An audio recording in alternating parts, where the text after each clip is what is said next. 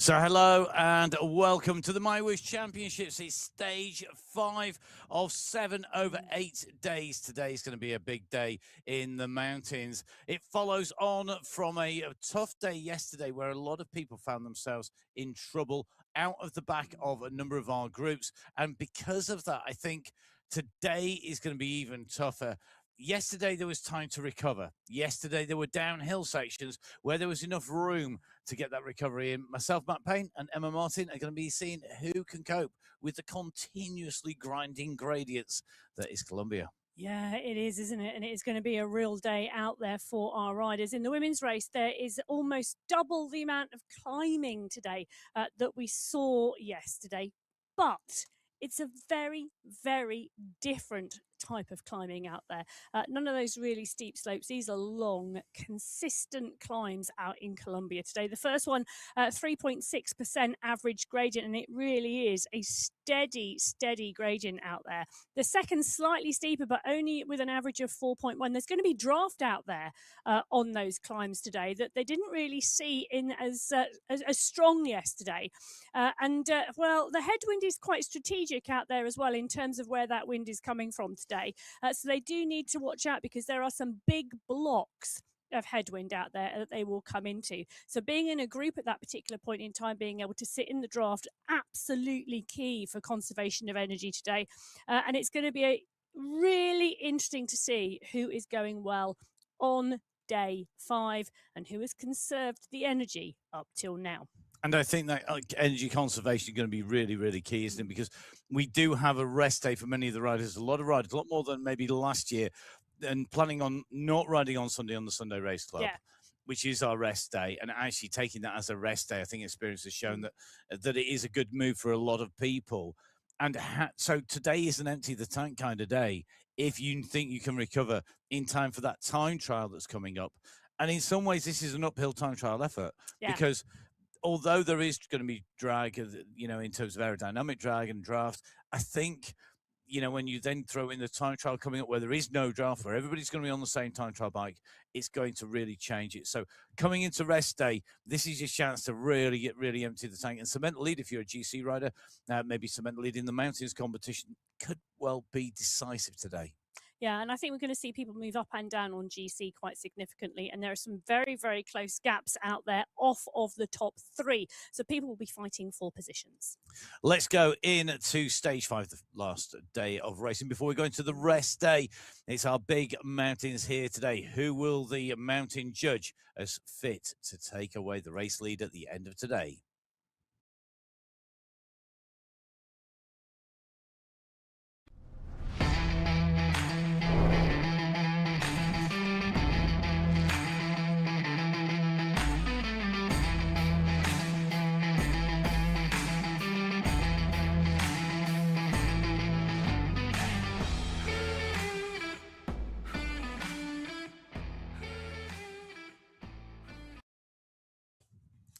So welcome to stage 5, the mountain judges. I do love the line, and I think today it could well be the case because essentially we are climbing one big mountain, although there are climb checkpoints along the way and sprint checkpoints along the way and lots of points up for grabs in both the women's and men's competition. We're going to dive into the women's race first, as always. We are in Colombia. My favorite route as a now non-climber and ex-climber, rather than necessarily the person who's riding this race route, because it is tough. 2 big climb sections where it basically is going uphill all the way. And I think for me, one of the key sections that is not a checkpoint here is actually the big block of headwind after the top of the Paso Alto climb. So you come into that section, you come up to the top of the Paso Alto climb, and as you level out going into town, you're going to hit this big headwind block before you then go on to the second big climb section. And this is new for most of the riders here today. Certainly in terms of racing, it's really new. Well, I think we're going to see maybe a group come up the Paso Alto together. The average gradient is 3.6%, and there's some headwind out there. I think the smart rider today is a rider who stays in the group. We might see a selected group come to the top, but I think that's where we'll see a group ride come through. The second climb, I think, will be different. The second climb is a little bit more interesting. It's a little bit steeper at the start as you come through and up that first section. Then you can see we've got the sort of rolling gradients as we come along the top. And we're seeing sections of tailwind up on top of that climb today, not headwind. So it really is going to attract breakaway opportunities, and that's where I think we'll see the attacks go. I think we're going to see the attacks go on climb 2, not climb 1, but I am very happy to be proven wrong. So we're going to set this out now. I am, of the two of us here, the rider who would like a short, sharp, punchy climb, or a series of those. Emma is the rider who likes the long, gradual climb. So that we're going to be looking at it from that perspective, certainly here in the commentary box. There are riders, of course, with those self-same traits out there. And I think when we take riders who maybe excelled yesterday on the climbs, where we had changes in gradient, frequent changes in gradient, and the climbs were followed by descents, rest periods, it's going to potentially mean that riders who maybe until now haven't had a chance to shine are going to be able to come to the fore. We did see some of our mountain specialists coming out in the women's and in the men's races, and I think that's going to play out here today. There's some of our women's contenders in all 6 categories, I think, now, who really are looking at this as the big opportunity to put time in on GC. A lot of the groups have come a bit close together. I'm going to go into that in a little bit more detail a bit later on today.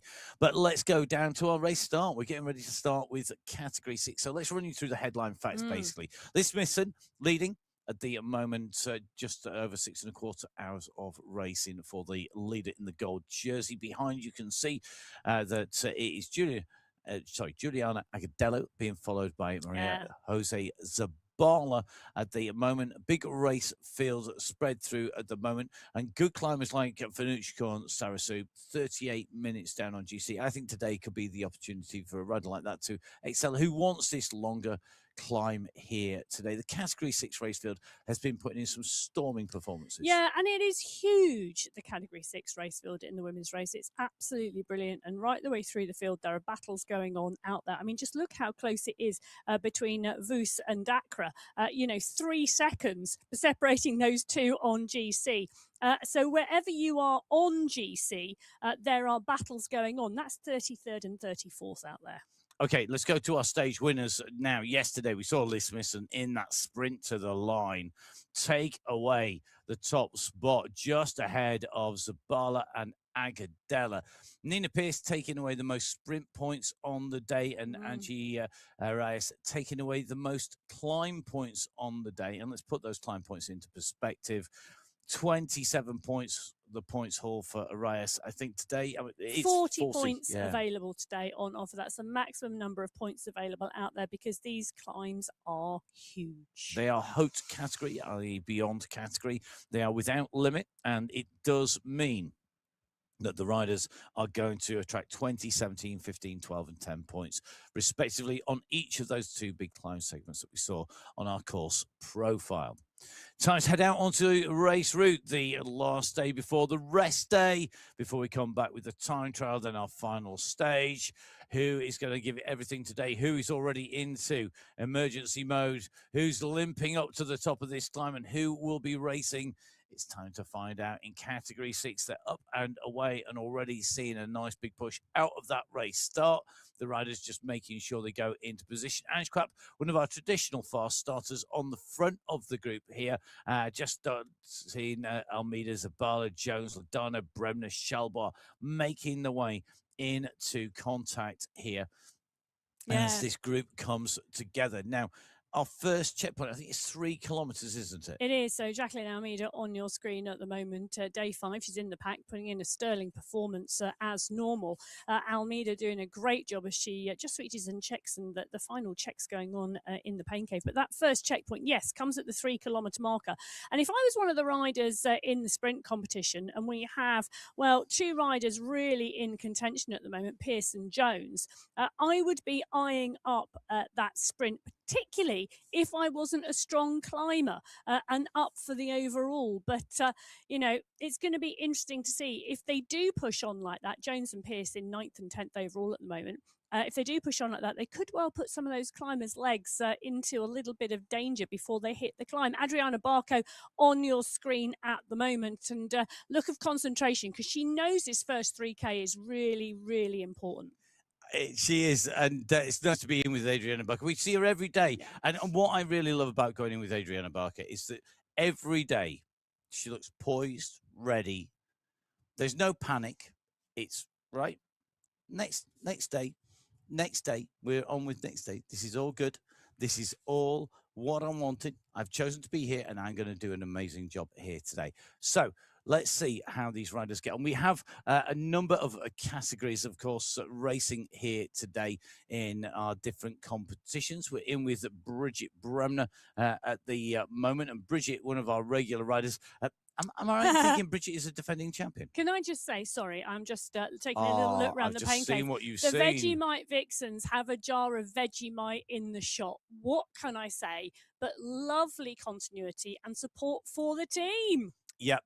Very, very good. I'm hoping every one of the Vegemite Vixens has a jar of Vegemite. It would be good, wouldn't it? Yes, indeed. Indeed, it would indeed. Let's go to our categories. GCC leader is our overall leader on the road. It's Liz Smith, and she came into yesterday's stage in that jersey. She stayed in that jersey, and now her lead has extended because of that stage win. She too is a Vegemite Vixen. She is 10 minutes now. Between herself and the riders behind. So we'll see how that goes on. Liz Smithson wearing multiple jerseys today. Three of them. Yes. Also, Masters leader. Yeah, I know. Absolutely brilliant. And she's putting in a strong performance. I tell you, though, Joanna Warren, also a Vegemite Vixen, just 8 seconds back in that competition. So Smithson has competition from her own team. Indeed, and there's really close battles actually out there. 10th and 11th places, MyWhoosh versus Dacre, 9 seconds. Hardly anything to choose between them. Well, the under-23 rider is also wearing 2 jerseys today because the white sleeves of the under-23 competition are underneath the sprinter's jersey. Yep, Nina Pearce at the moment leading that competition from Isabella Giraldo. Good to see Isabella Giraldo with us. She's been one of our regular riders on the Sunday Race Club, and we've seen her competing in MyWhoosh Championships as well. She's a really regular rider on the platform, so good to have her with us. She's riding for the Velocity Vipers. Nina Pearce riding for the FCC Cadence Crew, the Fem Cycle Club. Cadence Crew, another of our regular teams on the Sunday Race Club. I have to keep reminding myself tomorrow is Sunday. I'm lost on. Today's only called Stage 5 day, Stage 4 day, Day 6, Stage 6 day. There's no actual Monday, Tuesday, Wednesday, Thursday, I'm going to start Friday. doing. You're going to start coming into the studio every day, and there's going to be a note on your on one of your screens right in front of you, reminding you what stage it is today. Yeah, or what it's day this stage, is. and it is actually Wednesday or Tuesday or whatever day. Yeah. Well, Jessica Hamilton on your screen at the moment, the rider we are spectating. It's her stats that are on the screen in that white bar ahead of you. She's right on the front of the pack, known to be a great sprinter. I think she's going to be looking forward to the individual time trial stage. And do you know why? Go. Because the sprints and the climbs are fastest through the segment, not first across the line. Yeah, and I think also today's sprint at 3 kilometers. I mean, I did say this on the podcast last night that we that's just gone out overnight.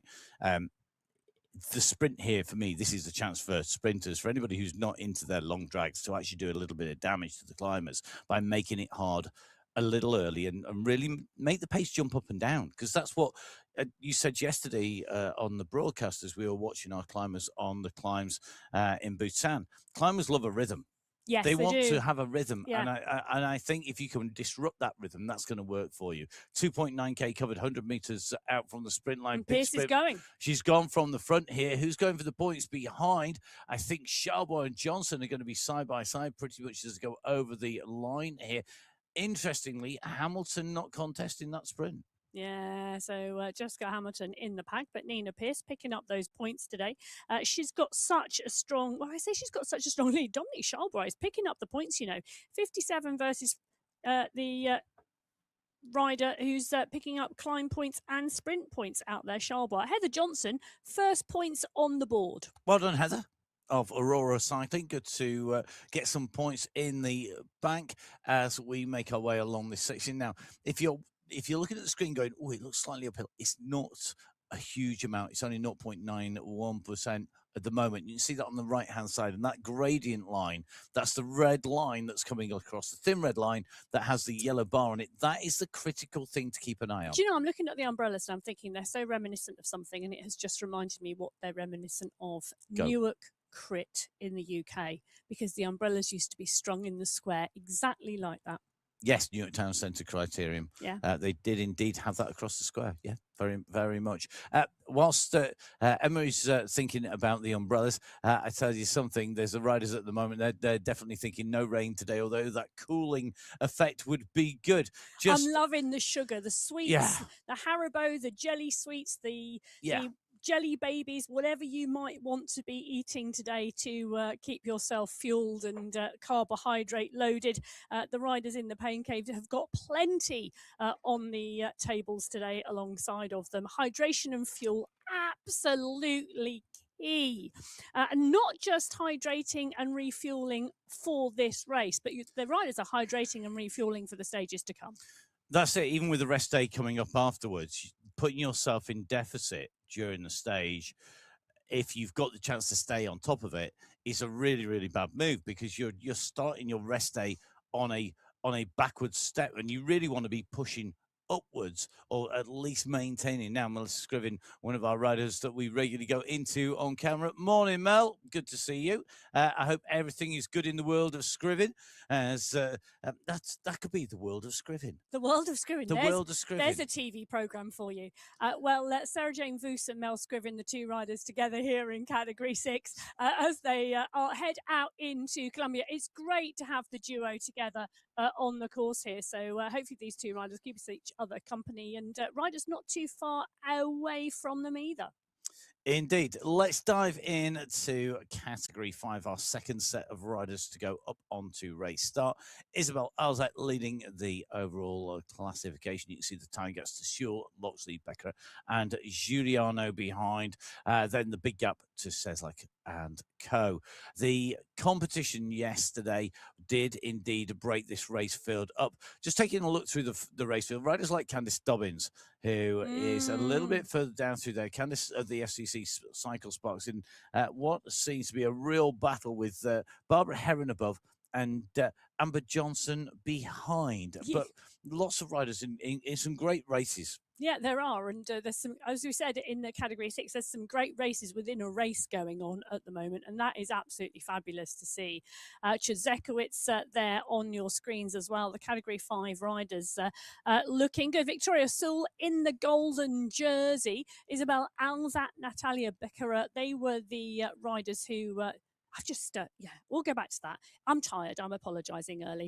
Victoria Sewell took the win yesterday. Yes. Alzette was second. Beckerer was third. But in terms of the rider in the jersey, it isn't Sewell, because it's Alzette, because of that tiny time differential that exists between those two riders. It's like they're switching it backwards and forwards. They are very, very close, and I think we'll have to see how that plays out on the big climb stage today. Climbs at points scorer was Natalia Becker on our stage yesterday, scoring 27 points on those climbs out of a maximum 30 points. It gives you an indication of just how strong she was. She basically got a first and a second on those climbs to get that maximum points score in that climbs competition. We're in with Anne-Marie Garney. We're about to head out onto the road with our second riders to take on the slopes of Colombia. Stage 5. Day 5 of the MyWhoosh Championships for 2026. We're on the Colombian mountain route. We're heading up into the hills, onto the slopes of the mountain, and today judgment will be passed on those riders who have the ability to stay at the front. No judgment at all. They're here. They're riding. They're racing. They're with it. You make it sound like judgment's negative. It could be a really positive affirmation judgment. That's true. Okay, well, positive affirmations only. Isabel Alzette on your screen at the moment. And she's in that gold leaders jersey. A steady state start from her. I say that. She's just jumped up and out of the saddle and pushing on those pedals to close that gap down, because she did have that steadier push out of the pen. And a rider who is one of our young riders as well. And I Yeah. think this is one of the really impressive things. The youngster doing a fantastic job out battling in the overall taking. She's got 2 jerseys. You know, it would be warm if that was in person rather than in avatar form. But then you would see it shifting about if it was an in-person race. In with Amy Loxley. Now, Amy Loxley has really impressed me this race so far. No pressure, Amy, to continue doing that impressiveness, but as leader of the GCC, in a great fight. Yeah, she is indeed.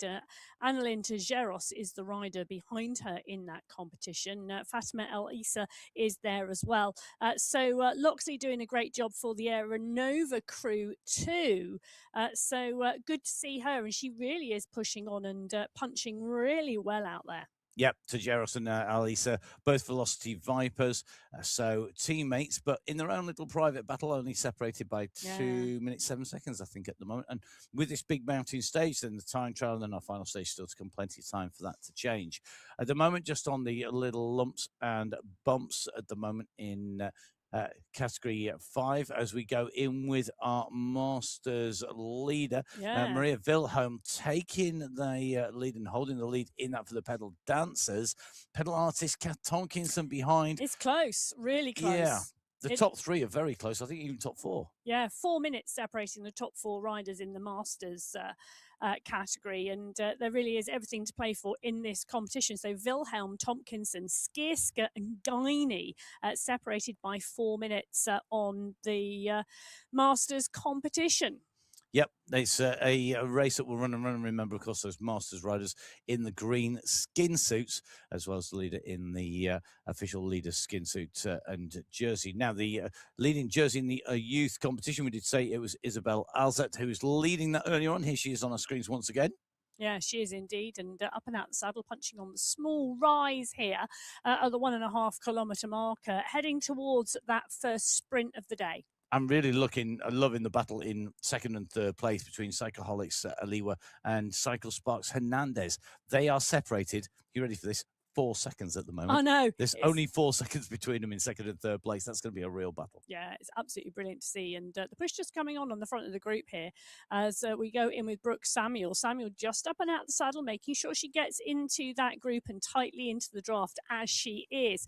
But it is just that little rise on the road that caused that spread of riders. And Brooke Samuel in the Aeronova squad. Yes, who currently in 2nd place. Yes, they're doing a really good job at the moment of keeping the pedal dancers in sight. Yeah, but I tell you something. Also, the FCC pedal artists, they're just a minute behind Aeronova in 3rd place. So those 2 teams will be battling as well. Kath Tomkinson on your screen at the moment. Great to see her.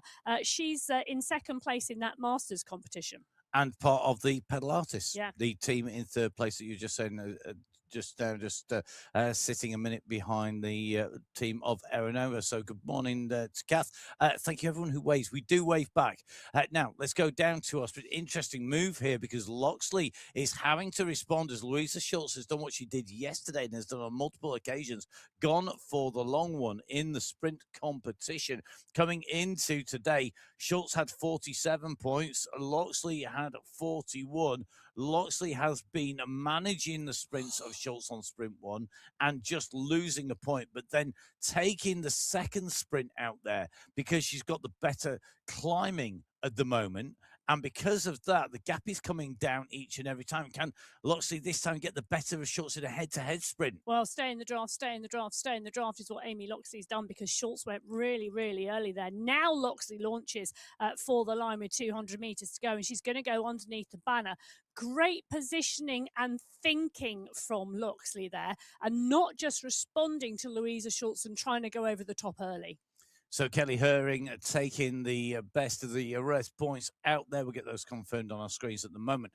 But that was an interesting move there. So yesterday on stage 4, we saw Schultz take the first sprint from Loxley. So Loxley's lost effectively 1 point to Schultz in that overall battle. The gap had opened. But then on the second of our sprints, Loxley took 5.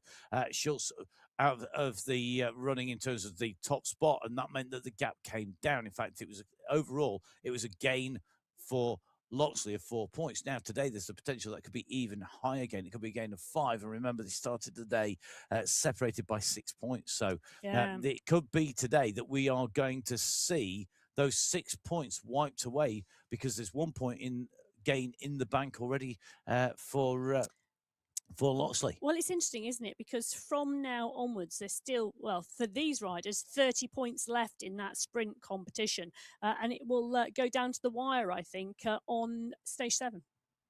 We'll have to see. We've just been in with Fatima Al Isa, the rider from the Velocity Vipers, who is in 3rd place in the GCC competition. As we go in with Karolina Jezikowicz. I think it's the first time we've been in just with Karolina on her own. We've been in on the multiple pain caves, but good to see Karolina, one of our riders riding in Great Britain at the moment, and you can just see tapping out that rhythm. Now, I noticed the 3rd bottle just down there at the side, ready to be grabbed as well. The Essential Towel is there, and at the moment just making sure that she stays with this group, not losing contact, and a number of riders have lost contact. Well, and it's a really clean and sparse pain cave. Yeah. Clean No space, fuss, no clean mess. mind.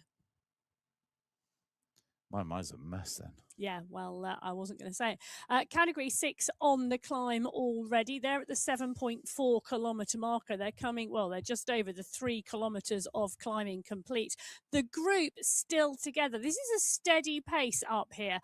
And Category 6, big group all still together.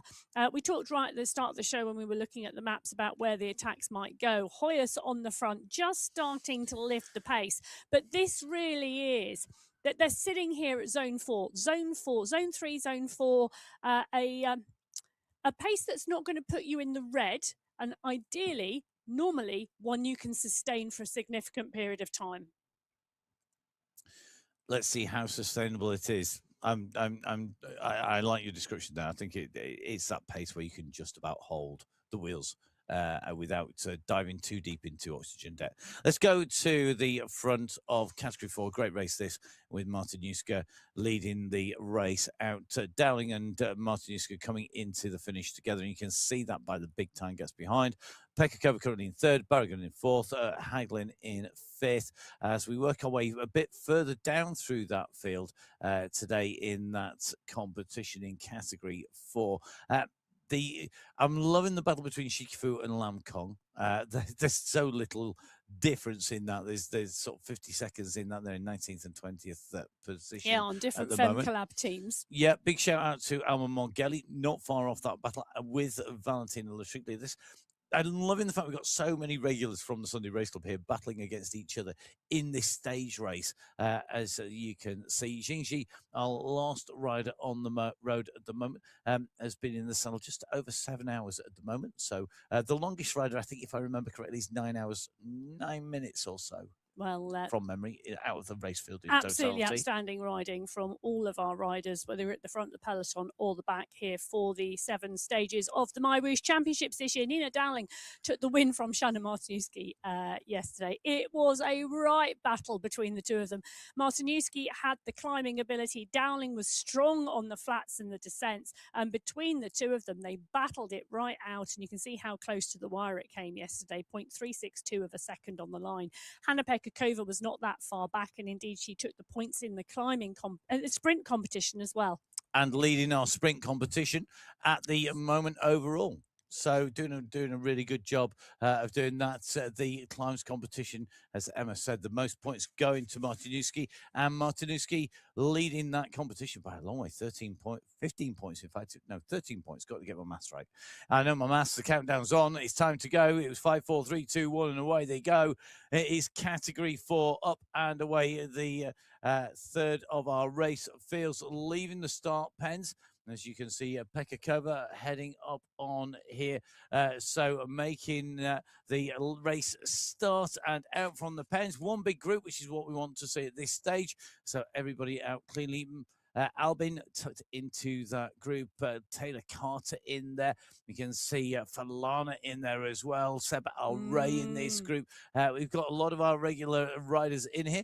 We're in with Shanna Martinuski at the moment, the climbs competition leader, and in that yellow jersey as well. So a multi-jerseyed rider, but not needing the multiple jerseys in person because, as we know, if you've been watching in the preceding stages, she's moved in from the outdoors because it's cold Too in Brazil cold at the moment. Yeah, so a bit warmer, but riding a bit closer to home in the virtual world. Yeah, she's indeed. And she's got company in the Pain Cave today, which may well be useful because she's going to want to hold on to that yellow jersey, and it's going to be a tough day out there to do that. And it's difficult coming into such a big stage in that leader's jersey when the gaps are so small. Yeah. I think that's going to be a really interesting point to see how that plays out. We'll be taking a little bit of a look at that. As we go around our race field here, I mean, there's riders battling in the competition. I think yesterday we did see riders who now maybe are not focusing on GC, but are focusing on other category races. And I think it's very interesting to see how that's playing out. The battle between our GCC leader, Gina Di Grazia, who we do see regularly on our screens, and Seba Al Ray, another regular, the top two in that competition. At the moment, it's only 1 minute 44.673 of a second separating them. And I'm saying the thousands because I could see this coming down to not a lot if, for example, Gina doesn't have a good day as Seba, or vice versa. The two riders, I think, are very well matched. Yeah, I agree. And it is going to be a great competition out there between the two. But Gina Di Grazia at the moment wearing that jersey, and she'll be defending it out there today.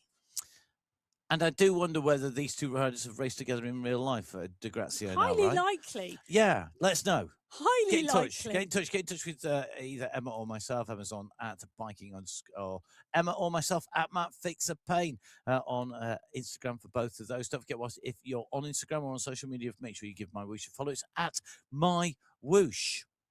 Well, the Masters competition in Category 4, Rosalina Barragan is the rider wearing the jersey at the moment, and she's started to establish a really strong lead in that competition.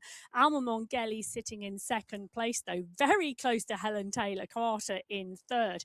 But the Cafetieres rider Barragan doing an amazing job out there. Yeah. She's also really high up on GC. Yes. She's putting in a superb set of performances and consistent set of performances over every stage. Yep, we're in with our youth leader, and that is Camilla Pamplona, who leads that categorization now for the Cafetiera squad. The Cafetiera squad doing a great job, yes, aren't they, of putting riders into the positions where they can actually score in those individual competitions, but also in the team competition where they're right up there. They're sitting in second place in that team competition, 3 minutes 21 seconds back. The Fem Cycle Club What Works team currently leading that. House Arrest in third, still one of my favourite names. But the Rebel Union, I tell you, the differential between third and fourth place in the team competition is small, just over 1 minute. And I think that's going to be interesting out there today, because obviously, even if the teams aren't fighting for first place, and a 3 minute gap can be overturned out there today,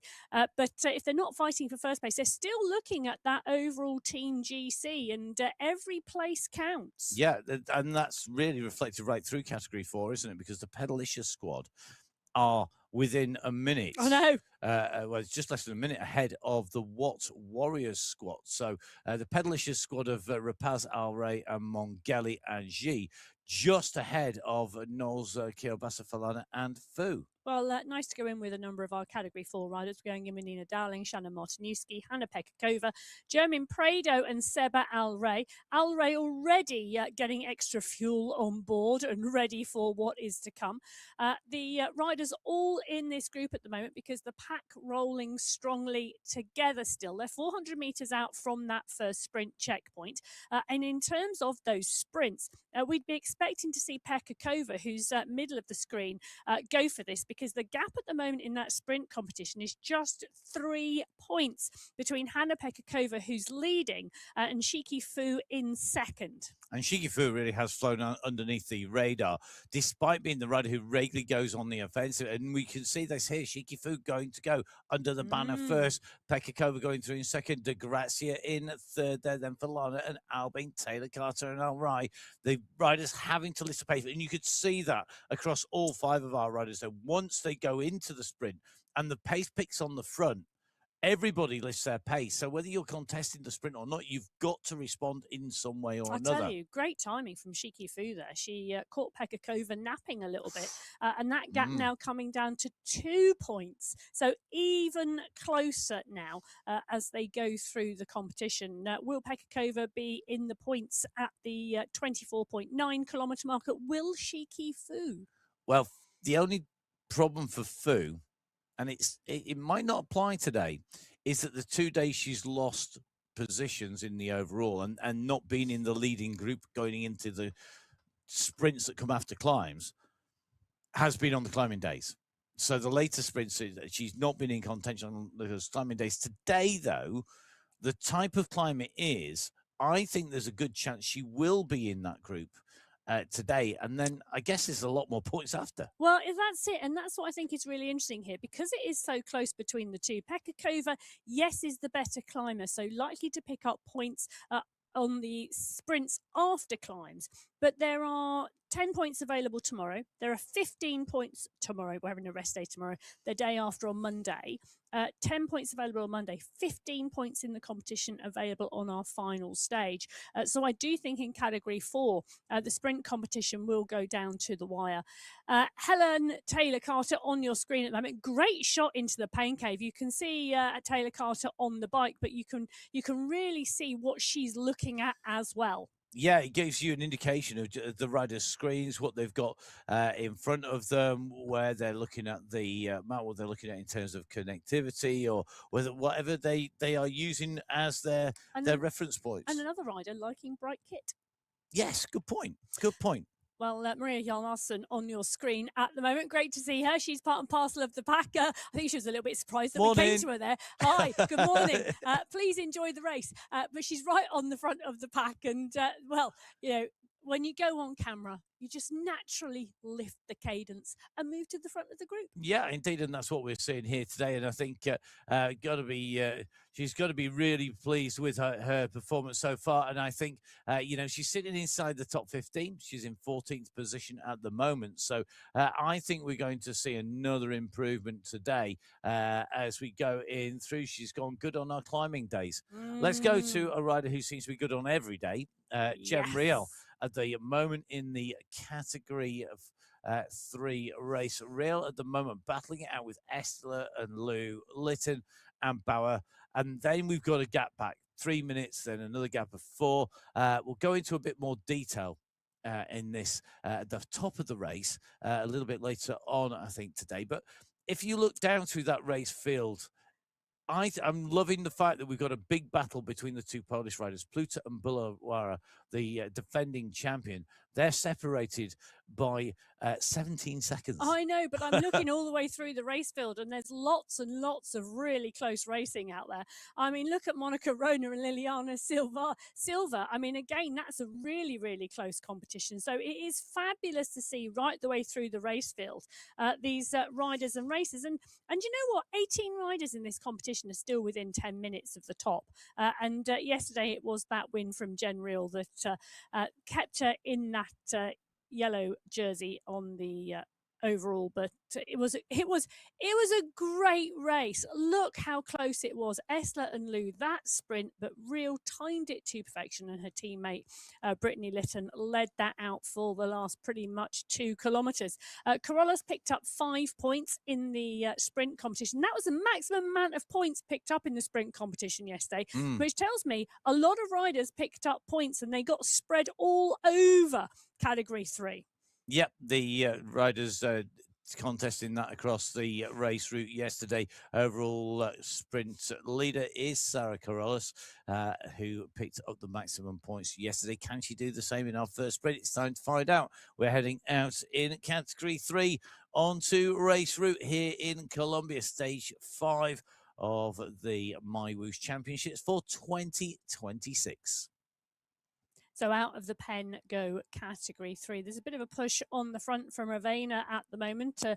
But very quickly settling down, the group rolling and rolling strongly. Just one rider having a much steadier start, and another rider off the back there just having a big dig now to try and get back onto the moving pack. Angie Londano on your screens, right at the front of the group. She's got the white sleeves on of that young riders competition.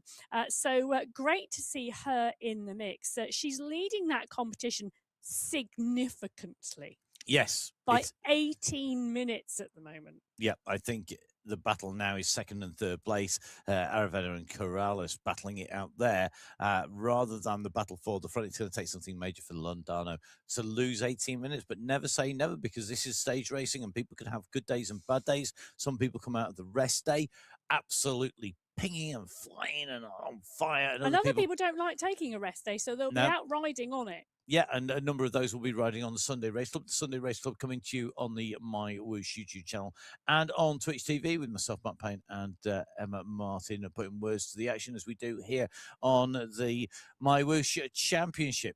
Let's go into our categories. We've already spoken about our fastest youth rider. That is Angela Londano. We have Angel Hadlock on our screens. Angel doing a good job at the moment in terms of overall, sitting in 10th place. So needing the GCC competition. Yeah, I think that it's just such a compatible goal, isn't it, to have a good ride overall and then figuring in the regional competition in the GCC, the Gulf Council region. I think Hadlock showing what we expected, just riding. Solid riding. That's a great phrase. It's solid riding. Love it. Yeah, that's what she is. Perfect description. But at the moment, there was a bit of a push on the front there, on one of these small rises. They're moving just over the kilometre marker in terms of this race, and the pace is really high. The early push has really got the momentum rolling here, and they're rolling strongly as a group. One rider off the back of the pack, you can see that on the top overhead map screen. General on our screens with that Masters jersey showing on the left-hand side of the screen here. The lead there reasonably secure. I love the battle for the third spot, the podium place. Marie-Pierre Berard and Helen McKay are separated by just over 2 minutes at the moment in that competition, and Sepulveda is not that far behind either. So it could well be we're going to see a little bit of a change in the steps on that sort of third step of the podium, and taking a podium in one of these competitions is great, isn't it? It's a great target to have if you're battling. Maybe you're not in the front of the overall GC, but in your Masters competition, we've got to remember there's people of all ages in this race. It's not quite 6 to 60, but I think you could say I bet it is in some of the categories. Not 6 to 60, because obviously 6 is a little bit young. Yeah. But 17 to 60, maybe. 17 to 67? I reckon. Well, who Possibly. knows? I bet we probably even got older competitors. Definitely 57. I want to be racing still in my later years. But Sepulveda on your screen at the moment, she's been doing an absolutely fabulous job. 5th place in that Masters competition at the moment, and she's tightly in that bunch as we speak. They're rolling at the 2.1 kilometre marker, coming towards that first checkpoint of the day, which is at 3K. That is the first sprint banner where the sprint competition will be able to pick up points. The sprint competition here, really, really interesting. Sarah Carolus at 38 points, tied with Helen McKay on 38 points. And Brittany Litton, for me, she's got 30 points in the sprint competition, but I think that's more of a case of picking up points where she can, but also being instrumental in the leading group, and really part and parcel of that team competition and the teamwork she's been doing in relation to Gen Real. Yeah, and I think with the way that we've got the big climb today, then we got the sprint, so it's going to unfold differently now inwards. The sprint opening up, Sarah Carolus leading this out at the moment, and guess who's on the wheels? It's McKay at the moment. They're tied on points. This is literally who takes the win here. He's going to take the lead. It's McKay who's gone to the front. McKay's going to go away with a 1-point advantage here. 5 points for McKay, 4 for Carolus.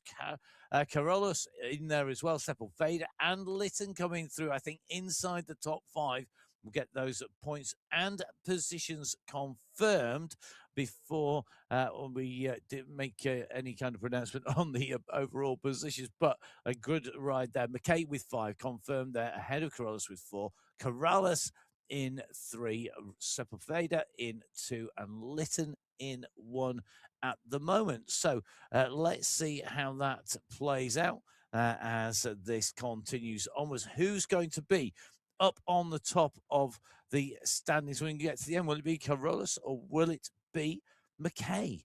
The two riders pretty inseparable at the moment in terms of sprint points. Just in with Lorena Beltran at the moment. Beltran, another of our riders who we've regularly seen racing on the MyWhoosh Sunday Race Club and on our screens as well. Beltran at the moment got the gloves on. It is still chilly. Southern Hemisphere is cold, isn't it, at the moment? And of course, just seeing Beltran just taking on board those fluids.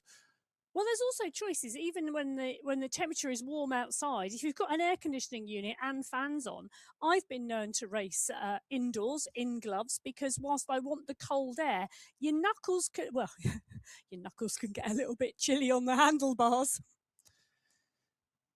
Okay, I'm just going to say yes. And leave it at that. Feel free. Yes. Camila Salgado on your screens at the moment. She's in the polka dot skin suit. I mean, she's having a phenomenal ride and a phenomenal championship. She really, really is. The rider on the right of the Tiger squad, 49 points in the climb competition to Brittany Lytton's 43. Ting Lu also on the same squad as Salgado, putting in a great performance there. She's back with 37 points.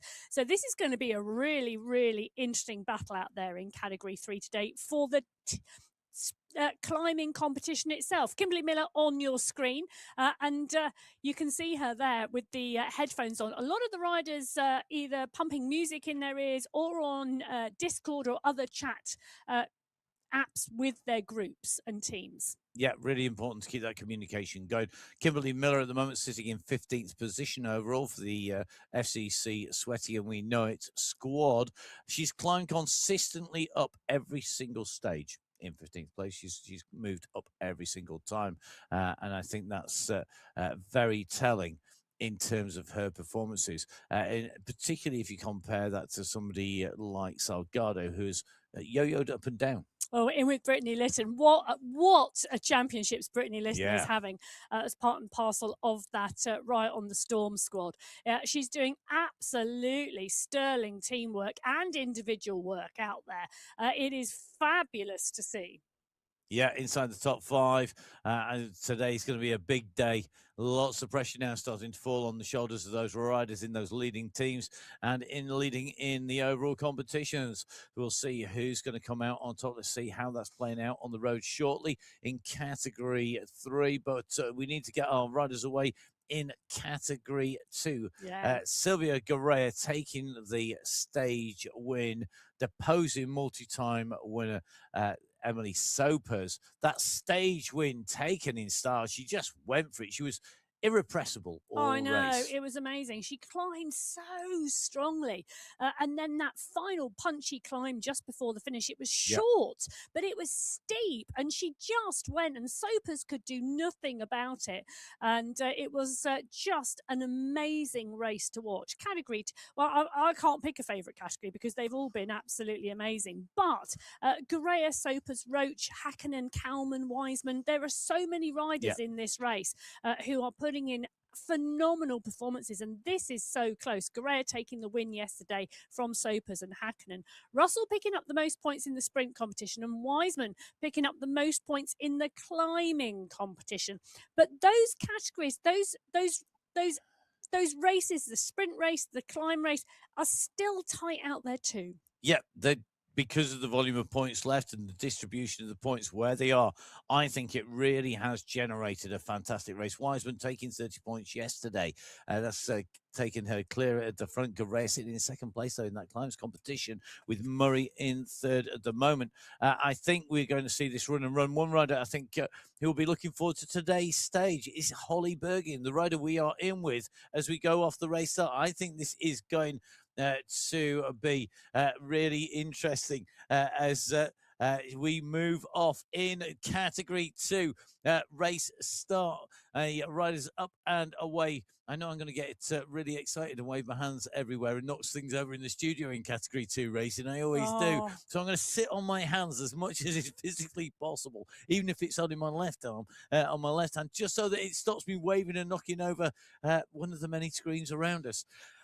Here in the commentary box, we've been treated to some fantastic performances already and been very impressed, particularly with our younger riders out there. They always do an amazing job.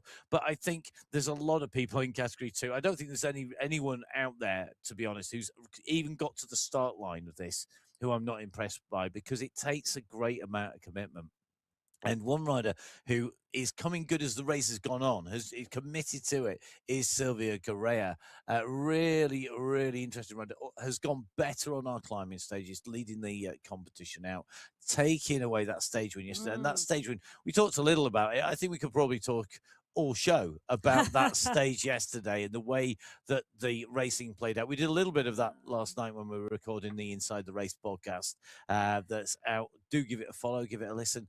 It's, might want to listen as you're warming up to see what our thoughts are, maybe after a little reflection on those races included on our Masters competitions. Often Sarah Roach at the moment leading in that competition in category 2. She is by 1 minute 50 seconds from Stephanie Briggs, but the Canadian rider Briggs is strong. So is Roach, the rider from the USA. They're both on the Watt team. I think this is going to be interesting today between the two of them out there in terms of team tactics, but also in terms of whether Roach stays in that jersey. It's a bigger gap back to Cornelia Engström from the Swedish Fika Mafia. She's 7 minutes back in that competition at the moment. And Christine Schneider still having a good ride as well, so could be challenging Engström in that top 3. Let's move on to our youth competition. And definitely a rider who is impressing is Justina Duban. Duban, again, just keeping those performances coming in time after time. And that is really, really critical here today. It's a big, big learning experience, I think, for all of our riders out there. Duban could figure she's gone well on the climbing day. She goes better on the climbing days than the non-climbing days, and today is a particular type of climbing day. Just in with Kate McLeod. Kate McLeod, one person who we know is going to have the nutrition absolutely dialed, a nutritionist and coach, and somebody who we know is always going to be giving it everything here on camera once again. I love the fact that it's a really sort of artistic table that the laptop's on. It's minimalistic in its design. Yeah, but, perfectly angled to get the front wheel of the bike underneath it, the fans around the room. So really nice because, in terms of that iPad, having it in the right place, having it in your line of vision, absolutely perfect, is what you want. Stefani Sanchez on your screen at the moment. She's right on the front of the pack and pushing on and up out the saddle at the moment. They're on one of these small rises, just going up and over the top at the 1.7 kilometre marker. They're heading towards that sprint, and the pack rolling really steadily out of the pen today. Yeah, Sanchez having a great day yesterday, in contrast to the first day with a big climb in it, which was day 2. Inside the top 10, sitting in 10th place. We'll see how she goes. Which is a great performance. Dorothy Gonzalez-Rue also putting in a great performance. Those first few days in that sprint competition were absolutely outstanding. We need to keep our eyes peeled on her. She's 900 metres out from that first sprint, and I think she'll be gunning for the 5 points. Yeah, and the type of climb today could well be one that sees her in contention for the second of those sprints as well. And I think that's going to be an interesting tactic that plays out. Yeah, I think it is. And I think it will be the Core Powered by Sprints team tactic to get her to that sprint. It really, really will. Anna Russell for the Riot on Fire crew will be the team trying to stop that from happening. Christine Schneider on your screen at the moment. She too is putting in a great performance. She's tightly in that bunch at the moment.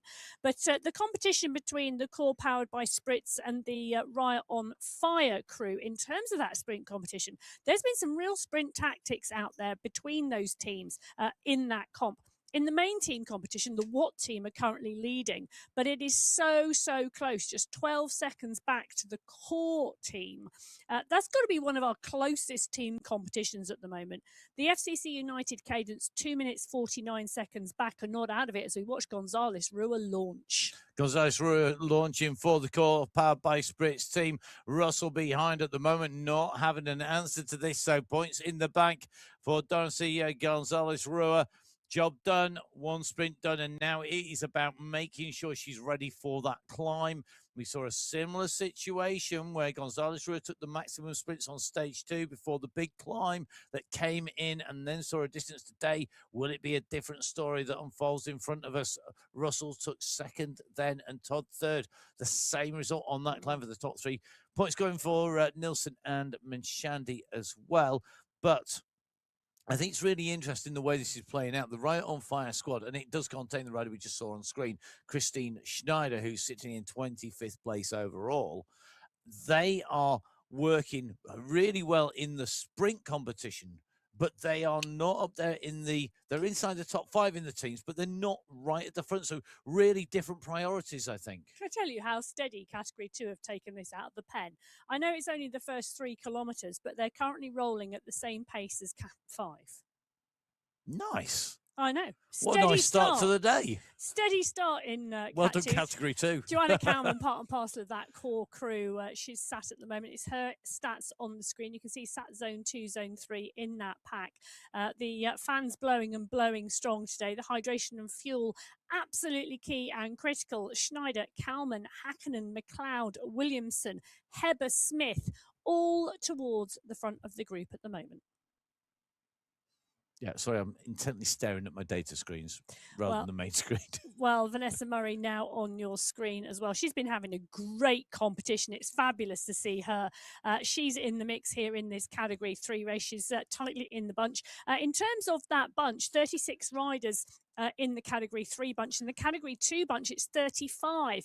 Very similar sized fields. Yeah, Murray right up there in this big race field, as you say, Emma, and in 3rd place on the climbs competition for the Right on Fire squad. So the right in the mix. I think this is really interesting the way it's playing out, with riders now going into the climbs or going into the sprints competition. Just going to take a quick check through. At the moment, we've got DePavia on your screen at the moment. A rider who we know can sprint on the back of a climb. Yes, and she is, you can see the look of concentration on her face at the moment. Real focus, yeah, early morning in Brazil at the moment. So, you know, in terms of the time zones that our riders are riding and racing at over the week, really interesting in terms of managing those time zones, managing the time of the competition. Very different from joining the Sunday Race Club, which is an hour earlier really for the women, but only once a week, as opposed to having to have that pattern over 8 days. Yes, and it's that shift, isn't it? I mean, I know some of our riders do get up incredibly early. There's Nicole Mary sort of comes to mind as being incredibly crazy with her hours of the day, you know, compared to what is considered maybe the norm. And we're going to see her taking to race start, because it's Category 1 lining up down on race start. McCarthy, the rider taking the victory. McCarthy not taking the win on stage 1, but then taking the win on stages 2, 3, and 4, establishing herself at the front of this race field. Guerra in second, Tomasi in third, really animating the action. And it was lovely to hear from Francesca Tomasi. I think a lot of people have given us some great feedback about that interview she did with Hayley here today. As we rattle through our screens, you can see the riders at the moment lined up and ready to go. Battles all the way through this race field, and it's still super close. I was just looking at 23rd, 24th, and 25th. Gotlander, Haag, and Vittori. 27 seconds separating those 3 riders out there. There's absolutely nothing. McCarthy took the win yesterday. Guerra held her to 20 seconds over that climbing stage. Tomasi at 38 seconds. It's going to be so interesting to see what happens today. Tomasi and her teammate Ulberg worked really well yesterday on the latter part of that climb, where Ulberg caught Tomasi, and then the 2 of them motored towards the finish. Mika Soderstrom picked up 5 points in the sprint competition, and Kate McCarthy swept up 30 points yesterday in the climbing competition. topping the, as you say, topping the tables on every climb. Yeah, and I think that really is reflected in those points totals, where we see McCarthy, Guerra, Tomasi, the 1, 2, 3 on the climbs competition. Let's see if that continues today. Can McCarthy get a clean sweep? There's 40 points on offer for taking both wins on the Haute category climbs that make up today's stage. Stage 5 of the MyWhoosh Championship. The mountain judges, it's time to see what it awards in damages. Who's going to get the big haul as they leave here? Who's going to be left wondering why they lost their case on the slopes of Colombia? Category 1 up and out of the pen for stage 5 today of the MyWhoosh Championships. They're heading out into Colombia onto the Paso Alto. That's the first climb of the day today. There's some real tactics and some real thinking, I think, going on out there in terms of how they execute the race today. It is the really big mountain stage. We have 1,307 meters of climb. That's nearly double what we had yesterday. Ouch. There's no other word for it but ouch, is there? Very different type of profile, mind you, but nearly double the amount of climbing. Well, Mika Soderstrom is wearing the sprinters jersey at the moment, 50 points ahead of Kelsey Jade Van Shaw on 34. Yes, interesting battle between Soderstrom and Van Shaw as we went into the climbs. Tennille Lotto has been battling away, picking up points behind with Camilla Arlberg. And it's good to see, actually, there's a lot of people have scored points in that competition. 19 riders scoring sprint points. Well, in the Masters competition, Kristen Kolczynski, she very clearly said that was one of her targets. And she's wearing that jersey. She is indeed wearing the jersey of the Masters competition. A lovely chat with Kristen earlier on in the week regarding her aims, ambitions, what she was looking to take out of this, how she was going to race. And we've got to remember Kolczynski riding for the Ablock International team. At the moment, the team are in third place overall. Sweat Sensations leading at the moment, 47.5 seconds ahead of the FCC Endorphins. And it's only 2:37 back to Ablock International in third place. So that team competition, I think, by no means concluded across the top three. It's a little bit further back to the Chain Reaction squad at nearly 7 minutes and 19 minutes back. It's the Watt sisters. Yeah, but look at the Watt crew and the FCC Watt wheels. Okay, they're in 6th and 7th in the team competition, but just 11 seconds separate those two teams. So there's battles yet again right the way through the team competition. Well, the riders in Category 6 are now coming up to the end of familiar territory for anyone who's ridden the Paso Alto climb here in Colombia, because this is the run into the streets as we come up towards the top into, I think it's Bogota, if I remember correctly, here as we're coming into the streets here. And at the moment, this is a select leading group looking to take away the points. Leading group. It is. This is the kick for the top of the Paso Alto climb here today. Who is going to take this out at the moment? It's looking like Arias has got the gap at the minute. But you can see everybody having to lift the pace. Hadjuk here tapping away. The geometric jersey has gone for a bright jersey today, maybe to lift the spirits. So lifting the pace at the moment is Arias. Pierce is on her heels here. Interesting to see the Sprint and Young jersey rider sprinting out. So is the gold jersey of Liz Smith, and the overall leader as they came in today. Arias is going to take that from Hadjuk, from Pierce and Smith, and Hadjuk coming really strong at the end there. I can't wait to see the, I've just had my screen update. Is that correct? Well, I'm going to wait for the rest of it to come up, but it is indeed. So Hadjuk, given that by, it looks like 0.15 of a second, to be really honest, that is seriously close. So she picks up 20 points at the top. Arias picks up 17. Pierce picks up 15, Smithson picks up 12, and Narvaez Hoyas picks up 10. It's getting interesting out there in that climbing competition. 13 riders in the leading group in Category 6. Hadjuk, Arias, Pierce, Smithson, Narvaez Hoyas, Jones, Bremner, Agadello, Charlebois, Zabala, Obeid, Warren, and Jaskalainen. So the riders in category 6, the leading group, the first selection being made, as we see Mika Soderstrom adding more points to her total. If she can hold this to the line, she's gone long here at the moment, 400 meters, and Kelsey J. Van Shaw is now off in pursuit. Van Shaw was leading in that sprints competition coming into stage 2, where she was distanced over the top. She lost time as Soderstrom got the points in that. Shaw's coming fast here. Van Shaw coming at 11 watts per kilo. Soderstrom kicks again up to 10. She's having to work for this because Van Shaw has made her. That was a good run from Van Shaw. Soderstrom holds her off, though. Pasio, Susnik, and Giovanni, the riders behind. Van Shaw just didn't catch the draft. That was the challenge. Soderstrom just got too far away, and Van Shaw just couldn't get those numbers into the green, and that would have really helped and propelled her.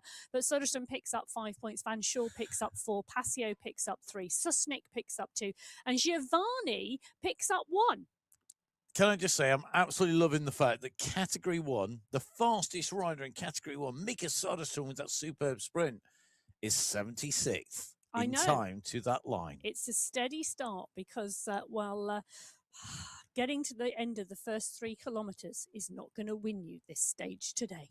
I know, and I think that's something that maybe the other categories, I mean, we see a real shift in categories around here. I mean, Category 5 are predominantly faster than Category 1. Category 4 are within 2 seconds of Category 1 to the lines. Category 6 within 6 seconds of Category 1. Is this a lesson for the rest of the riders to learn, to race the race pits and to use recovery on the rest of the race? I think it's going to be really, really key. I think for our riders to and maybe take that little bit of a look back when we get to the end of the stage race and see what lessons there are for riders to learn from our other race categories. Yeah, but I think every race has its own characteristics, has its own nature, and leads to different types of results and different types of racing. Definitely.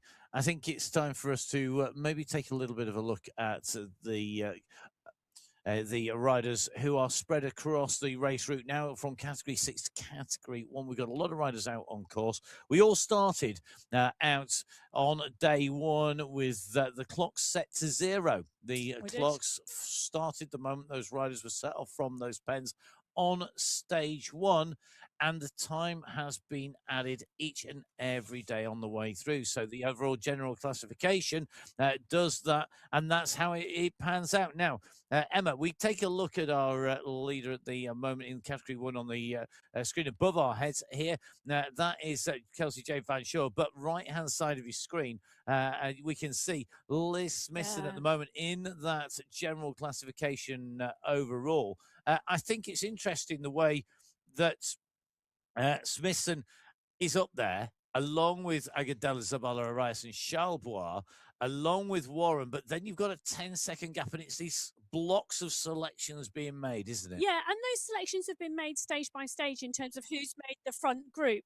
But what has been interesting for me is that 51 seconds separates the top 9 riders before we start going into minutes. For me, 9 riders are really still in this. We've got an interesting move going on in Category 6 at the moment because we saw 13 riders come over the top of the first climb together. So it's all to play for out there. And I think we could see some really, really close racing out there today. And you sort of expect when you come to a stage like this that it's really going to blow the race apart. But there's a big race for it to blow apart at the moment, but there's a lot of riders who are going to be desperately scrabbling to hold those wheels today because the time gaps are tiny out there. It really is a really hard-fought race going on in Category 6. It is. It's close at the top, I think, with 6 riders in that contention at the moment.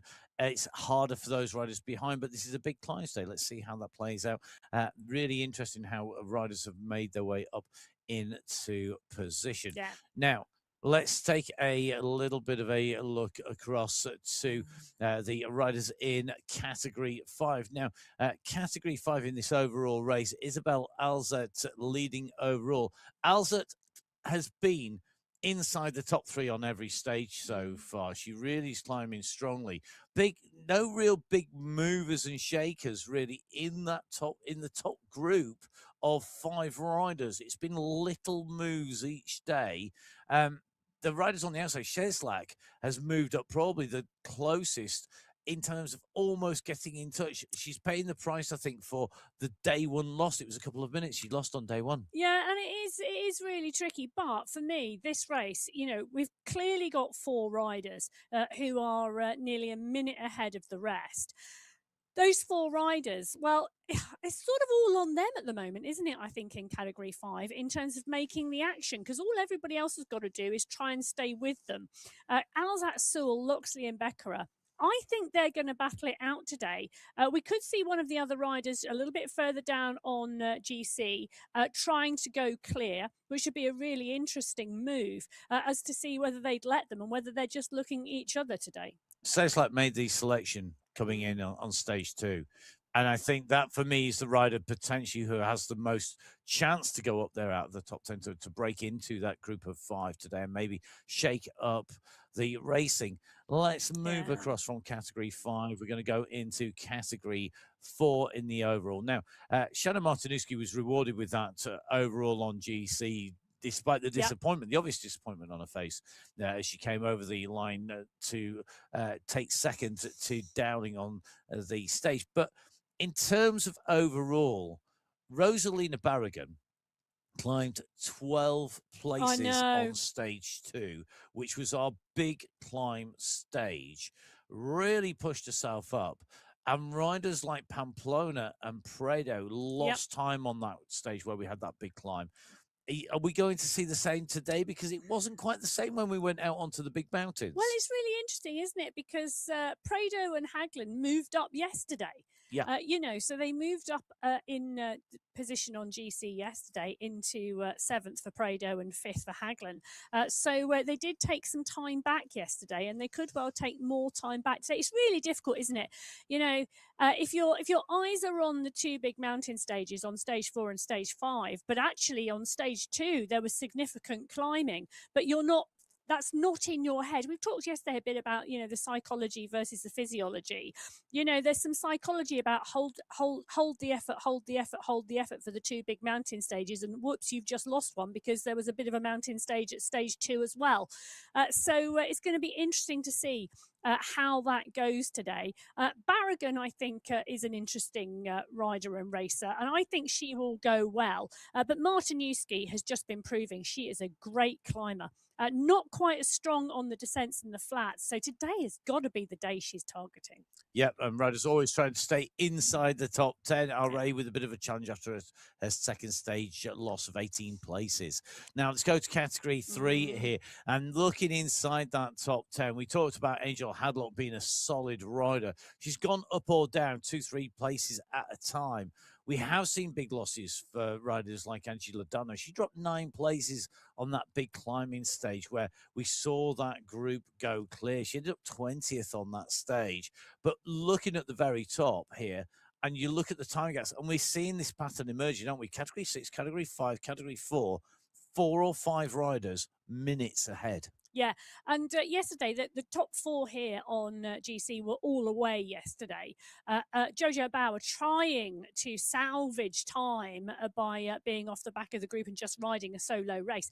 But Jen Reel and Brittany Litton, the Right on the Storm team, have a plan, and they have been executing it to perfection. Right of the Tiger, I can guarantee, have a plan as well. But Esler and Lou battling yesterday against Reel and Litton, it was 2-on-2 as they went away. And look what it's done to GC. I think we could see, well, I'm hoping they've all woken up with good legs, because another battle like that today would be absolutely outstanding. If anybody else wants to get in the mix, please feel free. We've had great days from Melissa Toomer.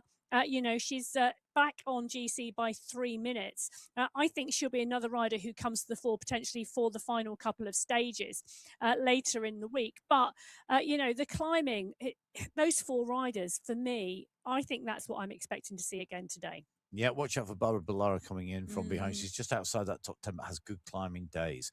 Now, Sylvia Garea making her way up to the top of the standings. It's only 2 seconds that she's got clear.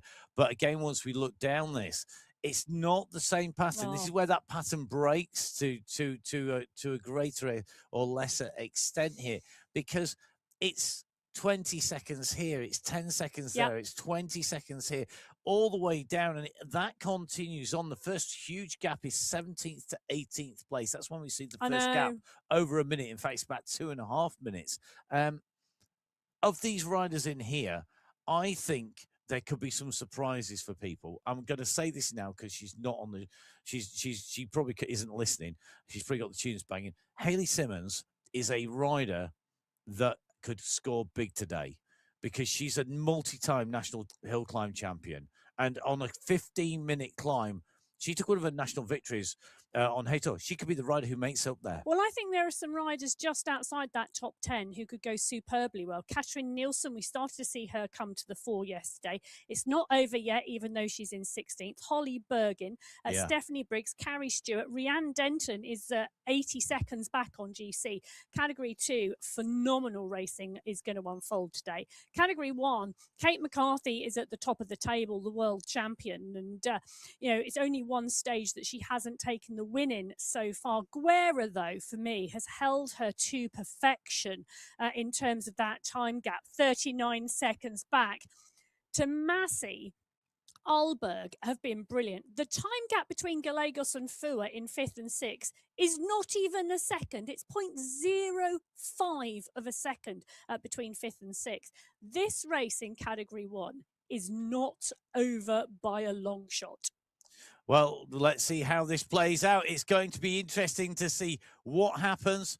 Let's see who is going to shake up those overall standings as we move in towards our rest day. Category 4 are making their way up underneath the archway here. Martin Newski of the riders we were talking about heading Dowling and Rapaz as they come through that time around.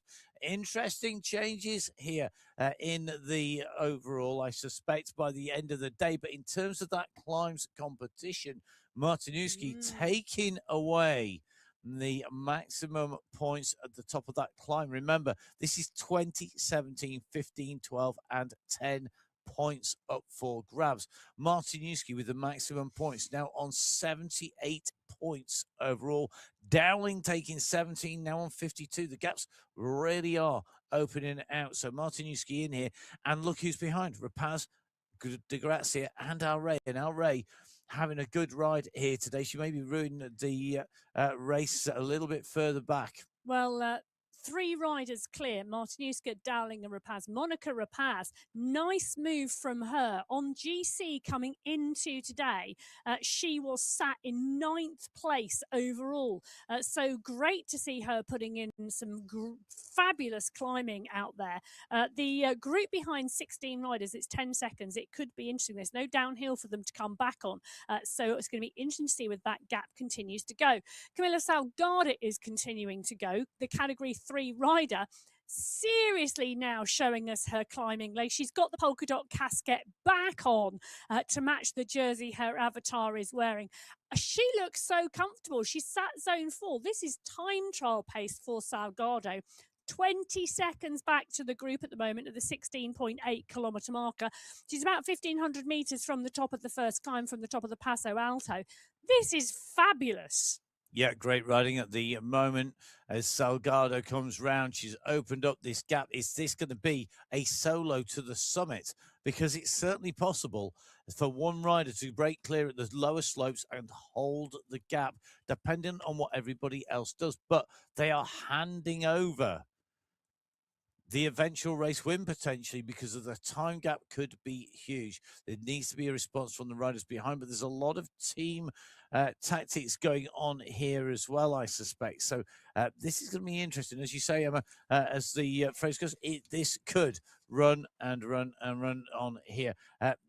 The way this plays out, I'm not sure we're going to see Barbara Ballara climb enough today, but she's knocking on the door she's outside the top 10, but she had a great day in the Yeah, climbs. You know, she's a good climber. she is, and she's putting in a strong performance, but the just the category 3 race has just been lit up by the team tactics. It really has. Melissa Toomer also been putting in a great race, and at the 17.2 kilometer marker, she's in this group, and it's a big group of riders. So it's looking to me like there's around 18 riders in this chase group, and the rider they're chasing is of course Salgado. Twimmer, who was in the top 3, dropped down out of the top 3 in the last stage. So she needs to hold the wheels here. Yeah. It might just be those steeper gradients that we saw yesterday. Yeah, and it's interesting, isn't it? Because Camila Salgado, the leader on the road at the moment in category 3 and the leader in the climbing competition, she's 5 minutes 30 back on GC. So the GC riders are not going to be so worried about the fact she's down the road until she gets too far down the road. How far's too far? 3 minutes? It's a good question, isn't it? How far is too far? Because, she's going to be dangerous because this really is a tempo rhythm on these climbs. And a tempo rhythm is a time trial rhythm. And of course, after the rest day, we have a time trial, even though it's in Montreal. We do indeed. For me, this going to come down. The people who are likely to react first, the people who are just ahead on GC, a minute in front of her. So when Salgado gets a minute, she's going to be stealing places from Carolus, from Hadlock, and potentially from Lodano. When she gets 2 minutes up the road, you've got riders like Perry and Beltran in trouble. When she gets 3 minutes up the road, it's everybody but the top 5 is losing positions. So they can't afford to let this turn into minutes. They may be thinking Salgado's going for the mountain points and climbing, doing that thing you said yesterday. She's climbing at her pace that she's comfortable as a climber climbing in, rather than necessarily looking at the time gains. But you've got to keep an eye on GC, even if you are in that zone as a climber. Well, you do. And Salgado on the screen on the left of your shot, the pack on the right. It's only around, what is it, 100 metres differential between the two. So she's gone out clear. The pack are holding it at 16, 17 seconds. And I suppose the question for me is this a tale of what is to come later? But Jojo Bauer now picking up the mantle, and Brittany Lytton has come to the front of the group as well. I think the teams have gone, okay, come on. Lytton is looking at protecting Jen Real, her teammate Ting Lu, Eva Essler. Now, because Lytton is moving, the rest of the teams have to go too, because Lytton is dangerous on GC. And whether she's working for herself or whether she's working for Jen Real, I'm assuming from the response, is feeling good today. They're protecting that jersey, they're protecting the team competition, and the two of them are dangerous. Ting Lu marking Lytton. Yeah, Lua and Lytton, that sort of battle between Riot of the Tiger and Riot of the Storm. Salgado's gap has just disappeared. And Salgado is having to come into a bit of a kick here, really, just to stay clear. Lu's at 3 seconds behind. Salgado lifting the pace, being forced to accelerate here. She does, so she's going to take away the maximum points here today. But look what it's taken out of her. Yep. Yeah, and look at that effort that she's now got to get some recovery in, because we've got to remember that whilst that is job done there, we've still got another climb to go. And there is that gap between, it's about 9 kilometers almost exactly, between the top of this climb and the start of the next climb checkpoint. Yes, but in terms of the climbing points, Salgado, Lytton pushed her, and Salgado had to respond. Ting Lu picked up points as well. They are, Salgado and Lytton, the 1-2 in that competition. Lu's lying in third. Salgado's got to keep this performance going. She's got to keep picking up the points. And in the climbing competition, there's 40 points available today. There's 16 points available tomorrow, and just 10 points available on the final stage. It's crucial, the points today in this competition, but there are still 26 points available. So, we've got 3 riders here who are battling for that polka dot competition. Now we're in with our category 2 race on the climb at the moment, coming up the Paso Alto, currently at the 15.5 kilometer marker. And as you can see, Silvia Garea, the leader on GC in this group, they are at the moment a pretty compact lead group. Eleanor Wiseman leading in the climbs competition in category 2. She's got a reasonable margin here.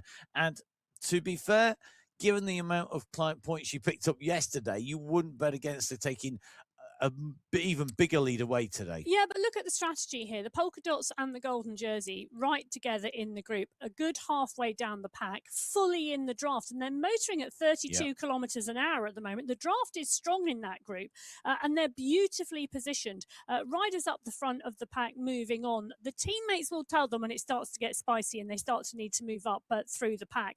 But at the moment, the entire pack in category 2 still together, and it is really good to see the placement of the riders. But as the packs, as we go up in category, the packs get faster.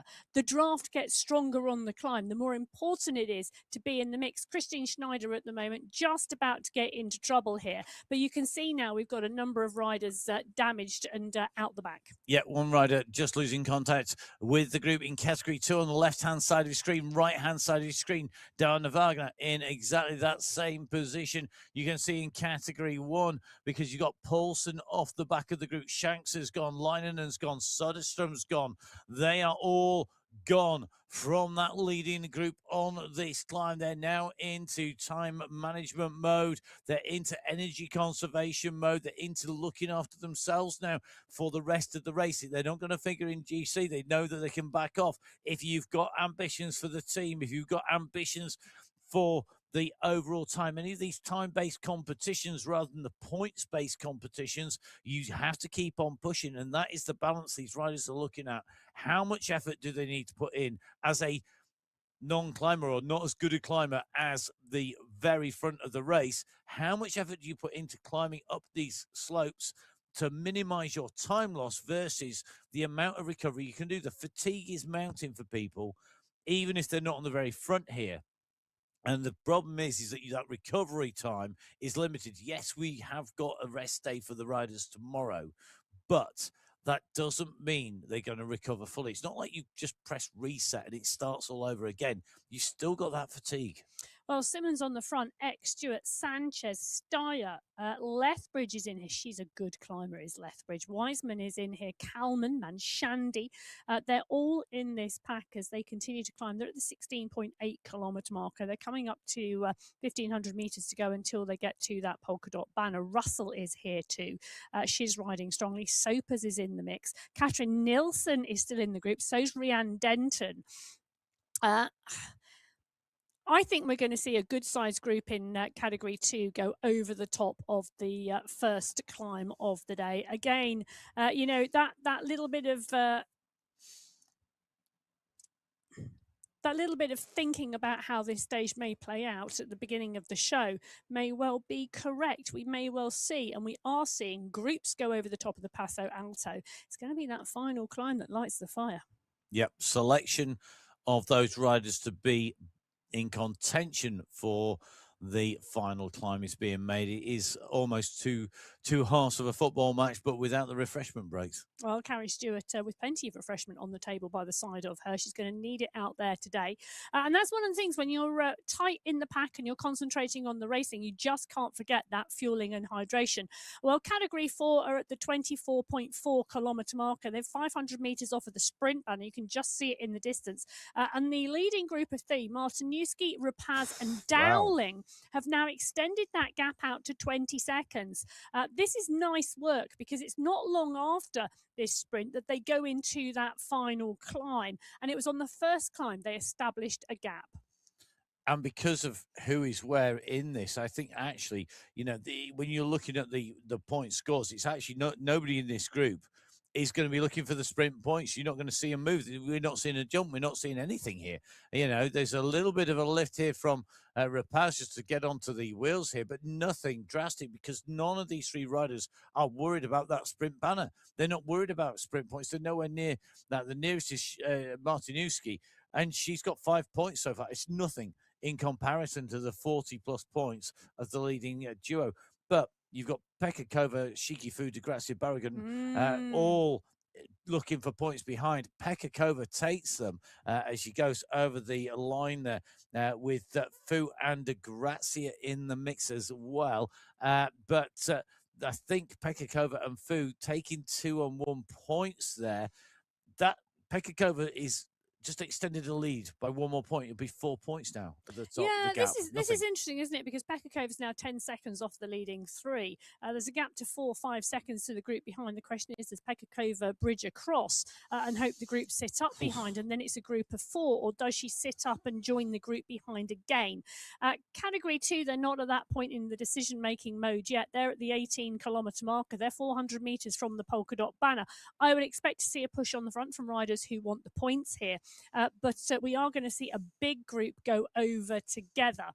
1 or 2 riders just getting distance off the back are going to need to push on if they want to stay with this group as they transition to the flat section.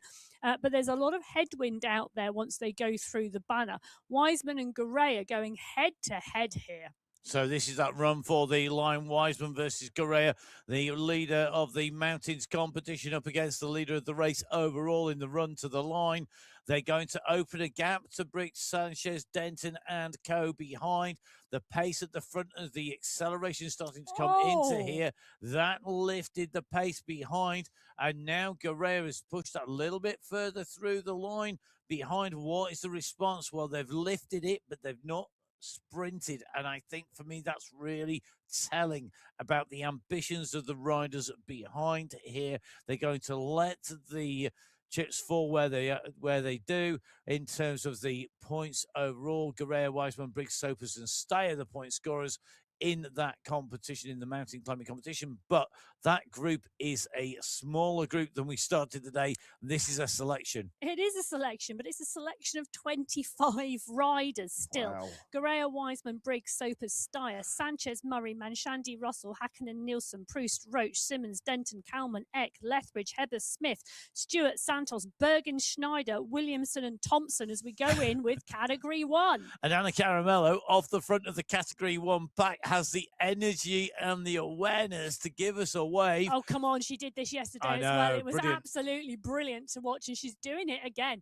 You guys don't want to play? I will. So Caramello going off the front here of Category 1. We will give you very shortly a roundup from Category 6 to Category 2 of where those points fell over the line on the top of the climb. But we just stay focused on Category 1 for just a short while. We've seen some interesting rides here. Sasnia Susnik just up in that front group at the moment, just tucked in. But for me, we're seeing a real roll, a real spin round. Gabby Guerra looking calm and collected. Yeah, we know for Gabby Guerra, this is just easy days. It's an easy spin here at the moment. She's got so much more in the tank. I'm just going to put this out there. I am loving the shoe rack on the door, back of the door, that is not full of shoes, but full of bottles and nutrition. Brilliant idea. That is, that's definitely hack, not budge. Well, the group not seeming too bothered that Caramello is gone up the road at the moment. They're at the 15.2 kilometre marker. They're still 3.2k off the top of the climb at the polka dot banner. But Caramello continuing to sit, and all she's done is she's time trialled away from them. She sat zone 4, so this is her time trial pace. She's decided she's going to sit and set her own rhythm, and she's doing that. Rachel Brown now coming to the front with Kat Karamani on the front of the pack, and they too have lifted their pace to a time trial pace, sitting in that zone 4, not going into the red, but just lifting the pace a little bit on the front. The challenge for me here is that the draft is still strong. They're just shy of 30 kilometres an hour. Riders able to take a little bit of a break in the pack. Kat Karamani not taking a break. She's got the ice vest on, keeping her cool at the moment. So Kat Karamani giving us away. It was good to have Kat on the show, on the podcast, but now even better to see her up at the front of the race on this big climb. Anna Caramello at the moment is 5 minutes 33 down on general classification, and I think that's why you're not going to see any of the bigger riders in terms of Category 1 GC blinking at all. Yeah, but what a way to go away and to stay clear. I do love a rider who goes Brittany Lytton on the front of this. Let's run through category 3 to category 6 as we make our way up here. We saw category 2 going up over the top of the climb just briefly. Let's just give you a quick roundup of the results at the top of the climb. Category 3, it was Salgado who went over the line. 3 riders clear, Salgado, Lou, and Lytton, from 16 riders behind. Category 4, 3 riders clear. Martinuski, Downing, and Rapaz from 16 riders behind, 10 seconds back. Category 5, now there were, guess how many riders? 3 riders clear over the top of the climb. Wilhelm, Loxley, and Becker with 10 riders chasing in category 5. And in category 6, it was 13 riders together and then the rest chasing. The sprint that's just unfolded in front of us, Lytton versus Carolus. Carolus taking the points from Lytton, Londano, Perry, and Lopes as they go through. So that sprint in category 3 being the final sprint of the day. But today it's a big climbs day. The points going out in that competition, we'll see how that affects it overall. However, it's still Carolus leading on the sprint competition, I think, as they go out from here in that. Now, back to category 1, back to Anna Caramello, who is now 18 seconds clear. 18 seconds clear. Caramello out of the front of the race, heading up on towards the top of this climb, 16.7k. She's got just less than 2k to go. This is a great ride here by Caramello. And are we going to see her here taking this away? There's no response. Are they going to wait for the last climb, Emma?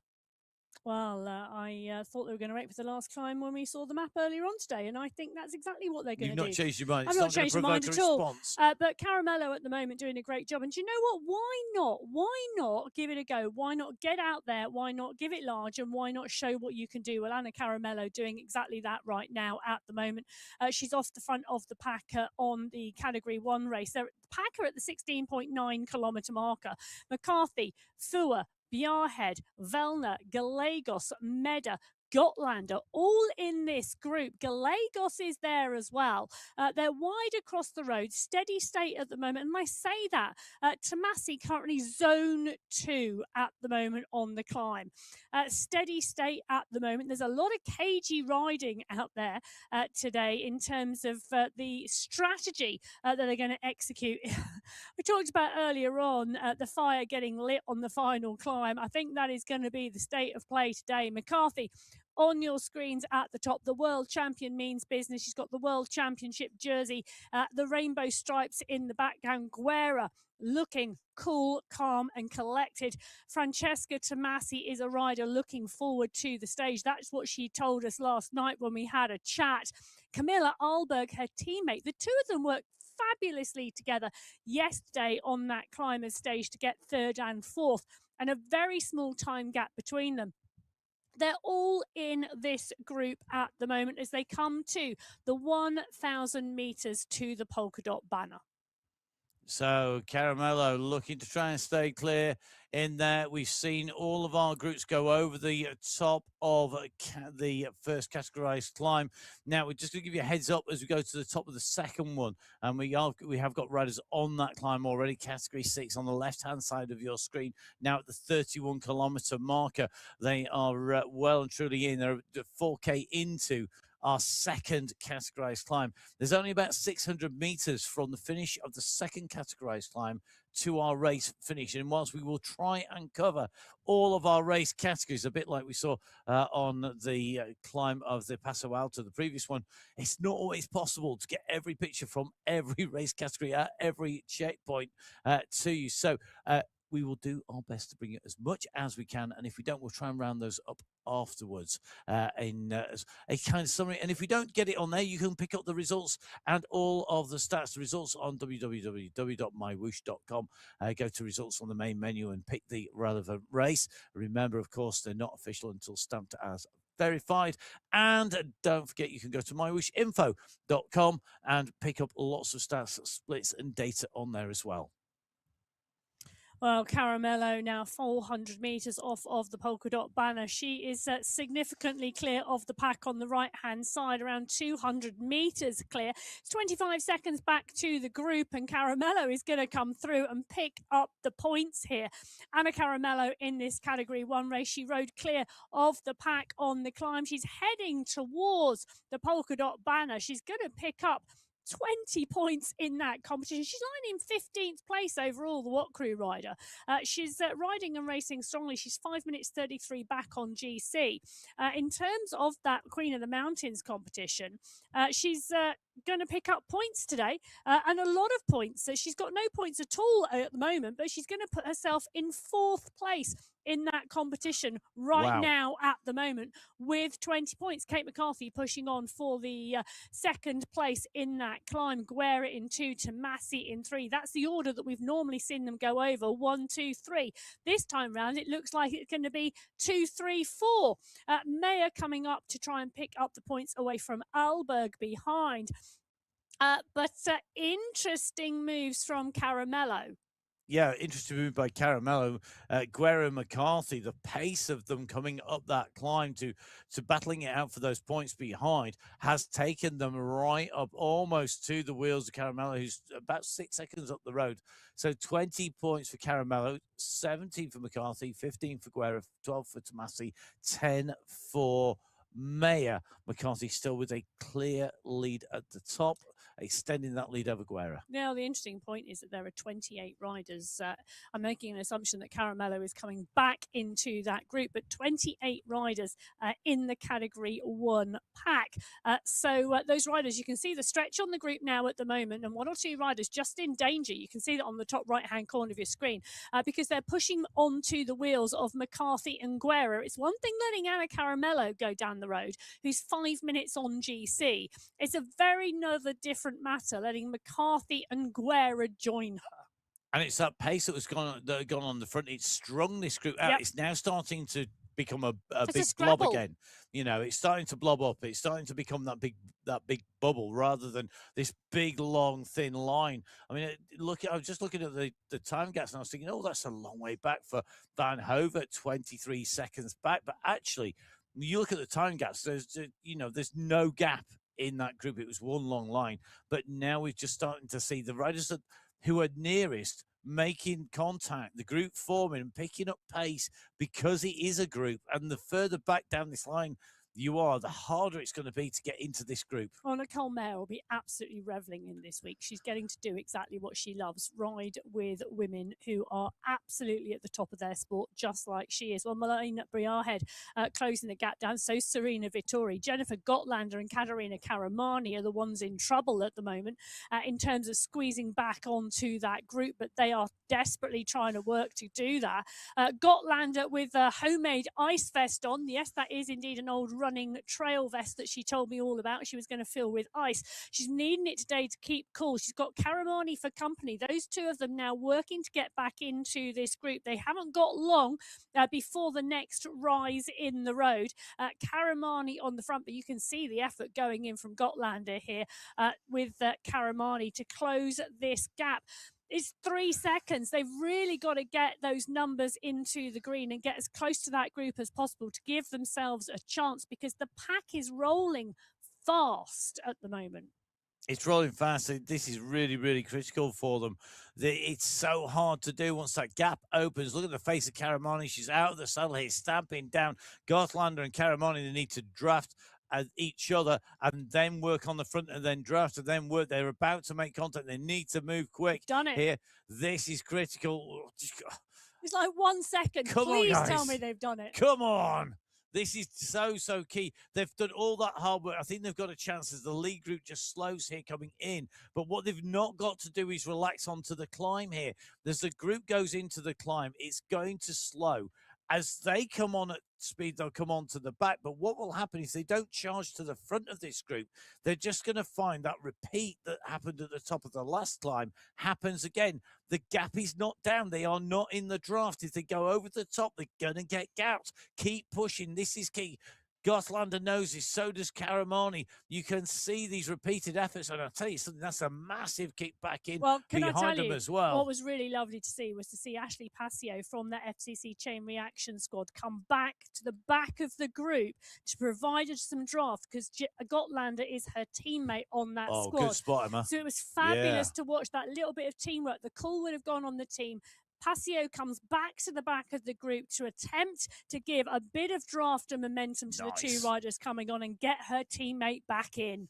Brilliant job, and that's why we love that team competition as well, because it's not just about going off the front. No, it's not. I think it's a really, really good point and a lovely example of why this team competition affects how the riders race and all the things they need to think about. And it's not just that about going forwards, it's about what's happening behind and how can you help your teammate? Can you give that extra little bit of draft, give another, Passio going back there, she basically shortened the gap by 2 meters. Well, she did indeed, and it really helped, and the riders got on. At the 32.5 kilometre marker, we're in with the leading group in Category 5. You can see they've now worked themselves up to the top 10 on the road overall. There's 9 riders in Category 6 ahead of them, and we'll come to that race shortly. But the Category 5 race, Wilhelm, Giuliano, Guiney, Sewell, Seslag are all in this group. You can see the polka dots there. You can see the Masters competition there. You can see them here on the climb below you, and or below them, should I say? They're just shy of that 10 kilometre mark. They're now inside the final 10 kilometres of this climb. When the polka dot banner comes, there's 600 metres to the finish line. So they are literally 10k from the finish line at the moment, and unfortunately the only way is up, but there is a little bit of respite coming there on this steeper section. It's at 8.8%. We then see the climb flatten slightly, and then we move in to a more sort of a different type of profile than we've seen for the rest of the day. We have a small climb with a step, a longer ramp with a step, and then we see the rollers towards the top here. So some downhill sections and some momentum coming into this. These are good-sized groups still together as they are on this steady state climb here. They really are sitting zone 4 on this time trial pace wide across the road, and this really shows us how well matched these riders are. Okay, so we can just take a little bit of a look at our climb profile here today as these riders ascend here in Category 5. You can just see Shannon Martinuski is distanced by a Shannon Martinuski is Category 4. Sorry, that's my where the Category 4 leader is. Category 4 leader. Yeah, she's coming in close. So Category 4 leader Martinuski just closing down on Zabala at the moment. And gang, that's distance, what, 800 meters? Well, that's a good question. We'll find out very shortly. It could level it. The problem she's got is the riders in front. She's not going to get any draft. They're not, as they come onto the flat, because the gap will still be there, I think. Yeah, but it's interesting, isn't it? There are Cat 6 riders out there as well. Martinuski is working her way through that field as well. It's not just working her way through the Category 5 field. There are riders up there for her to catch. Take a look here. Martinuski on your screen at the moment. Dowling, Pekakova, Falana and Rapaz further down the mountain. In fact, Dowling's just 7 seconds back. You can see her in the distance, and Pekakova's not that far back either. I think that's around 34 seconds. She's got Rapaz for company. It's going to be a Martinuski-Dowling battle again here. But there are Category 5 riders, there we go, one just in front, for Martinuski to target, because the earlier starting categories, Category 5 and Category 6, they're out there on the slopes for Martinuski to spot and use as that pulley to drive her up the mountain. And Martinuski, we saw, was so disappointed with taking second place on the stage and not taking the stage win, even though she got that gold jersey as leader. Today, if she continues this, she's going to stay clear. Martinuski, Dowling and Rapaz came over the top of the Paso Alto climb, where Martinuski had a 2-second gap. They came in through the sprint of the Paso Alto sprint that followed together, but onto the El Verjon climb, this climb that's been used in the Tour of Colombia repeatedly, that climbs out of Bogota, out in South America. It does the same here on MyWhoosh. And at the moment, you can see big gaps opening now. The gap not opening up in category 1 at the moment. These riders pretty much all together. They are indeed pretty much all together, and they're at the 23.7 kilometre marker. And you can see that climb is going to start very shortly, but not. It's not coming quick enough, I think, for some of these riders and for this race. It's just, I can't believe how many riders, well, I can, but I can't, if you know what I mean. You know, how this pack is rolling. It is really, really cagey racing today in Category 1. It's cagey racing across the board, but the Category 1 pack really choosing not to get this race going yet. They must assume that there's enough time to get a big time gap on. Well, I say that. Let's have that thought. Is there enough of a capacity to get a big time gap on this final climb? The way this pack are running. Yes, no, or a hesitant, long answer. Whichever you truly think. But I think there is. I think there is because of the type of climb it is with those steeper slopes, and the fact that you don't have as much headwind, you have the chance that you could actually break clear. We've got this sprint in between at 24.9k, where we're seeing Kelsey J. Van Shorn now taking advantage of the fact that Mika Soderstrom has been distanced, looking to maximize her points when she can here.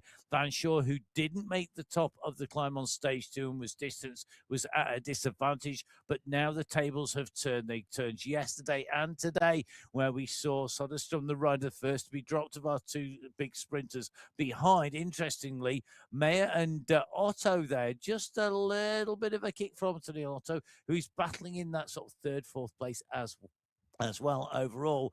Interestingly, Tomasi in the sprint points here, which is a competition I'm sure she's not contesting. But of course, you know, it's also about snaffling away points. Tomasi and Gallegos, teammates together, 2nd and 2 points and 1 point, 4th and 5th place over the line. Can it be done? Yes, it can.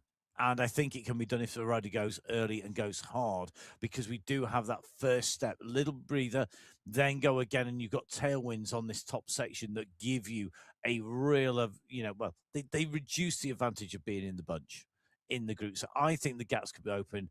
I think also this is about working backwards from race finish on stage 7 and going, where do I get my time gaps? Where are my trigger points, the opportunities to take away the overall and make this securely mine? Well, this is the last big Haute category climb.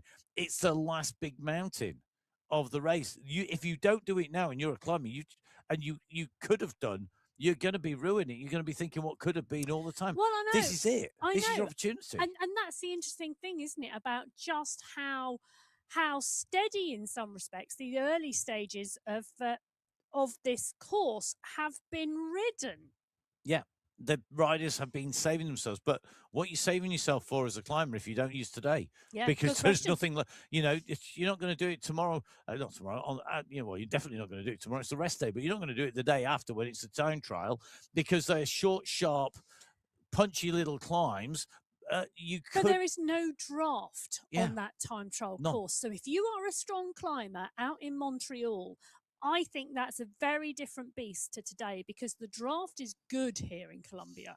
Yeah, it is. And I think that makes such a difference. And I think the other thing we need to bear in mind is that because the time trial has short, sharp, punchy bits, it doesn't actually necessarily benefit a climber. It benefits the time trialist who can kick as well and recover from those efforts. So I think it's a real mixed bag. I think the time trial course suits an all-rounder more than it suits necessarily a climber or a pure time trial specialist, somebody who can do everything. So interesting. It really, really is. It is. This is getting interesting at the moment, because the Category 5 leaders are catching the Category 6 leaders.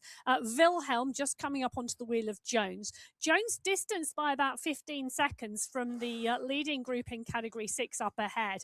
She's now got some motivation to try and push and punch as the Category 5 riders come through, but I'm not quite sure she's got the capacity left in those legs. It's looking like we've got a little bit of a gap at the front of the group, but just now, because I think the riders at the front of the Category 6 pack have started to push on, because they know the Category 5 pack is coming.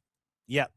The riders, when we came through that Paso Alto sprint, there were 13 riders together in that group, leading group. There's not 13 riders in the leading group. There's 8, as you can see, Yes. as they come in here, and they've shed that on the climb. I think you're 100% right there. I mean, it's the push it has come on the front of Category 6. The selections are being made. You can see we've got Hoyle, Smithson, Pierce, Agadello, Warren, Abade, Bremner. You know, you've got this leading group up here at the front. You can see that the gap has gone. Warren is still in this group, interestingly, as well. So the riders really are showing why they are up in that group. Notable absentees in here.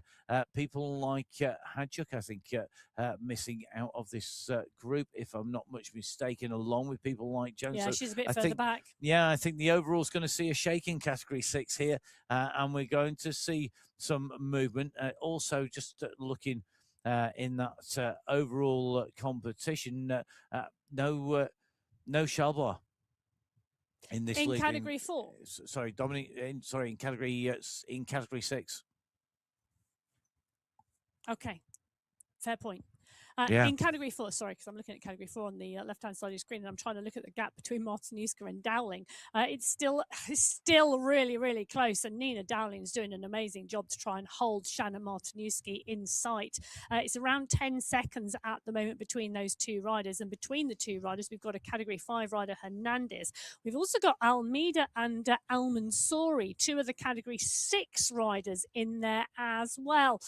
So Martinuska, she is desperately trying to continue this battle between her and Nina Dowling. She's trying to hold on to that gold jersey and the overall GC in Category 4. She's working really strongly here on this section of climb. Dowling, we know, is good on different terrain to Martinuski. She's holding Martinuski. I think when we come to the top of the climb and we start going into the roller section, if Martinuski's not putting enough of a gap between her and Nina Dowling, Dowling can close it down. 10 seconds at the moment, the gap, and the overall lead of Martinuski 13 seconds. If she could hold that, that would be great. But as you say, going into those roller coasters, it's going into the terrain favoured by Dowling, that's for sure. Well, Cat 3 on your screen right now, and it's a big group, and they're all in there. Genreal in the leader's jersey, that's the golden one. We've got Salgado in the polka dots. She's just towards the front of the group. Ting Lu is there. Brittany Litton is there. Eva Essler. Those 4 are top 4 on GC. Barbara Bulwara, last year's MyWhoosh championship winner, the defending champion, still in this group as well today. You said she would have a good ride today, Matt. Well, it was based on what she'd done coming in. I was surprised she wasn't in the league group from day one. As we look at this group, it's Alma Mongeli who has at the moment got the riders coming up behind. What can she do? Can she use them to her advantage and take a little bit of draft on the way through? Good to see Alma this morning. The glitter ball is sparkling and spinning above the head of Alma Mongeli, bringing on the good vibes here today on the climbs here, already well into the upper climb here. We know she's a rider who likes to go out and ride in the big mountains in person as well. Maybe one day she'll go make the trip to Bogota to do this climb, because you can go ride this climb in person in Colombia. It's a long trip from Italy to Colombia. It is, but there's some amazing climbs to be had and some amazing mountains to climb. Or, of course, you could just make sure that you download the app on iOS, on Android, and Windows, and join Alma on the climb and in the world here today. Just taking a little bit of a look at the riders coming up behind here. This leading group coming through. There were 21 riders in this group as they came through the Paso Alto sprint in Category 3 behind Alma Mongeli. There's not 21 here, and I think they're going to continue to shed riders, and that is going to be to the advantage of Mongeli as they come up here. So Alma on our screens in person, her avatar about to see the riders in Category 3 come alongside. Then you can just see Mongeli just keeping a check on where they are here, just keeping that rhythm moving. 61 reps per minute, really putting the power down here now as she tries to hold those wheels, make the most of these riders. Mongeli in the Masters jersey there, took nicely in this group of riders up the climb and holding the wheels. Here is Mongeli. Great ride by her, and this is to her advantage because there are riders in front in that Category 4 race she could close down on. Wow. Well, talking about closing down, the leading group in Category 5 have closed down the leading group in Category 6, and Maria Wilhelm is the rider pushing through the pack. Zabala, Agadello, Pierce, Narvaez, Hoyer, Smithson, those riders in the Category 6 race. Now 4 seconds separating the top of that group to the bottom. Hala Obeid starting to drop off the back. Zabala has picked up the pace, but she's not able to hold it. And this is the danger. When a faster moving pack catch you, you want to push, you want to punch, you want to make the most of the draft, you want to make the most of the fact that there's a faster rider coming through and try and stay with them and break the group. But you've got to be careful you don't break yourself. I think the better option is to wait for the chasers that are on their way. Wilhelm leading in Category 5. She's got the gap on the top of the first climb. She had a 3-second gap. They came back together again. She's gone again here now as we drop in with Heather Shanks at the moment on the climb. You can see the wave coming from She's just Shanks. gone past Mel Scrivens. Yeah. That's 2 Scottish riders on the mountain in Colombia. Yeah, I wonder whether they've ever ridden together in real life or passed each other out on the road. People think Scotland's a big place. Scotland's a big place, and B, there's lots of people there, and there's a lot of great roads and climbs. So the odds are not great. But cycling communities, they're a close community. You never know. They might have been in the same sporty, the same big, like one of the big events like the Granite. You never ever know. Right.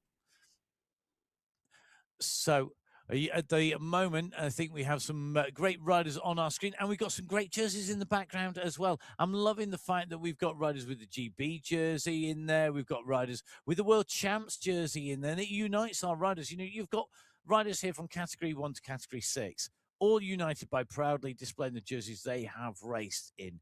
Out there. And I think that's one of the big inspirational things for people, whether you're Mel Scriven dancing your way up this climb, or the world champion with the rainbows in the background, dancing on the pedals and in the pack in the leading group of Category 1. Well, talking about Category 1, it is starting to motor. And motor it is. McCarthy, Alberg, Gallegos, Mayer, Kulczynski, Passio, Bruni are in the group. And you can start to see the stretch on the back. Take a look on the top right-hand corner of your screen, the overhead map shot, which shows you the riders now starting to be scattered down the mountainside. It's Tomasi on the front with McCarthy and Guerra. Gallegos, Passio, Mayer, Kulczynski, Alberg paying close attention. But the group 2, 4, 6, 8, 9 riders now in the leading group. 1 rider now. Look at the push on the back, though. Look at that. We're on a flat plateau at the moment, and rider number 10 starting to try and get in contention. But McCarthy notices. McCarthy pushes on.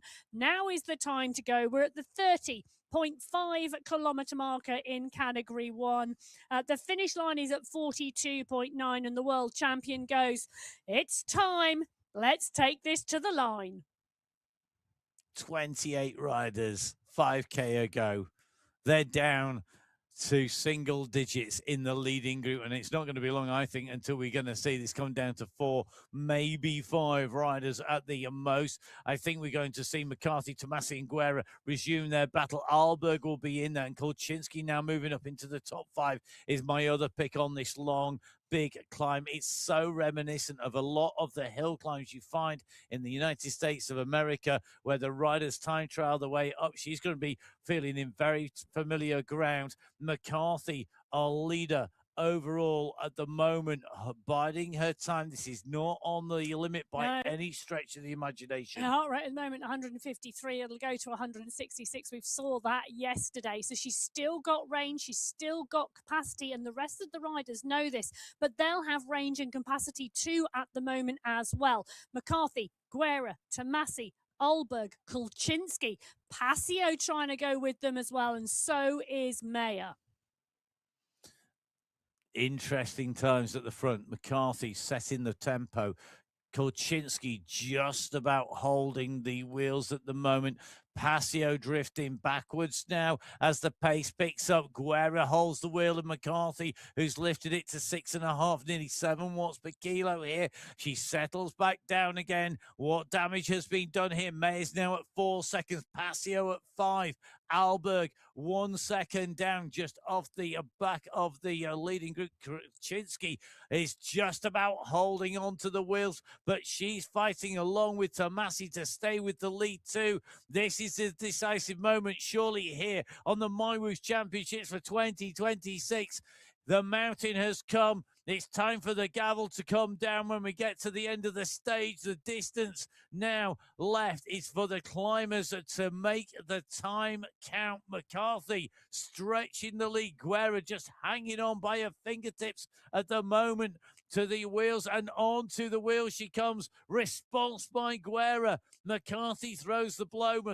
Guerra answers it, comes onto the wheels. As further down the slopes, you can see it's the same battle repeated down amongst rider after rider. Well, big dig from Kolchinsky to get onto Tomasi's wheel. It was a big move and it was successful. Alberg in a much more steady, consistent pace trying to get onto Kolchinsky's wheel, and I think she's going to do that as well. So we've got McCarthy and Guerra.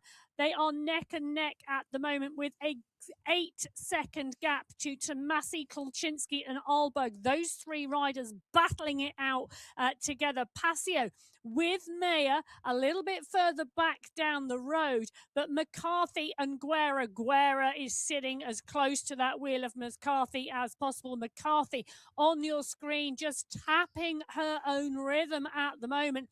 Guerra still looking good. The two riders, they knew it would come down to these two. They really did. They knew the rest were good, but maybe not quite good enough.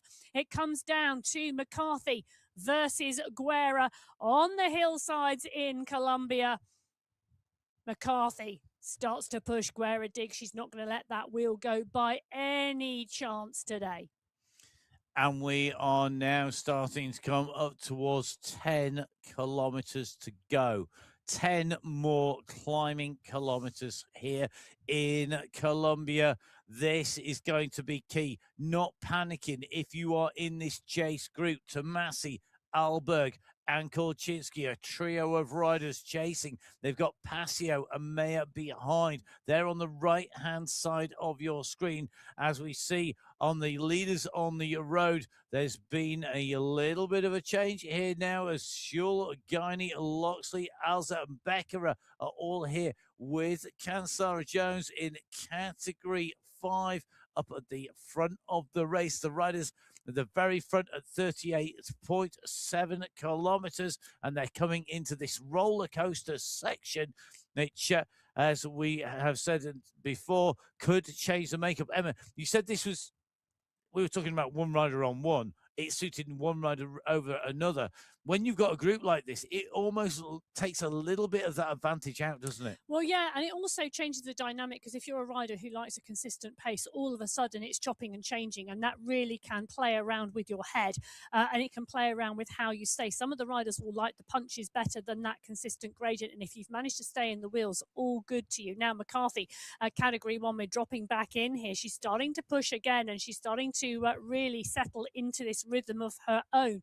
Guerra at 2 seconds now. She's starting to draw away as she comes towards the 10 kilometers to the finish line.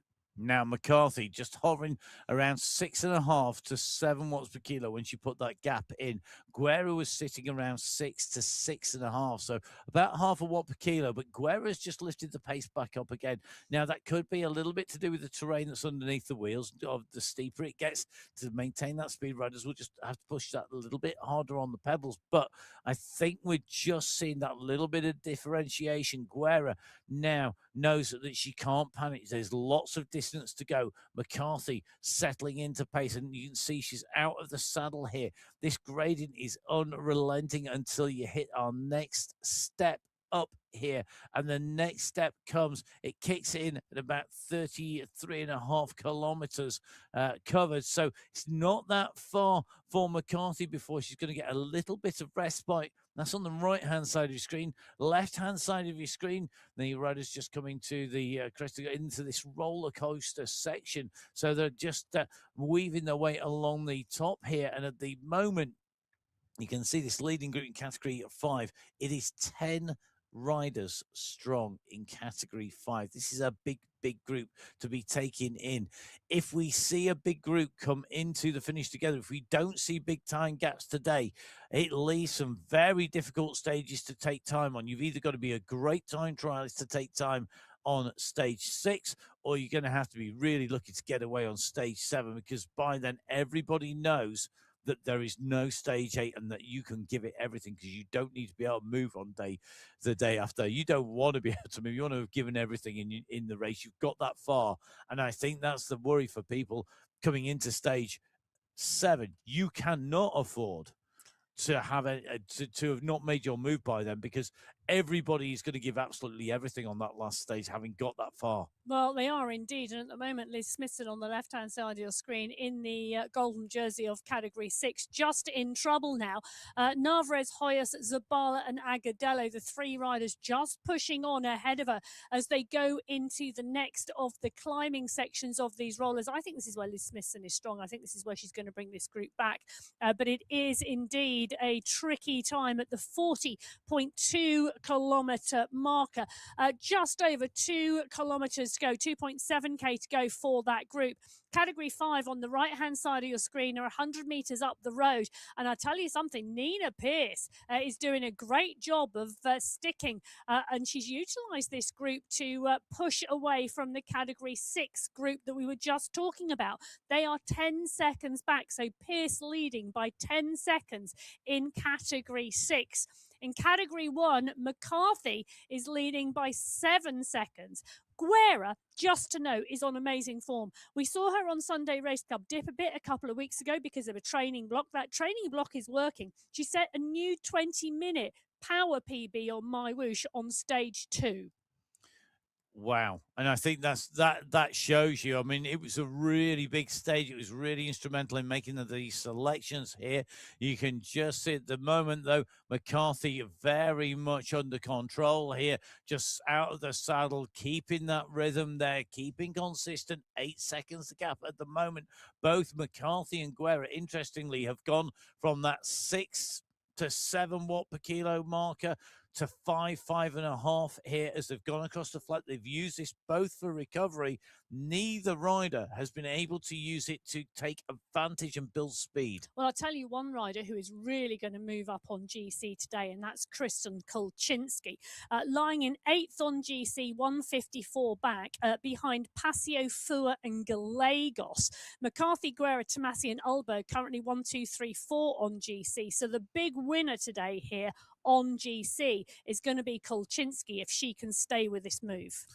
So Kolczynski, the gap from Kolczynski to Gallegos coming in was only 3 seconds, and she's got more than that already in a big way, as you say.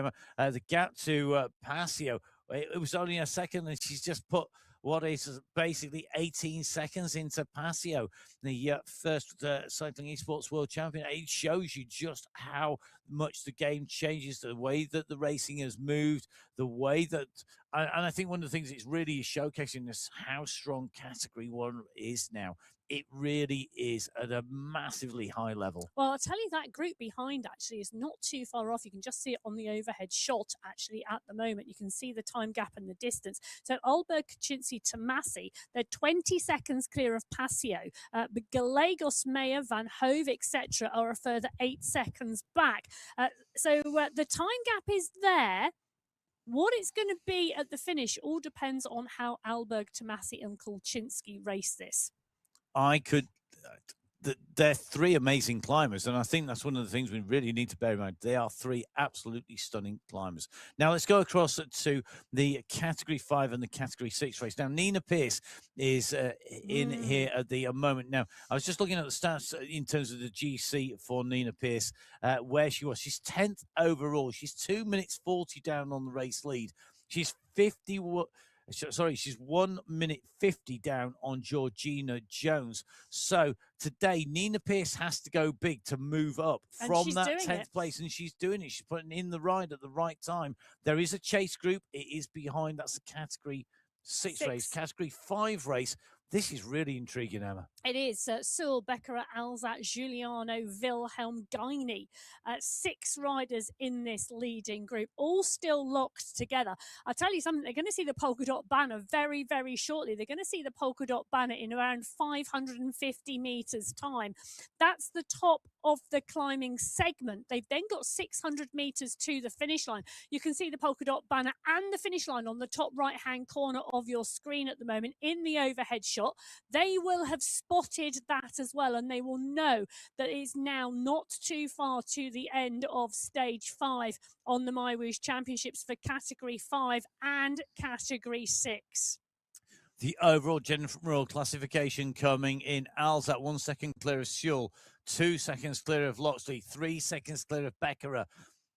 The nearest rider after that at 57 seconds is Giuliano. Then it was Seslak at 2:28, 4:22 to Kansara Jones, Wilhelm at 5:05. But when you look at this group and the composition of this group now, you can see that this has not broken. The mountain has not judged. I think it's going to be a suspended sentence for some of our riders here as we move on into the next stage, because at the moment they've not broken. This Becker kicks hard here, 6 watts per kilo as she pushes up here. Remember, we don't finish this race till 42.9 kilometers covered. We are going to see, first of all, the banner, which is the archway for those mountain points: 20, 17, 15, 12, and 10. Becker has gone hard at this. Loxley has gone off in pursuit, but Loxley has got company in and around her with Schull and Alzat. Becker is going to take maximum points. Alzat is sprinting to the line and has eased off. She knows that she's got that ahead of Loxley and Schull. Every bit of recovery counts now. And now this is the run for the finish line. 600 meters separate the two banners here today. The finish line of 42.9 kilometers. Who is going to take away the stage win here today? And are we going to see time gaps open in the last half a kilometer? Well, Becker is 3 seconds back on GC at the moment. She's got to get 3 seconds over Alzat if she wants to take the gold jersey, but Alzat is having none of it at the moment. Victoria Sewell is also right in the mix. She's 1 second back on GC. These riders absolutely locked together. Loxley is in the mix as well, and she's a fast finishing rider. Giuliano is now out of this, I think, in that run for the finish line. They're going to swing around the right hand corner. They're going to spot the UCI banner. That is the banner they are aiming for today. And Isabel Alzat on your screen. So is Amy Loxley. Alzat is in that golden jersey. She's leading it out. She's defending it in style today here on the slopes of Colombia. The Colombian rider comes good in Colombia today. She's pushing on the front as Sewell, Loxley and Becker battle it out behind. But Isabel Alzat is going to go underneath the banner in 1 in category 5 to defend that jersey. Loxley coming through, I think, for second against Sewell and Becker. That was a fabulous race out there. And I tell you something, it's still seconds at the top. So Alzat just reinforcing the lead. The category 6 race is on its way to the line now, being led by Nina Pierce. Nina Pierce leads this out in category 6. She's in that green skin suit of the sprint leader. She goes underneath the banner to take the win today in category 5 of the MyWhoosh Championships. Zabala and Agadello are battling this out for second place today. They are further back, and that's the line. And now Agadello gets up and out the saddle. She looks exhausted on our screen at the moment, but she's giving it absolutely everything, knowing she's got a rest day tomorrow. But Zabala is just too far ahead. Zabala is going to take away this gold leader's jersey here today with a fractional lead over Agadello. This is going to go down to our last time trial stage and our final row stage. Agadello had a 1 second lead over Zabala coming in. That is so close. And that is Shanna Martinuski coming up and over the polka dot banner on her way in towards the finish line. The Category 4 rider, you can see her on your screen. She's working so hard out there and she's pushing on strongly. She's got a 21-second gap on Nina Dowling. She's done an amazing job defending that jersey today here in Colombia. She's given it absolutely everything out there today. She's going to make me burst into tears in a minute as well. But Martinuska has gone out there to defend this jersey. She has done it in style today. We are all watching. We are all with her as she heads towards that UCI banner. So Shana Martinuski absolutely dialing the front of this race. She came into the stage with work to do to take a stage win. She's wanted this. She had the gold jersey of our overall leader. She wanted the stage win. She was so frustrated with herself that she lost the stage. She took a second place to Nina Dowling. Dowling is in second place, but at 23 seconds. This is not just for the stage. This is for the overall. This could be your winner of the championship. Has she done enough? Well, Shanna Martinuski is in tears as she comes over the line. Fabulous racing in Category 4 today. Fabulous racing from all of our riders and racers. It means so much out there. The community is strong and everyone is behind each other. Well, Nina Dowling has done an amazing job today to keep this gap. Come on, as it Nina, is. every second Nina's counts. done a phenomenal piece of work today to keep that at around 20 seconds. She goes underneath the UCI banner in second place today, and the gap to the rest of the field. Dowling means business. She does. I'll tell you something. Nina Dowling was at 13 seconds. It's going to have gone out today, but she's the only rider who's going to be counting that time gap in seconds rather than minutes here today. Absolutely incredible ride here today. I got to say a big shout out to Liz Smithson, who came in leading in the racing Category 6 here today. She's fought her way in over the line here. She goes through up over the finishing line, chasing hard all the way to the line. By my reckoning, I think she's fifth on the stage here today, but she has lost time and lost that jersey. But we still got the time trial to come when all the riders will automatically be put onto the brand new Colnago TT bike.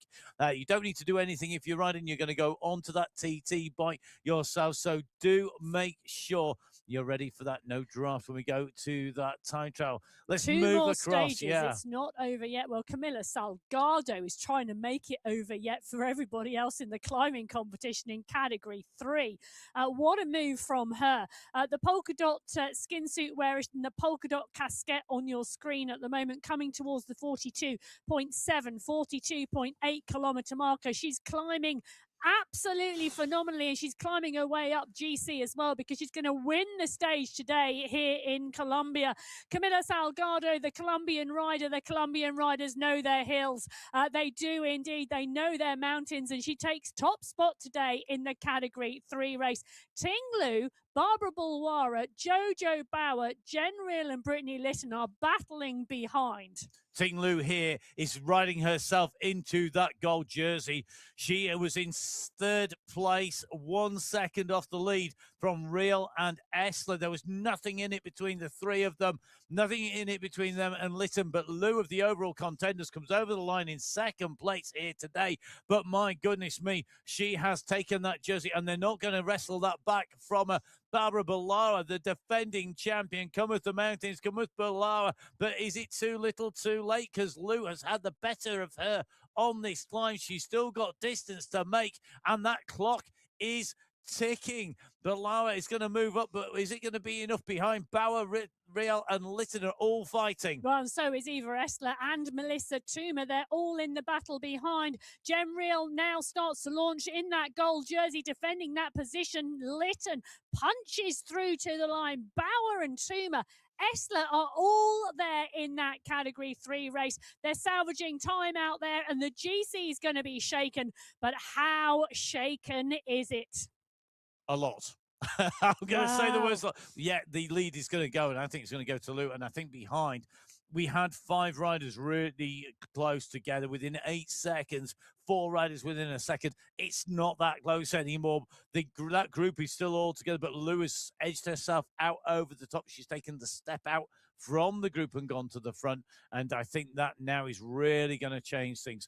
Meanwhile, a little bit further down the mountain, but not that much further down. Let's go into category 2 on the slopes here. Wiseman, Garea, Sopers, Hakkinen, Manshadi, Kalman, and Sanchez on the slopes. We said Madonna Dega Manshadi would come good come the climbs, the big long climbs. She's certainly doing that, but at the moment, the gaps are there, although they are matters of seconds at the moment in this category 2 race. But great to see that what happened yesterday, where we saw the lead being taken by Guerrero, it was not a one-off. She's right up in the mix. A bit further down, Roche, Sanchez, Santos, and Co. At the moment, the big climbs are coming. We're seeing the great climbers come to the fore. Wiseman taking maximum points, though. She is indeed, and Guerrero is right on her heels. Sopers at 7 seconds. Manshandi, Kalman, Hakkinen, those riders all locked together into this final 600 metres, piling it in towards the finish.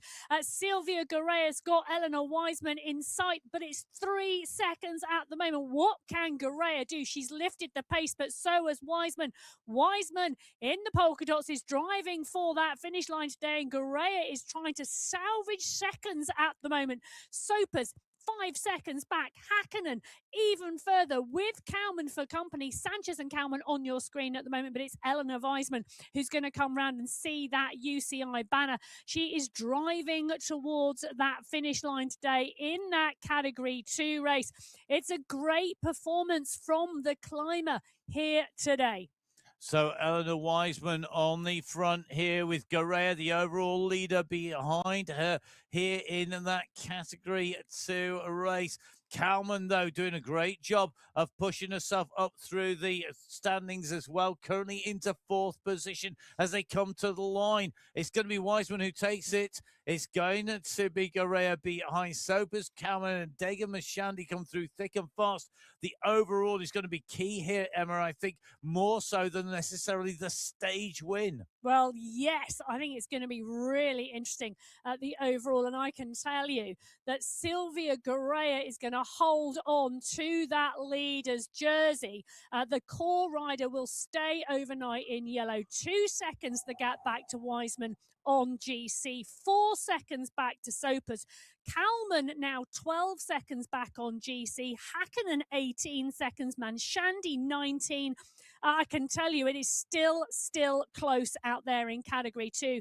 As we watch Kate McCarthy go underneath the polka dot banner in the category 1 race, the gap now to Guerra at 36 seconds. Olberg, Kulczynski and Tomasi still locked together in that battle for 3rd, 4th and 5th today, still putting time into the rest of the race.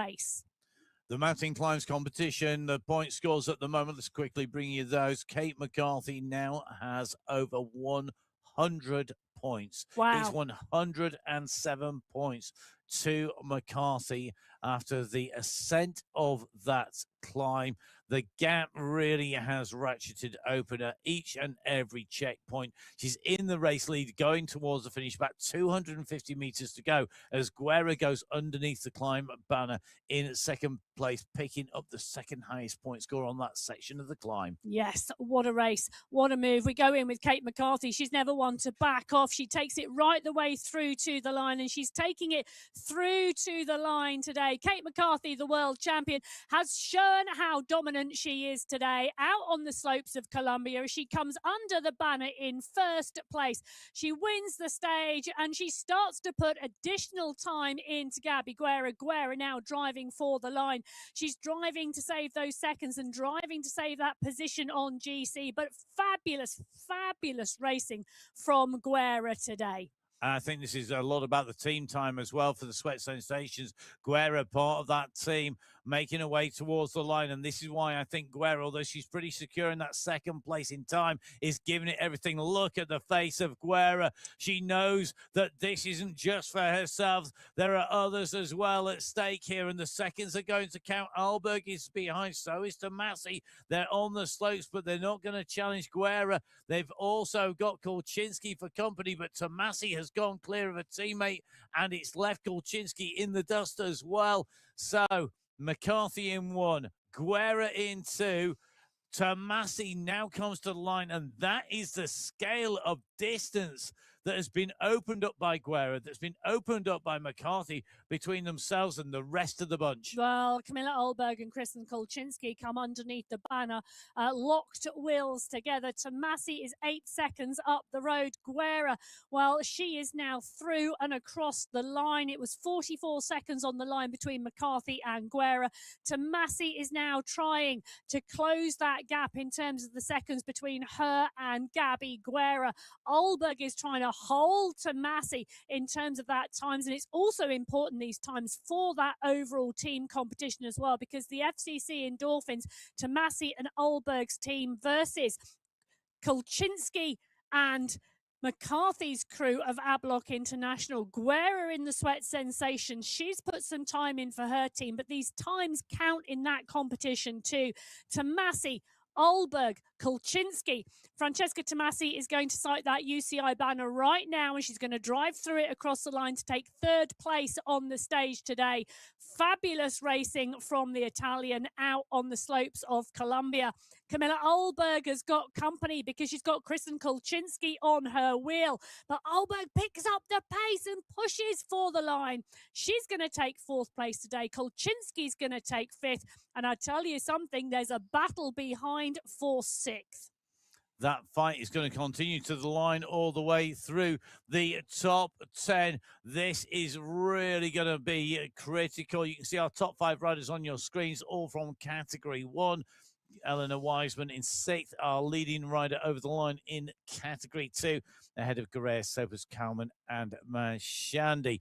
And on a day where we were expecting the mountain to judge our riders and to put those big time gaps in, we are indeed seeing those big time gaps appear.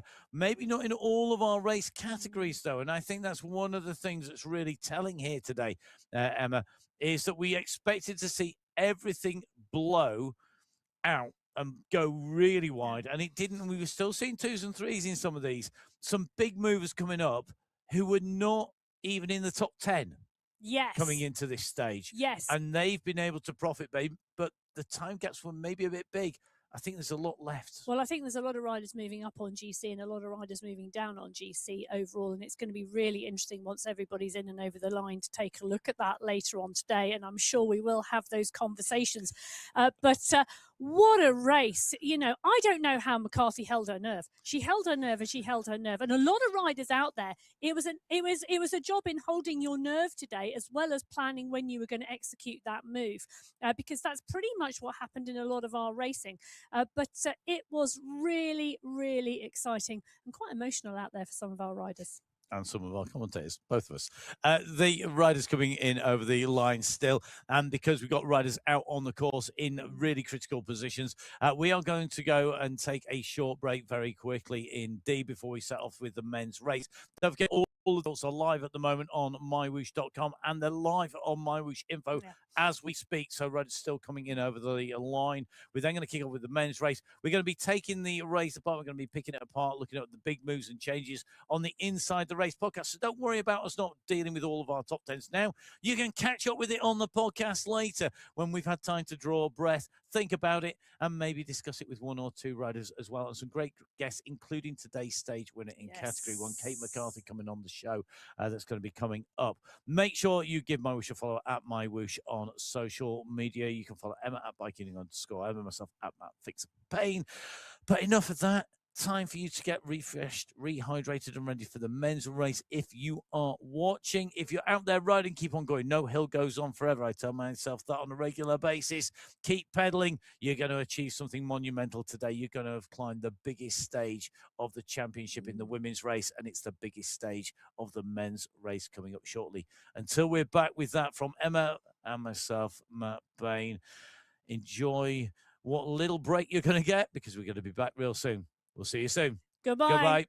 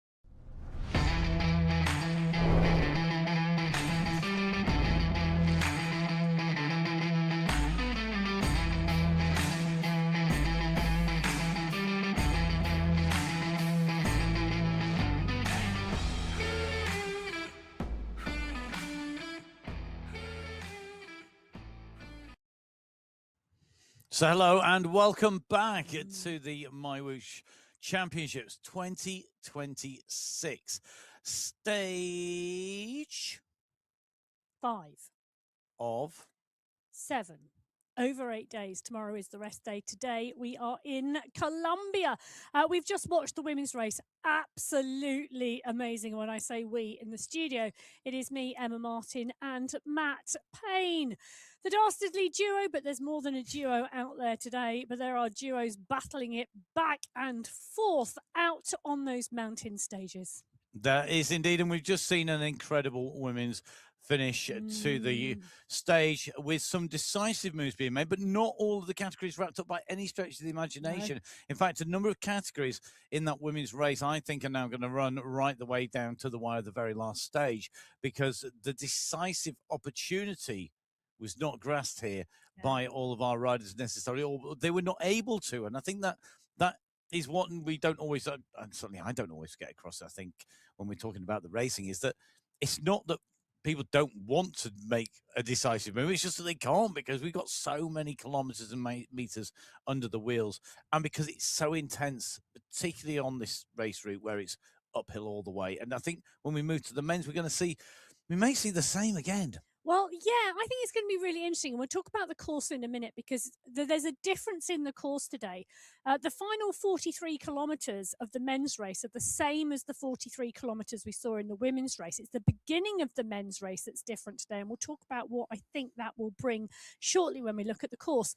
But it is really, really close out there today. I mean, I've got the GC at the moment in category 1 in front of me. Jason Osborne is 48 seconds clear of Ollie Jones. But then let me just tell you how closely packed they are behind.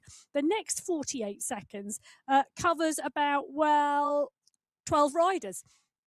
So, it is really tight out there today. And the women's GCs have been shaken up a little bit by the race in Colombia. I think the men's are as well, but I'm just not sure which way it's going to go. And then when we move on from the end of today, we move into rest day. So it's a rest day on Sunday. Some of our riders will be riding on Sunday rest day, but then we go into the time trial.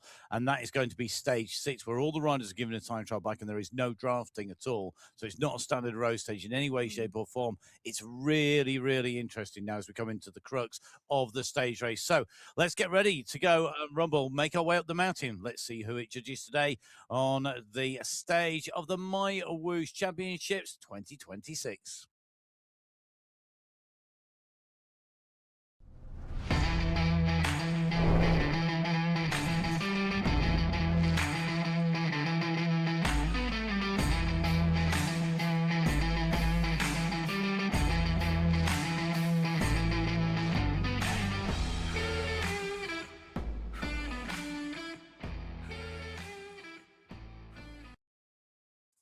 So it is stage 5, the mountain judges. Who is going to be let off with good behavior? Who is going to find themselves incarcerated in their own private cell? Because this is going to be about who can handle the mountain the best. 3 categorized sections. Now, the top 2, as Emma has said, exactly the same as we saw on the women's course. And you can see the sprint lines exactly the same in the same place, but it's the section before that absolutely is critical today. Let's first of all talk about the actual points available. Sprints, still the same points, 5, 4, 3, 2, and 1 in those sprint point checkpoints. The 2 haute category climbs, they're the 2 biggest climbs on the right and center of your screen. They both garner a big point score: 20 for first, 17 for second, 15 for third, 12 for fourth, and 10 points for fifth. Times 2, it means that you've got on those 2 climbs 40 points. And then if you add in the category 1 climb, that is our first climb of the day, that is the Alta de Aguila climb, which is 5.1 kilometers long. That is 15, 12, 10, 8, and 5. So maximum climb points available today, 55 points. It is indeed. For me, this is going to be a really interesting race because in the women's race, and I'm going to try and give no spoilers for those of you who haven't watched it, the men join the women's course at about the 14-kilometre marker, and then it is that latter half from 14 kilometres on that the women race today. That first climb there, which is the men's second, 3.6, the second climb sitting at 4.1% average gradient with the rollers at the top. It's the first climb for me today that I'm really interested to see what the men do because it's the steepest climb out there. 6% average gradient for that 5.5 kilometres. Are we going to see an early attack? Are we going to see groups get to the top of that climb together? Because what we do know is that mid climb at 3%, just shy of 4% average gradient, it's draftable the whole way. So if you are in a pack, you have got the benefit of attempting to save a little bit of energy for that final climb where you could make the gap. But, and it's a big but, that first climb with that gradient, is it just too tempting to go early and then have to time trial the rest of the course? Not long until we find out. Now, let's go into our GCs. We will be running through these in a bit more detail very shortly. Jonathan Fager, though, the man who is at the top of the standings, you saw him yesterday on screen, burying himself to the line to protect that lead, which he has done so from Quickstrom, Rademacher, Zimiel, Ivanov and co behind. A bit further down the field, some notable names just battling it out, having their own private battle. I'm loving the fact that Wojciech Skierski is 2 seconds ahead of Matt Smithson, 13th and 14th place. So that's a real close battle. Only 2 seconds separating them. So those are the riders they're going to be looking at each other, I think, today. James Melville and the rider in front of him, Luis Castro, 25th, 24th positions, right the way down through this field. You can go all the way down to our riders, who are just a little bit further back. It's going to make a big difference. It is. Let me tell you, Tim Sharp and Nathan Craig, 83rd and 84th. It is. What is that? Not even 20 seconds separating, actually it's a minute and 20 seconds, but you know what I mean? Yeah. It is like, it's nothing compared to what we've done and what we've got. Really close racing out there, right the way through the field. And it is going to be fabulous to see and to watch today. Now, the longest race time out there at the moment is 11 hours, 39 minutes, 19 seconds. So, congratulations. Well done. Thank you for joining us. Absolutely amazing. That is an incredible amount of riding in the preceding 4 days. This is day 5, and we're going to see that go, I suspect, somewhere out to potentially about 13, 14 hours of riding. So this is a big, big day for people out there. Now, last stage 4 yesterday, Michael Rademacher came to the fore to take the win. He's the defending champion from the MyWhoosh Championships in 2025 in Category 6. It's the first time we've seen him at the front of the race. Really, really interesting. I would suggest we keep our eyes peeled for him today. Santeri Quickstrom did a great race, but couldn't quite hold off Rademacher. Zimiel, 2 in 3rd place. Brilliant racing. Quickstrom also picked up the points in the sprint competition. Emil Ivanov picked up huge points in the climbing competition on the way to defend that polka dot jersey. Ivanov overall leading that points competition in the climbs from Quickstrom. But that battle is going to come on. Going to keep an eye on Ola Warren today. He's only 11 points clear of Fager in that sprint competition overall. So that is close when these riders are out there scoring points. Let's see what happens as we move onwards here. So the riders up and away, out from the riders' pens here on the stage 5 of the MyWhoosh Championship for 2026.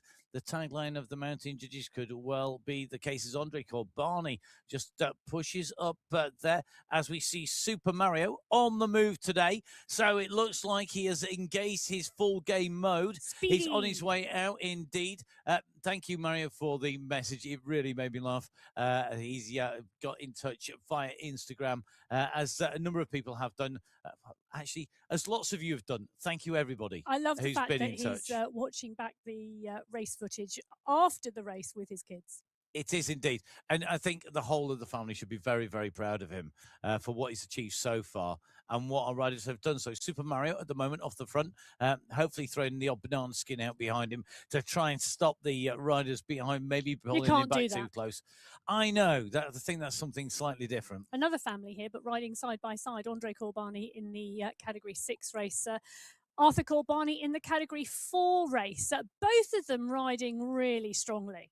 Yeah, really, really good. And I love the fact that they're lined up in that same pain cave together, the master and the apprentice. But how long will it be?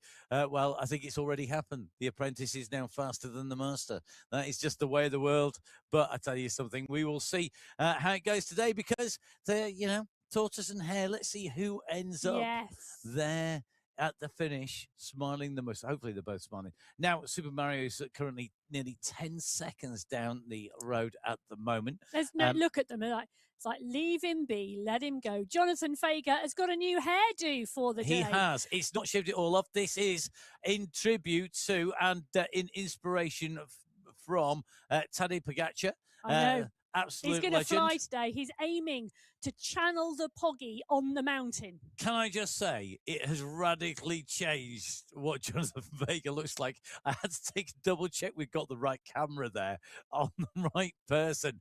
Absolutely brilliant. And do you know what I love? Jonathan Fager, we saw him absolutely giving it everything. His pain face was incredible coming into the line. He's battling it out here for the overall for stage wins, and yet he's still got that sense of humor in there. Yes, it's brilliant. To dye the hair. We still see new posters, new pictures into Pain Caves. If you want to join us, there's still time to join us in the Pain Cave because the Pain Cave is easy. It's in the Zoom. Just make sure your name matches. Put it in landscape mode. You could be joining us. You never know. We might one day see the pain face of our GCC leader, Matt Smithson, who at the moment is leading that competition ahead of Joshua Kellingard. Oh, it's so close. We're not talking hours. We're not talking minutes. We're talking seconds, 23 of them, separating Smithson from Callangad in that GCC competition. Yep. And I think that it's going to run to the line. Anyone has a bad day now, and that's going to be telling. Bart Smithson at the moment, just in his own private battle in 4th and 5th places with Al Raiki as they move onwards, as we move across into our Masters competition. Now, we said at the start of this race, this was a big competition. It's still absolutely huge. Yeah, it is. The front of the race being led by Orlando Montoya, the BMC Spinergy squad in the Masters competition. It's still not massive, 154. And behind him, if we look at riders inside 10 minutes, that's 7 of them. I know, it's amazing, isn't it? And the competition will go to the wire, I think, and today will be really instrumental. Can Montoya keep hold of that jersey? Well, another rider looking to keep hold of the jersey today is Santiago Londano in that young rider's jersey, the one with the white sleeves. The gap, though, he's established a really strong gap here, 20 minutes clear of barrier. He did. He had a good day yesterday. The gap has opened up now. Barrier in 2nd place, realistically, the only rider I think who's now in a position to challenge. But remember, of course, these positions can change. If somebody has a bad day at the office, you can lose a lot of time on a mountain if you don't have a good day. Or if you come back into that time trial and you've discovered that in the preceding 48 hours, your legs have gone to sleep.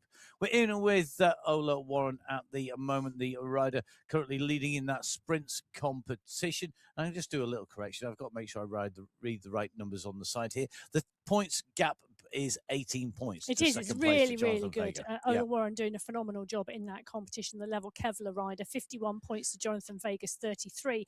But I think that Jonathan Fager's been doing a little job in terms of leading Ola Warren out because whilst they're on a different level team, they're both on the levels crew. Yes. I was going to say, at what point do we say that Ola Warren is the Don of the Warren clan in terms of sprinting? Because they're all good. They are all really good sprinters. Ola Warren, Joanna Warren and Joel Warren, all really, really good sprinters. There's something in the genes. Yeah, legs usually. Right, let's head out on to the slopes already because we're currently at 3.5 kilometers. We're going to reach the 5.1k before this starts going uphill. Just going to do a little bit of housekeeping first of all before we go a little bit any further down through the race field, and that is going to be a quick note for our riders. If you are unaware, if you've not maybe read the manual, if you've forgotten the race manual, just a quick reminder to keep your eyes on weigh-ins and weigh-in times, and also to remember that when we come out of tomorrow and we go into the time trial, everybody will automatically be given a time trial bike. You don't need to select it yourself. Look at that, Nathan Crake's in a MyWhoosh jersey with his beanie on at the moment. Bhutan was yesterday. I know, Bhutan, you get a yellow beanie. Do you get True. a beanie in Colombia? Well, Nathan's got one himself Coffee today. beans. Coffee beans is what you get in Colombia. The congratulations going into the work being done amongst each other here. Absolutely fabulous to see the support across this community and the small battles going on. I know Simon Llewellyn and Nathan Craig have been having a few battles out there. I've read Nathan's blog. But Jonathan Fager doing a brilliant job at the front of the race, also having battles out there. And I think, Jonathan, there's going to be some battles out there today. I really hope you're up for it. Efren Mamba on the screen as well. Zimil there too. Calderon, who's right in the mix as well. Yep. This is going to be a good day. It is. Jan Grady's in there. Good to see him on our screens. We try and name check everybody on the way through, but always tricky. Efren Mamba, I think one rider to keep an eye on. He's third in the competition in terms of the GCC. He's currently lying about 9 minutes behind Callum and Smithson, but he could challenge. It's certainly possible if he has a good day on the climbs today. Will it be Mamba's day today? We will find out. Okay, let's move across because we're going to get ready to set away our riders in our next race category. They're down on the start line now. In terms of the overall, Lucas Petter is the rider leading out category 5, but behind him, Junior Alberto Pens moved up and really is challenging. I think Spratt in the mix, Kendall in the mix, Cadabone, Pedder, Loxley. I think there's still room for manoeuvre, even though there's quite big time gaps. Yeah, those 3 riders were away yesterday on stage 4. It's going to be interesting to see whether they go away again today. Petter, Pens and Spratt. Spratt he just couldn't hold the wheels as they coming into the finish, and there were a few seconds between them. But it was a great race out there between those 3 yesterday. Luke Kendall did a great job, Cadabona as well.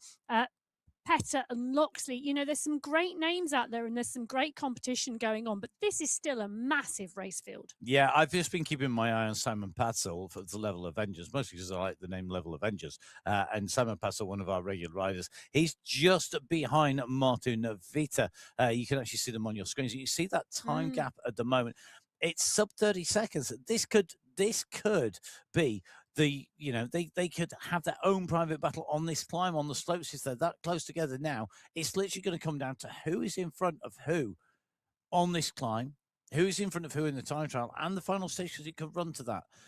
Nicholas Spratt couldn't hold us. Nicholas Spratt has been doing what he does best, I think, which is picking up the points in the climbing competition and riding smart to do that as well. I think it makes such a difference, doesn't it?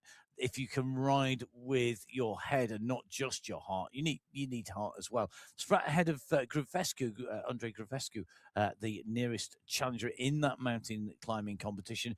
In terms of the sprints, the big wins really for Gregos Kubiak on the day, 8 points. But let's put that into perspective. In terms of the sprint competition, third place is Kendall at 23. Warren has got 40 points in second, and it's 42 to Mazzara. So a long way to go. There is a long way to go, but you know what? There are prizes out there for being the sprint winner on the day, yes, as well as the overall competition in the stage race. So good work, good job. Yes, well done, mate. Yeah, well done, Gregors. The final seconds countdown for category 5 before they leave the start pen, and away they go out into Colombia. 57.9 kilometers of racing ahead of them. I'm going to say this slowly: 1,669 meters of elevation in that 57.9 kilometers. This is uphill nearly the whole way. And look, it's Machedo. He looks like he's riding around the park. Hello, everyone. He is. Bom dia, everybody. Bom dia, bom dia, bom dia, bom dia. There's a Fantastic to see party going everybody on there. out Is indeed. there. I love the fact he's gone outside and he's doing the fast start as well. Hello, Kez. Hello, everybody. Look at this. This is brilliant. You can just see making the most of the fresh air and the sunshine out there. And the fan club are with him as well. And he's gone from the front as well. This time, every day, we've seen something different from Joao Machado. Can I just say, he absolutely proves that it is possible to live stream into the MyWhoosh Championships from anywhere. There's a family party picnic going on, and he's racing the MyWhoosh Championships. I wonder if it's family birthday. Chapeau. Oh, fantastic. Do you know what? Every day he's done this. He's gone off the front. We've had something entertaining from him every day. And this is what we love about cycling. It's not all about our elite riders. I know certainly on the podcast we've had elite riders in the interviews in the run so far, but my goodness me, are we having a hit list of riders developed that we want to talk to across all of our race categories. And I think with this, there's a lot of people putting themselves forward to be the first in line when we start covering the Sunday race clubs rather than the MyWhoosh Championships. That is for sure. What a great community. Now, let's take a little bit of a run through some of the rest of the categories. Team competition, Emma, virtual velocity ahead of Whoosh You Were Here. Still one of the best names going ever. It is. And that time gap at the moment between the riders, 9 minutes. But between Whoosh You Were Here and Road Brazil's ZTBR, 27 seconds. I know, it's brilliant. And I tell you something, the time gaps between the Crankmasters and BMC5 up not big either. So it is going to be really, really interesting out there. And of course, it's the top 7 teams overall on that Teams GC that are going to be into that prize money. And 14 teams still in contention. 14 teams still racing. Now let's go to our GCC leaders, the rider from the Philippines, but riding in the GCC locality. It is Leningrad Catabona. Now, Catabona has done a great job every day of really being in the right place at the right time. His gap is not massive. Not in a MyWhoosh jersey, but in a Philippines jersey instead. Nice. The Philippines is a big cycling nation. I know whenever we've covered events from there on commentary, and that can be everything from the XCE mountain bike competition right the way through to the competition in MyWhoosh. We know that it is incredible. Now, talking about incredible, can I just say, Lucas Petter, 52 seconds clear in the Masters competition from Luke Kendall. So this one is an incredible competition that's probably going to go down to the wire as well, because they're both really high on GC. Kendall fourth. I think Kendall is fourth, and I think Petter first overall. Yeah. Behind, though, there's a lot of battles. Have you seen how close it is between Mule and Mikulek? I know. It's just like, 20 seconds? Easy maths for that. Then behind it, sort of at the 21, 23, 25 minute mark, you've got 5 riders, Horn, Aravena, Gonzalez and Pfeiffer. It's going to run in that older age category. In our younger age category, the gap from first to second is bigger. Yes, it is. Rojas in second place to Andre Gravesco, but Gravesco having a fantastic run. He is indeed. And 2 minutes 53, the gap back to Rojas from the Level Vikings. The Cycle District 5 rider, Andre Gravescu, in those white sleeves, whilst one of the riders in the pack just trying to indicate that they're tired. Who would expect you to be tired on stage 5 of the MyWhoosh Championships? 8 days, 7 stages. Tomorrow is a rest day. I'll tell you something, you can sleep all day, but today you've got to do 57.9 kilometers in Colombia. Yes, in with Maxime Fabre, one of our riders who we do see on camera very regularly indeed. And we're going to have a look at our riders as well. How's everybody doing today? Is everybody happy? Is everybody ready for the climb? That's the question. Did you really ask that? Kristen Korzanski is one of the riders I know will be looking forward to the Plenty climb. of people happy. Luke Kendall seems to be very keen on the climb there. Luke Allport still up in his warm-up jersey. Yeah, Luke Kendall's come He's on, up bring it for on. it today. Everyone is. I think a number of them are, actually. I'm liking Alex Lark is sporting the MyWhoosh Championship kit from last year. Retro nearly, Alex, because once you complete 2026, you should get some more kit. Yeah, classic. Junior Silver just up there giving us a wave as well. Just above Alex there, above that retro kit. The sun is shining behind Machado.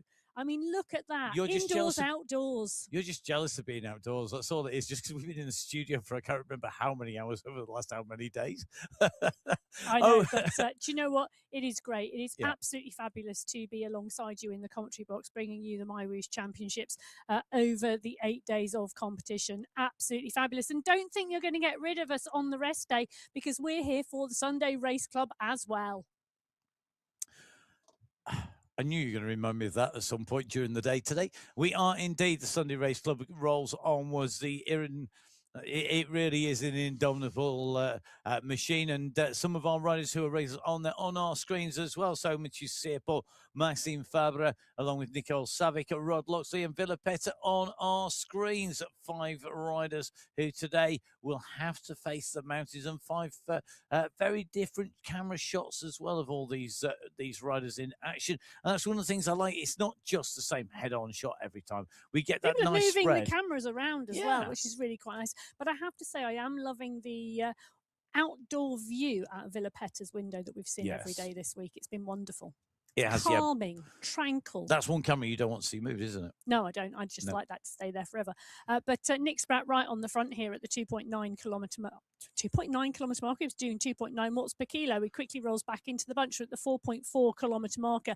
They're heading towards the base of the climb. The base of the climb at the 5.1k mark. It is coming up soon for Category 5.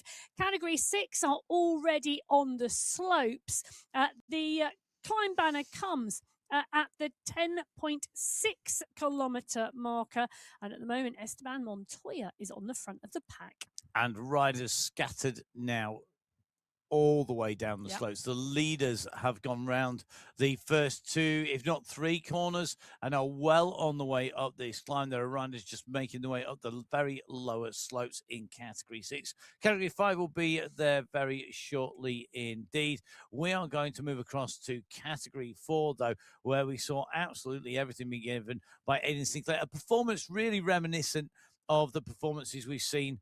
In fact, almost carbon copy of the amount of effort we see him put in each and every Sunday on the Sunday Race Club that we were talking about earlier on. So Sunday Race Club, where we've seen Aidan Sinclair come really into form. And Aidan Sinclair, we've got to remember, is a rider who was riding for the junior national team not all that long ago. So it's that phrase, I'm sorry, class is class. Yes, it is indeed. And, it is really interesting to see and watch. But, the category, can I just say, the Category 4 race is so close. It's ridiculous. 48 seconds separating the top 9 riders at the moment. And if I scroll back down through the GC, yes, there are some big time gaps, but there are also some very small time gaps amongst themselves. Falana and Rinborg in 29th and 30th, 21 seconds separating those two on GC at the moment. And Giacomo Natari is only 5 seconds back on Eric Rimborg. That's 3 riders who are going to be battling it out there to see who can make the top 30. And a bit further down, you've got riders like Marvin Angarita, who took a stage win earlier on in the race, 41st position at the moment, about 30 minutes down on GC. Aidan Sinclair taking that stage win, as we said, from a fast finish in Pano Alalusa, making Aidan work for that win. Pano taking second place, and it was Matteo Pino taking away third place. A rider I've got my eye on today is Pino. On this climbing terrain. Maximum points in the sprints competition yesterday, taking away the prizes. Aidan Sinclair, Niall Batty, maximum points yesterday. Really interesting. Sinclair ran him really close to the wire in terms of those points, though. It was a really interesting battle between the two of them in the King of the Mountains competition. Sinclair in the polka dots because he has the most amount of points overall, even though Batty picked up the most amount of points yesterday. Yep, those early points in those early climbs have certainly suited. But what will happen once we go on to the big climbs here today? So it's time to go racing. We are going to set away Category 4 onto the slopes of Colombia. They've got a flat run-in for 5 kilometers, and then the climbing starts. And realistically, even with those 2 flatter steps part way up, this is going to be brutal. We have got 57.9 kilometers facing our riders in terms of distance. In terms of vertical ascent, 1,669 meters. huge. Yes. It is indeed. Well, Hassan Sultan on the front of the pack at the moment, coming out of the pen. Niall Batty is right towards the front of the group with Caro Restrepo. Schneider is in there, Rusumaki, Corbani, and Garita is in the mix. But it is indeed Hassan Sultan dialing it off the front. You've got to get your airtime somewhere. And if your airtime is at the front of the race, why not? Nelson Schneider doing the chasing here in category 4 as the rest of the pack sort of wide across the road going, okay, off you go then. Why not? Sultan and Snyder, the two riders, just pushing on here at the 500 metre marker. They're heading towards the base of the climb. It's the first checkpoint today. It starts at the 5.1 kilometre marker. Ungara, Sinclair. Look at the jerseys Aidan Sinclair has. And I'll tell you something. Yeah, I know, Aidan, you sent me a message saying you're pretty fried today, but undoubtedly you will indeed keep fighting because you've got 4 jerseys to defend today.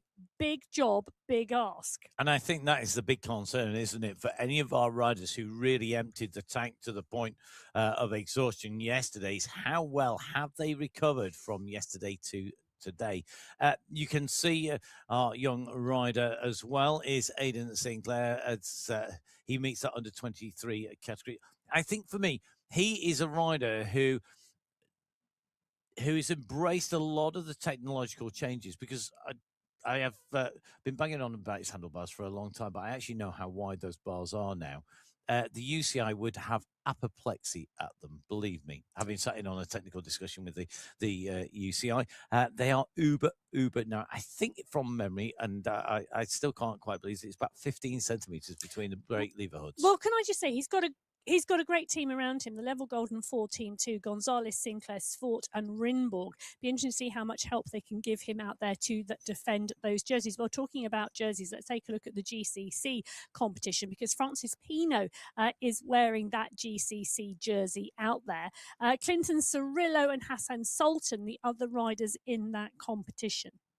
Indeed, Pino doing a great job of defending that jersey. That gap still not insurmountable. It's 8 minutes 47, I think. Yeah, 8:47 as the riders leave the pens at the moment, and this group still relatively together. Yes, one rider's off the front, one off the back, but realistically, are we expecting that to change dramatically? Not really. Let's go into our category 4 Masters competition. Andrew Rushworth still holding that race lead. It's been tenuous for a while. I mean, it's not been the most secure of leads, but Rushworth still holding that from Schneider. 1 minute 38, the difference. Yes, it is indeed. It is rather close out there. But Rushworth doing a great job. Again, part and parcel of that Level Golden. There are 3 Level Golden teams in Category 4, and he's part and parcel of that community. Well, Category 6 were the first riders out of the pen 23 minutes ago, and they're coming up to the top of the climb. They've got 1,000 metres to go on the first climb here of 3 in Colombia today. Let's just remind you of where the mountain climbing competition is at the moment. Emil Ivanov has been really on the front of this. He's been very difficult to beat indeed. The Level Carbon rider at the moment with 91 points in the bank. Santeri Quickstrom scored more points yesterday, but still at 65 points. And he's guarding a slender lead over Gacek Zimiel, who we've just seen on our screens, in fact, just a little earlier on 61 points. So 4 points separating Quickstrom in second from Zimiel in third.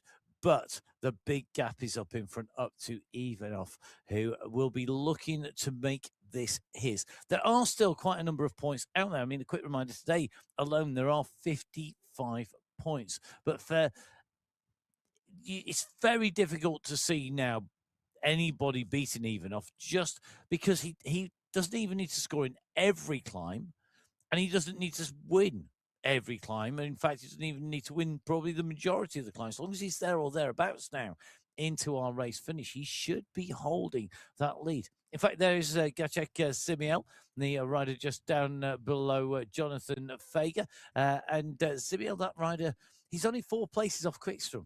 Yes, he is indeed. And the 4 riders in this Category 6 race pushing on. So the riders just on the move up this climb. We just see Mascara just to the left there in person. We've got Fager and Warren. And then, but on the climb, it's Vergara who's got the gap now. He now goes even off. I'm watching to see what the response is. Who's going? It's Zimiel who's going up behind. You can just see this is a view of Vergara, then even off, then Zimiel, then Kaligaz, Kenneth Cruz. The group is a big group on the front here. This is not broken maybe as much as I would have thought it would do as they come up this climb. Vergara is leading. Ivanov wants this.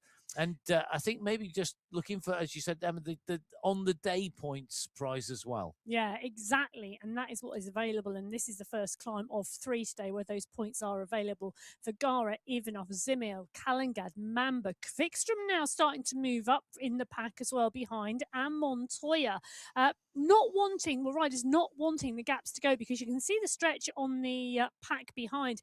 And the danger also is not just going for the banner, but the fact that by riders going for the banner, it creates a break in the group. Well, Vergara goes through in one, the first rider underneath the banner at the top of the steepest of the 3 climbs today here in Colombia. Ivanov getting pushed by Zimiel right to the line there. Mamba, Kalangad all wanting to pick up points. But the points total that Ivanov has at the moment is absolutely phenomenal. Yeah, it's huge. I really, as I was just saying, I just can't see how he's going to be beaten. I know there's a lot of points left, but he's always there or thereabouts as well. Even if he's not taking top spot, he's taking second. There's still 74 points available between now and the end of the MyWhoosh Championships in the climbing competition. It is possible, statistically.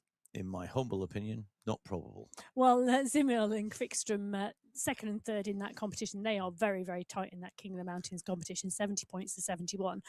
But Ivanov now with 103 points tally in that climbing competition. I think the polka dots are on his back for a while. The category 6 race, however, just taking a look, 29 riders in that group, and it's going to be interesting to see whether it stays together.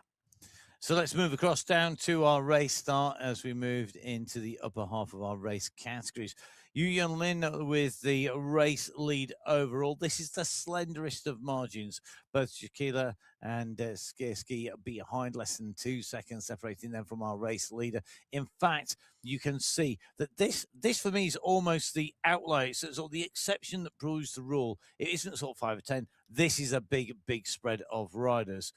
And again, lots of riders further down. Now, we saw Carlos Manarelli, the rider in 21st place, really battling on you yesterday. But he put in a great ride.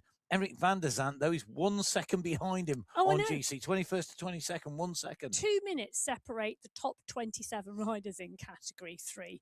It is really, really close out there. And, well, I think there's a lot of riders out there today who are going to be battling for those minutes and seconds to really see if they can shift themselves up on that GC.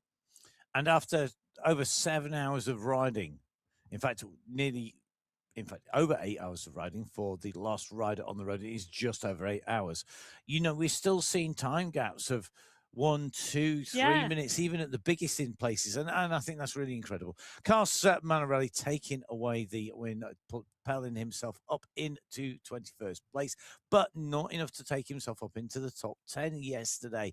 Yu Yun Lin defending his overall lead in 2nd place in the race, and Room back and starting to come to the fore as we come into the mountains.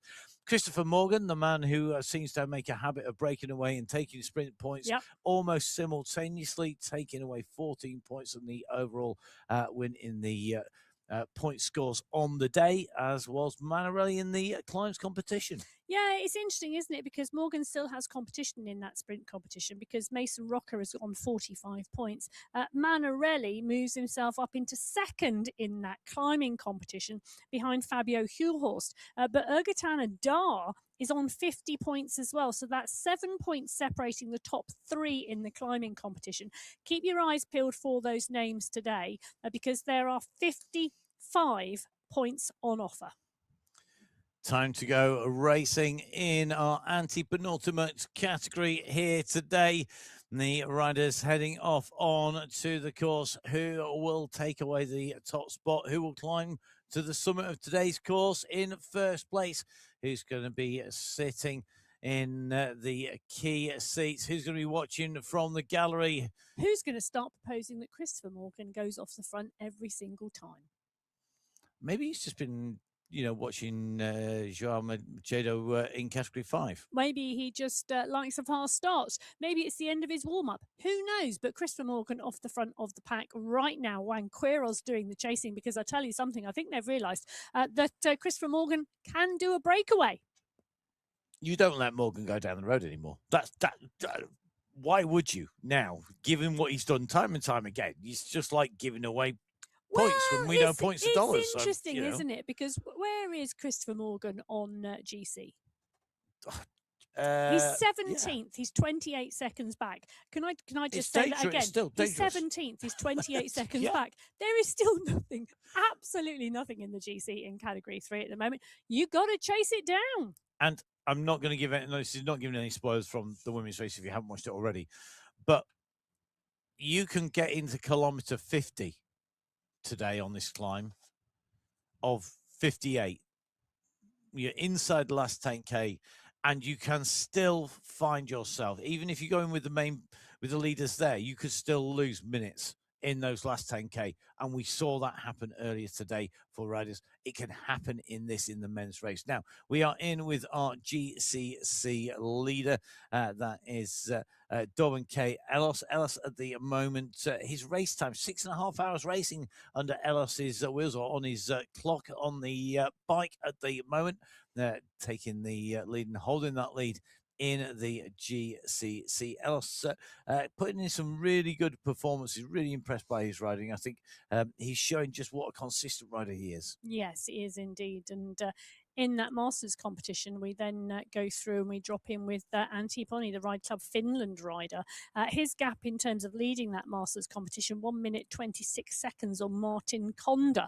It's then a big gap back to Franken Almeida. He's over 16 seconds back. So the competition between Konda and Ponni for that Masters competition, really strong.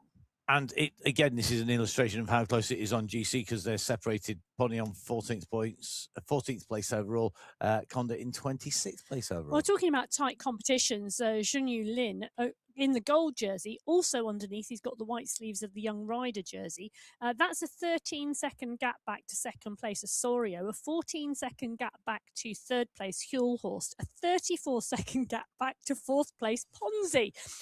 So 34 seconds separate those riders on the the young riders competition. Talking about tight at the top, the team competition here is amazing. Suffer Together are still suffering together in the top spot. They're suffering because it's only 19 seconds back to the BMC3 Elite, 23 seconds back to Peak Power Racing, 32 seconds back to Peak Power Racing 3A, 32 seconds back to the Level Vikings. So 32 seconds separate the top 5 teams in that team competition. And it's close behind. Yep, top 7 teams within just over a minute of each other. And then behind them, Cycling District Red to Ride Club Finland, they're separated. It's only a matter of a couple of minutes. So then, it's only another few more minutes really to what's up next when you think that the team time is added, your top 3 finishers added together. Now, we've seen Category 6 go over the top of the very first climb, the Alta de Aguila climb. That's at the checkpoint for the top of the climb is at 10.6k, although it does rise a little bit after that. 200 meters to go, and now Nicholas Spratt stretches his legs once again to take away even more points in the mountains competition, because at the moment he's leading that King of the Mountains competition in Category 5. So at the moment, maximum points underneath that checkpoint for Nicholas Spratt that will extend his lead at the top of the standings. And when we talk about insurmountable leads, I haven't done the maths yet with how many points are left, but I think with those points, Nicholas Spratt now doesn't need to ride another mountains classification point. He just needs to finish the race to win. There are 74 points available. And I make it, he's now on 119, and Grevescu is going to be on 45, I No, think. it's on 104 versus 45. The addition to the Oh, 15 has already happened. So no. Okay. technically, again, statistically, it is possible, but Sprout would have to score no more points. Okay. It's Thank you for the highly clarification. I'm glad we improbable. got your maths on the go. Highly improbable, but it is statistically possible.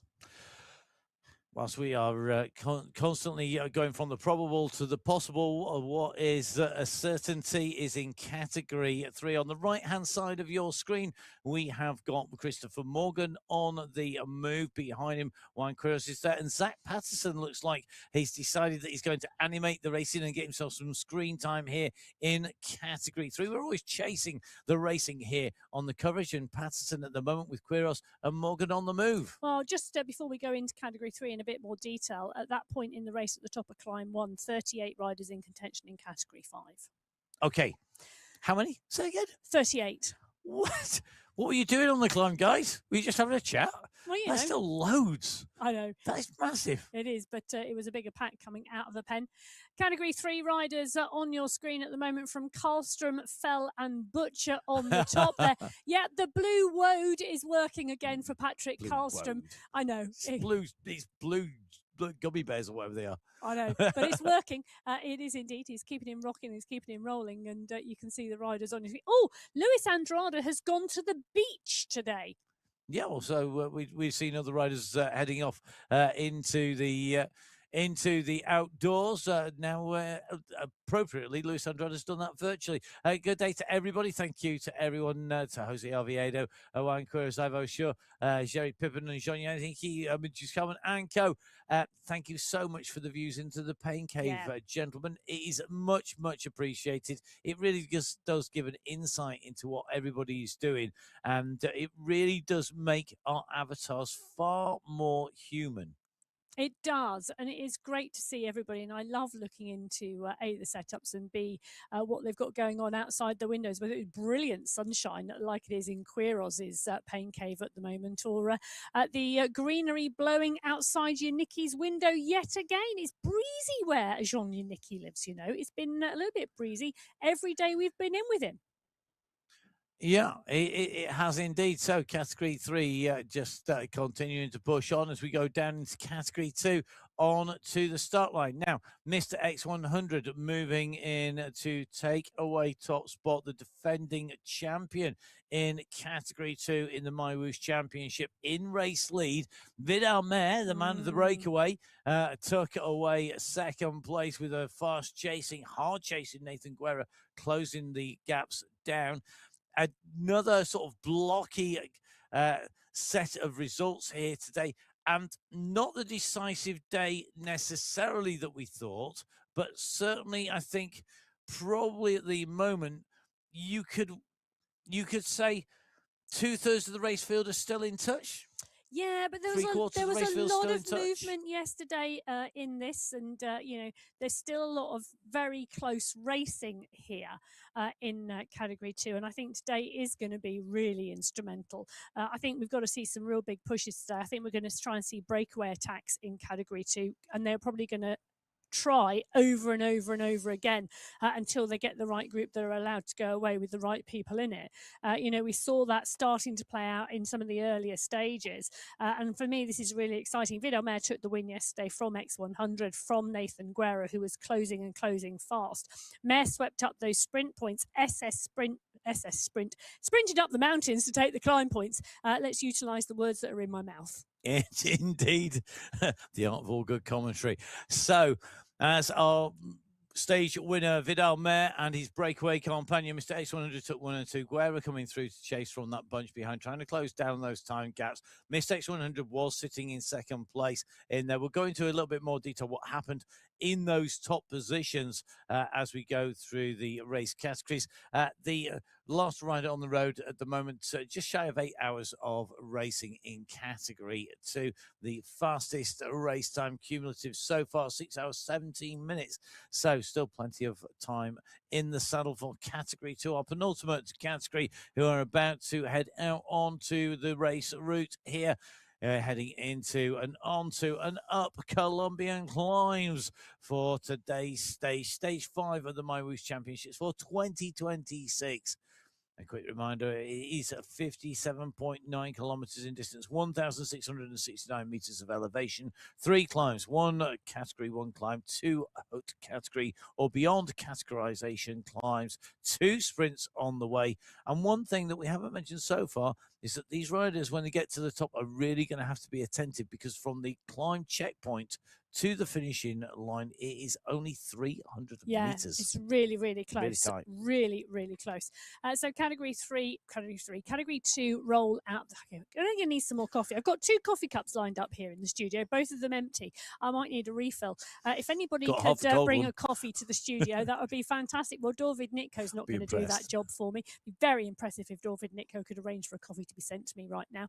But he can arrange for his legs to go well on this climb day, and I think he's going to be right in the mix. There's a number of really strong riders in this peloton, and I tell you, it just shows you how close it is. The team competition at the moment, 49 seconds separating the top 5 teams in category 2. The Goats are in the top spot at the moment, 2.9 seconds ahead of the UAE clan team.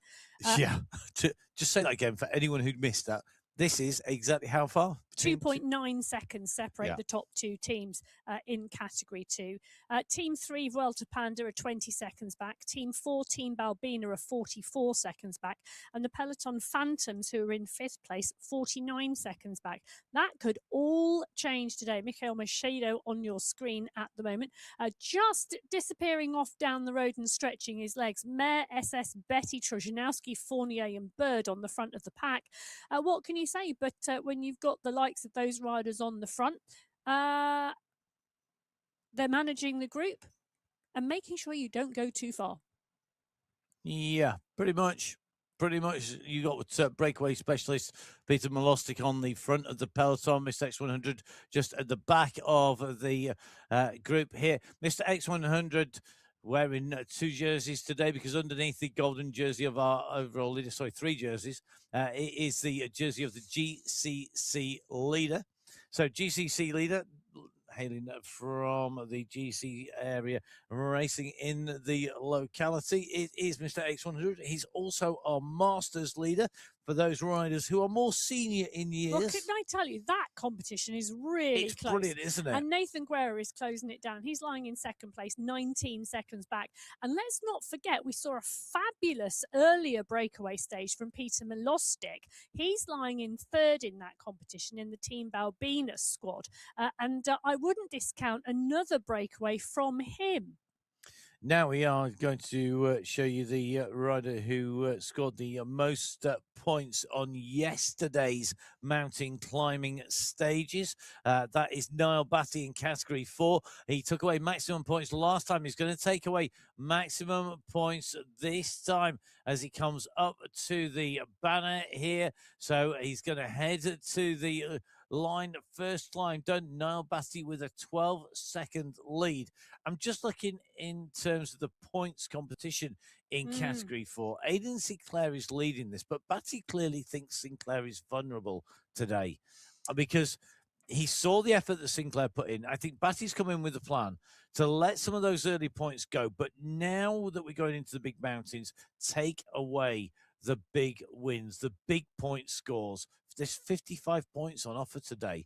I didn't see Sinclair in here, and is Sinclair now paying the price of his efforts yesterday, and he's choosing to let the sprint take place and back off the pace? We're going to see where he is. I think it's really interesting. In the next 2 stages, there are 34 points still available in the climbing competition in the men. There are 55 points available today. At some point, Aidan Sinclair has to make a choice. He holds the sprint jersey in category 4. And he's in that competition. He is also obviously I'm just looking here. He's obviously in contention in the King of the Mountains competition, or was. He's holds the golden jersey, and he holds the white jersey of the young rider. At some point, you've got to make a decision as to where and what you're going to target. Yep. So I think we're going to see what happens in the overall will affect that youth riders competition because and GCC, but the points-based competition, yeah, you've got to start making choices, and it gets things close. 100% agree with you there, Emma. Now, Maciej Mendakowicz on our screens. Maciej clearly means business today. The sleeves are off. He's on short sleeves today. He's clearly going to be interested to see if he can shake this group up. He's on the front with Machado, with Fournier, Krasnich. We're seeing the moves being made here to shake up the racing. Machado on the front on that gap. Gillo now sprints across towards Machado. Halen is not that far behind. I am really surprised to see the amount of work that's being done on the front, the amount of effort that is being put in on the very front of these packs, of this group coming in to the climb. And we have got such a big day ahead. Why are riders expending this energy? I think there's going to be a lot of people further back down these groups who suffer on the mountain, wondering why they went so hard, why there was so much going on in the race so early. Yeah, well, there is indeed. And Jamie Cahill on your screens at the moment, just taking on board some hydration. Nicely tucked in the group around 23rd position. He's in the draft. He's got 3 chevrons. Right place, right time for him. Not off the front, but let's remember, there's going to be a lot of, I'm thinking about the words I want to use, anxiety and adrenaline going on in the peloton at the moment. And team orders are team orders. It's sending riders down the road who are in your team, who may be further down on GC, to protect people's positions in the peloton, or to protect riders who they know are strong today. Jakob Björklund on our screen, and we were just dropped into his pain cave. He's in the group here, nicely in the mix. So again, another great rider. And one that could well be helping his teammate Nathan Guerra protect his position today. Yep. Yes. Full stop. What I love about this is there's so many possible permutations of tactics, so many possible options for the riders, and anything that they had planned. It's the old phrase, any plan of action, any plan of battle goes out of the window with the first engagement with the enemy. Well, whatever plan you make, it could go out of the window in category 2 the moment you go off to start. Good to see Gal Yazbek. He's smiling here today. Good. He is. He's got the green jersey on once again. Gal, one of our regulars on the MyWhoosh Sunday Race Club. For a young rider, he's very experienced now. Yes. I put him in the experience zone because he rides really, really well. He's tactically astute. I don't think you ought to see young riders making daft moves. There's no word for it. They make daft moves. They go for things out of youthful exuberance, even not. I'm just jealous. I'd like some youthful exuberance, but. Matt's looking at me very strangely across the commentary box. But Category 1 are down in the pen as Gal Yazbek moves himself up to the front of the pack of Category 2. Category 1, well, Jason Osborne, the final boss, is bossing it now on the front of this. Ollie Jones in 2. Very, very consistent 1-2, those two. Indeed, behind it all change, and I think we're going to have fun picking this apart a little while on the... as we go up the climbs. Looking further down through this race field, you can see it's super, super, super, super close. There's not huge gaps anywhere, but it is fractured. The longest time on course, 1 hour and 6 behind our leader, Jason Osborne. Jason Osborne's time for covering the course. The fastest rider, as you'd expect, being the leader of Category 1, 6 hours, 2 minutes. Now, in terms of stage wins, Jason Osborne taking away the win in our last stage, 25 seconds ahead of Ollie Jones, eking out a bit more gap. And then Jones just ahead of Stefan Van Els. Van Els chasing hard in that stage. He was looking good in yesterday's stage, I think, Van Els. And the fact that he had the power to sprint with Jones and push him all the way to the line said a lot. Jesper Paradines was the sprinter of the day on our sprint segments, taking away the maximum points in the sprint competition. Yeah, still close though. Ollie Jones, 49 points. Pavel Skierski, 40 points in that competition. You've got to get up and over the climb to pick up any points in that competition today. That's going to be interesting. And Jason Osborne took those points in that King of the Mountains competition. Ruben Dont, the closest behind with 60 points. Let's get Our last wave of riders onto the course here in Colombia on stage 5 of the MyWhoosh Championship. It's judgment day. It's judgment time. The mountain is our judge. You can be the jury watching, making your own decisions about who is looking good and who is starting to struggle as we move from our mountains into our rest day. It's going to be very telling as we come off the top of the mountain. The riders make the way off the top, but only, of course, because this is a virtual race. They only have to get from their pain cave onto whatever they're going to do to relax, whether it's their own private health spa, aka mum and dad's, for our riders, or whether that is they're going to be looked after by professionals. You never ever know. Ollie Jones at the moment, very professional in terms of his riding. Mr. Consistency himself, Yes. Ollie Jones. I mean, if ever there was a rider who has ridden to our expectations, Ollie Jones is he. Yeah, he's riding and racing really well and on great form in the championships and those second places.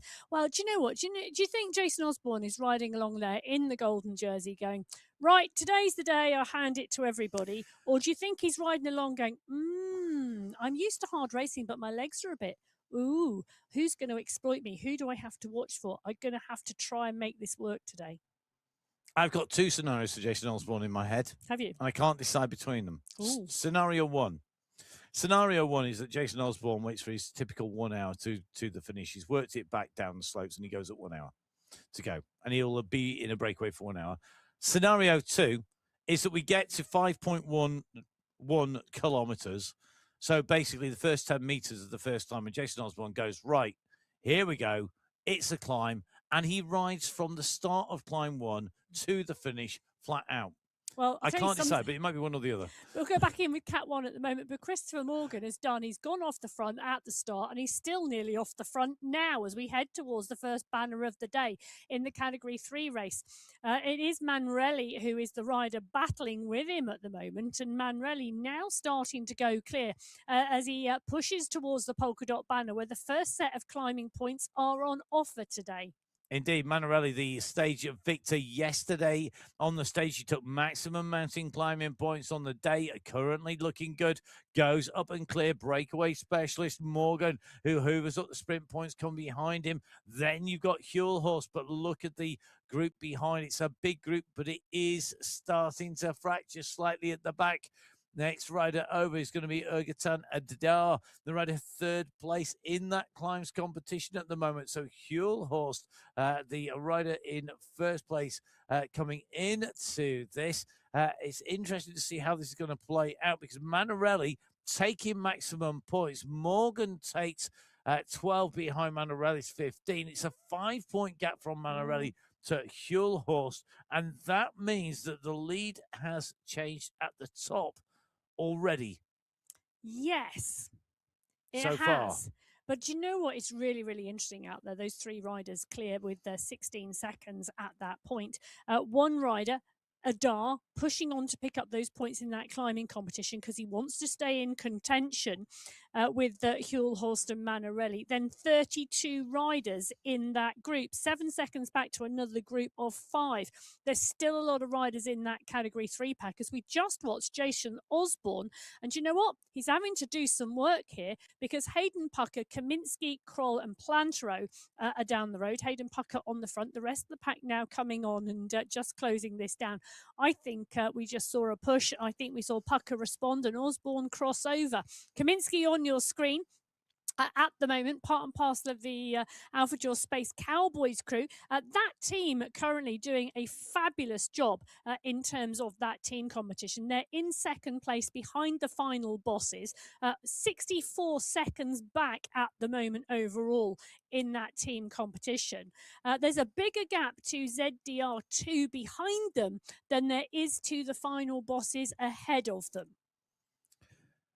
Yes, I can't help but hear the Alpha Jaw Space Cowboys and think of the Jamiroquai song. Oh, there we go. It's a great tune. Love it. Yes, well, we'll let that play in your head whilst There's the a little category earworm for you for the rest of the day. Sorry. whilst the category one riders continue to move. They're at the 3.3 kilometre marker. Let's just remind you that that first climb comes at the 5.1k mark. It finishes with the banner at the 10.6 kilometre mark. We've got category 6, 5, 4 and 3 over the top at the moment. Category 2 will be the next group on the way.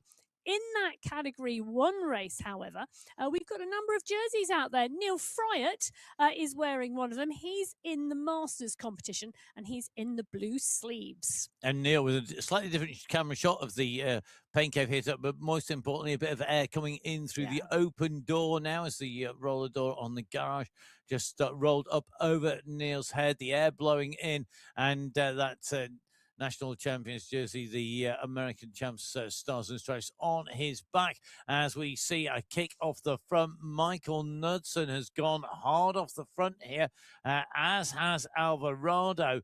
Quickly onto his wheels. They're wanting to establish a little bit of a gap at the moment. So Fryatt is going to be thinking about what he does from the ZDR squad here. But interesting move. Knudsen's so experienced. And he's so strong when it comes to climbing. You know, part and parcel of that Team Abus Esports crew. He is a long distance racer. He loves a hard race and he loves a strong climb. In the youth competition, there's a real battle going on. Pavel Skierski is ahead of Lyndon Milostic by 21 seconds. We know they can both climb. They're both looking good on GC. That's going to be a battle. Now, I know earlier in the stage race, I did say Lyndon Milostic, I think, came to the fore in the stage race in 2023. He didn't, but it was when he first rode, was on Sunday race, which was 2023. That's when we first saw him coming to the fore. But it does show you that for a young rider, he has been around a while. So definitely battling Pavel Sierski, a more recent addition to the Sunday race clubs and to racing on MyWhoosh. So Emma correct, me incorrect in on that point. But hey, it's not the first time. I'm sure it won't be the last time. Corrected by the professor to my left, as well as, of course, my colleague here in the commentary box. Don't forget, you can get in touch with us. You can get in touch with Emma. It's at biking_Emma. You can get in touch with me at Matt Facebook. And you can follow us online. But don't forget, make sure you give the riders a follow. Give them the support, them and the teams. Matthias Vanhey, give him a follow. Get to see what Matthias is up to at the moment. That is sitting in the bunch, not expending too much energy as they come towards this climb. Hiding that draft as long as you can. You can see that the watts and the top center of the screen are in green, and at the moment nicely tucked in, as is Rick van Herk. And you know that we wouldn't go to him until we passed the 5.1 kilometer marker, and it went uphill. Rick out of the saddle. Now Rick has been riding a great race. Yes. I'm going to say that now. I've been very, very impressed with Rick's racing so far. I think it is one of those races where you've got to be consistent. He got a 10th place on stage when he's been hovering around about the top 20 or thereabouts for a lot of the stages. Today's climbing stage, well, can I just say this? I thought we were going to see Rick suffer yesterday. He didn't. No. He didn't have a great first climb stage on stage 2, but the big mountain stages, he had a good day. Yeah, he did indeed. He held position nicely. I tell you, he's ahead of Michael Knudsen on GC at the moment, and that I think is going to be an interesting move. Jakob Dane is behind him, Christoph Kroll is behind him. You know, Rick he's in Van good company. He is in really, really good company. So going to be interesting to see how he does on today's stage. Dan Turek, the Alpha Jaw Space Cowboys, the team of which Dan Turek is part and parcel of, are having a brilliant race. Turek in the top 10 on GC. He's literally, you know, the GC is so close, but Vujasin, Turek and Kaminsky, the three riders from the Alpha Jaw Space Cowboys, along with Ollie Jones. Ollie Jones in second on GC, Vujasin on 8th, Turek in 9th and Kaminsky in 10th. All of those riders right up there. They are. They're absolutely packing out those positions, and that's what makes those teams work well. Now, in with Lionel Vujasin at the moment, the rider that we had on the Inside the Race podcast earlier on. Don't forget you can listen to all of those back for even more. If you haven't heard enough of our voices by the time you get to the end of each day's racing, they're all going to be up. Well, they are all up, and you can look back on those as well. Oh, take a look at this. This is category 2, and who's gone? Ivan Yuki. He has indeed. Nuki 7 seconds clear of the group in category 2 at the moment. Gorjank, SS, Betty, Termerton, Kalman, Thiem, and Dakowitz. All riders we would expect to be at the front of the group, looking to do some chasing. But at the moment, the UAE clan team, the strategy is exactly what I was thinking. Put Ivan Nuki up the climb. Yeah, it's all about the team. So at the moment, let's just refresh your memories of that team competition in category 2. The leaders are the GOAT squad, Nico, Mayer, Ken, Miller and Ken, and they lost both Kens early on in this stage race. So it's down to Nico, Mayer and Miller. The UAE clan team, now this is the team of Yuki, SS, Miss X100, Phil Grace and Simon Walter. They are the team with the overall leader, and that is Mr. X100. So what have they done? They've taken the pressure off. They fired up Nuki. He's gone off the front on a climb that suits him. All these long climbs is going to suit Ivan Nuki.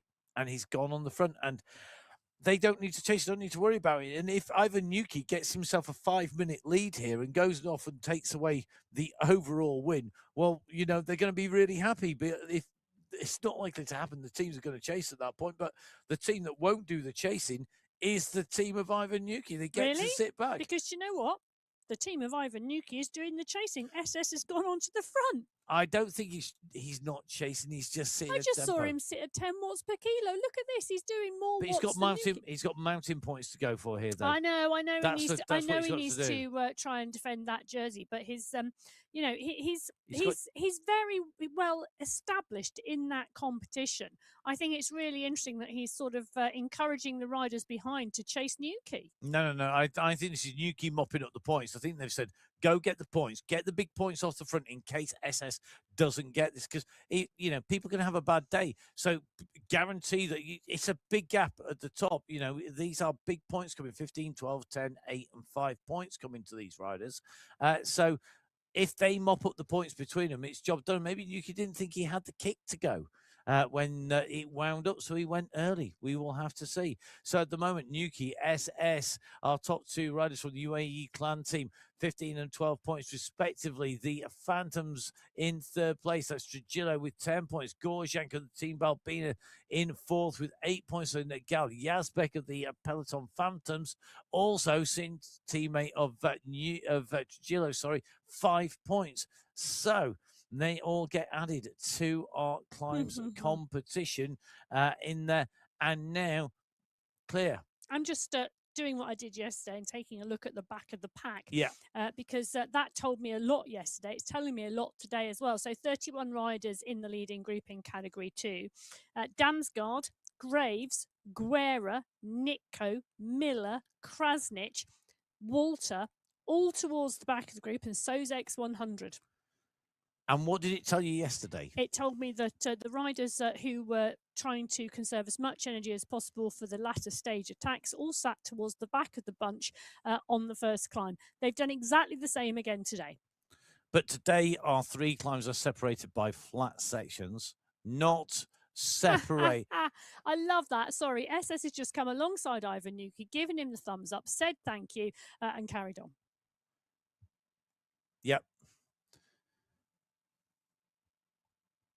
Well, category 2 on the left-hand side of your screen, category 1 on the right-hand side of the screen. So big pushes on at the moment, but Stefan Van Els on the front of the category 1 pack for Yasin Jones, Power Pucker, Osborne all in there. Lyndon Milostic is in the mix as well. It's a big group, but we've started to see riders get shed out the back of that category 1 group.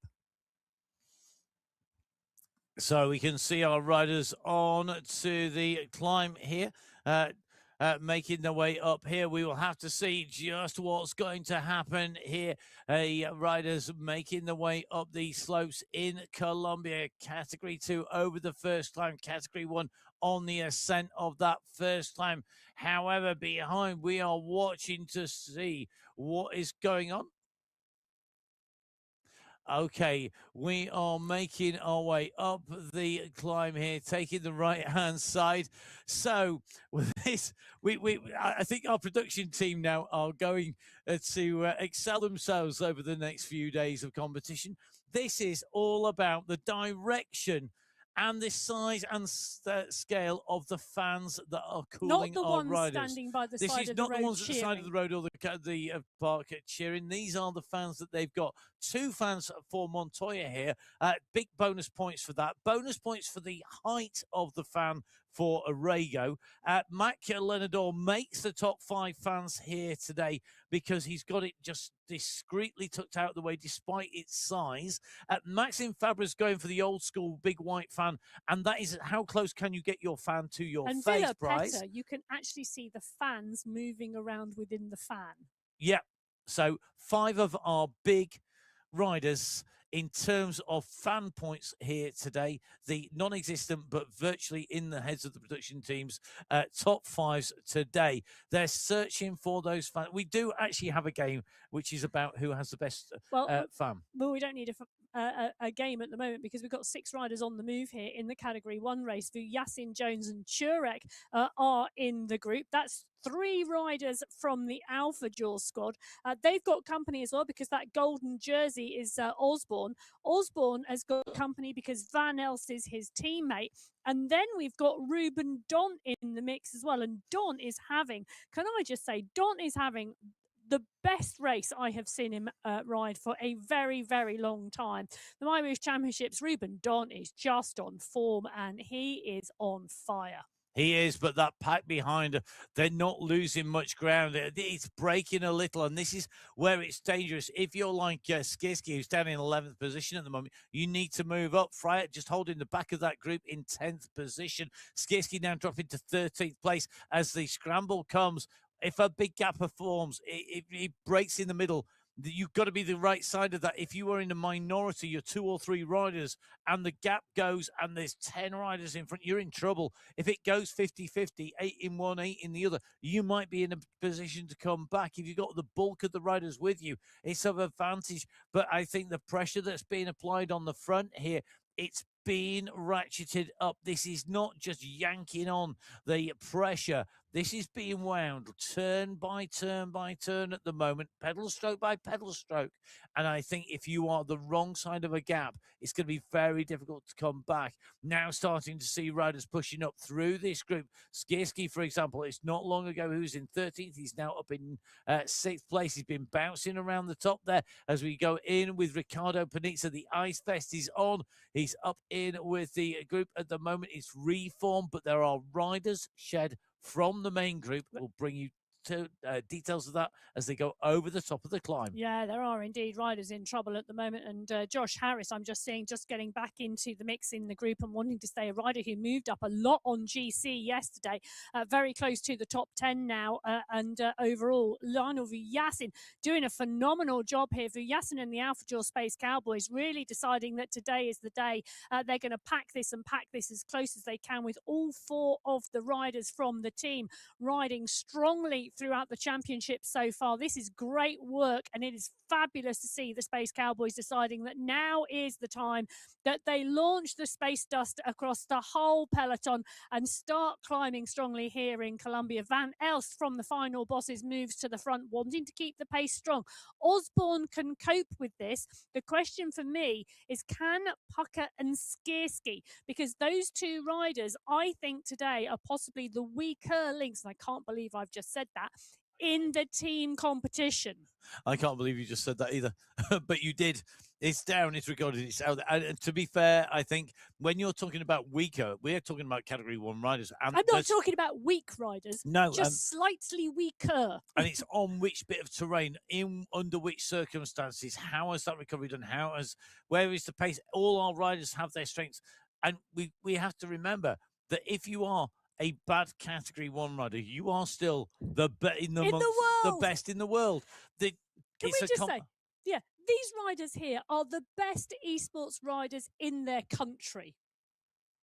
In the pack here, we've got to bear in mind, when you look at esports racing in general, when we come to Sunday Race, when we come to the MyWhoosh Championships, you're talking about all 6 categories fitting into the top 50% of racing generally. I know, it's absolutely That's how outstanding. good it is. That is how packed categories 6 to 1 is here in the men's race. You've got the world champion in number 1, leading this out, looking to get the maximum points. But even if you are the last in category 6, you are still in the top half of people who even race cycling esports generally. Not just ride it. Not just ride, but actually race and race regularly. It is brutal. It's tough. So these are the cream of crop. They're the best of the best. So the differences don't need to be big to make a difference when you've got such fine increments between each rider. Well, Jason Osborne picking up the points here as they go underneath the banner, and Kel Power coming through with Van Elsvu, Yasin Milostic just pushing a nice little move from Linda Milostic there to come through and pick up some points in that competition. The young Australian rider coming through in third behind Kel Power, Stefan Van Elsen, Ruben Dont, rounding out that points collection. Osborne's points tally goes up to 115. Dont's is at 65, Milostic at 51. It's an interesting race out there. 18 riders have made selection 1. Josh Harris got a bit of work to do just off the back of the group with Michael Knudsen and Mikael Plantro if they want to get back into the mix. But they've got a long flat section now before the climbing starts again. And when it does, the climbing is not as steep. So let's run you through those 18 riders in that leading group at the moment. It's Jason Osborne in one, then it is Power, Milostic, Van Elst, Dont, Vujasin, Kaminsky, Paradians, then Friat, Pedersen, Jones, Thrall, followed by Skierski, Churek, Dane, Pucker, Panitsa, and at the moment, Hoyos. They are the riders in that lead group. Harris, Plantero, Knudsen and co. All the rest of the riders now distanced from the leading group. So today's going to be a really instrumental race here at the moment. Pavel Skierski just winding it up on the front here in category 1, not wanting to let riders to get back into the group. Let's take a little bit of a look because we are now at the midway stage of the MyWhoosh Championships at the overall competition in general classification. Let's start with category 6. We saw Jonathan Fager burying himself, chasing Michael Rademacher, the 2025 champion Rademacher, coming into our consciousness, coming to the fore at the right time. If you take the top 4 as being just about clear of Emil Ivanov, the climbs leader, yep, those 4 are all looking strong. They're all scoring points, and they're all absolutely on the money at the moment. Yeah, Rademacher went up 5 points yesterday, 5 points, 5 places yesterday. Zimmel went up 3 places on GC as well from yesterday's performance. That put them all into the top 4.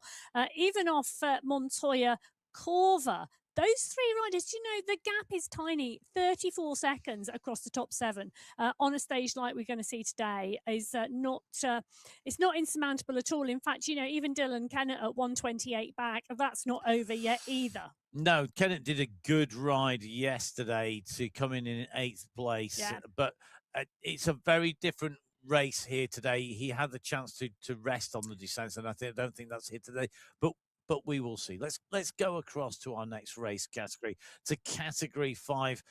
Emma, what are your thoughts on category 5 here? We've had Peter Lucas basically holding top spot. Yes, you know, but I'll tell you something. Junior Penn's yesterday, what a ride, what a race, what commitment to the end, to that finish line. He moved up 5 places on GC yesterday. Nick Spratt as well was part and parcel of that breakaway.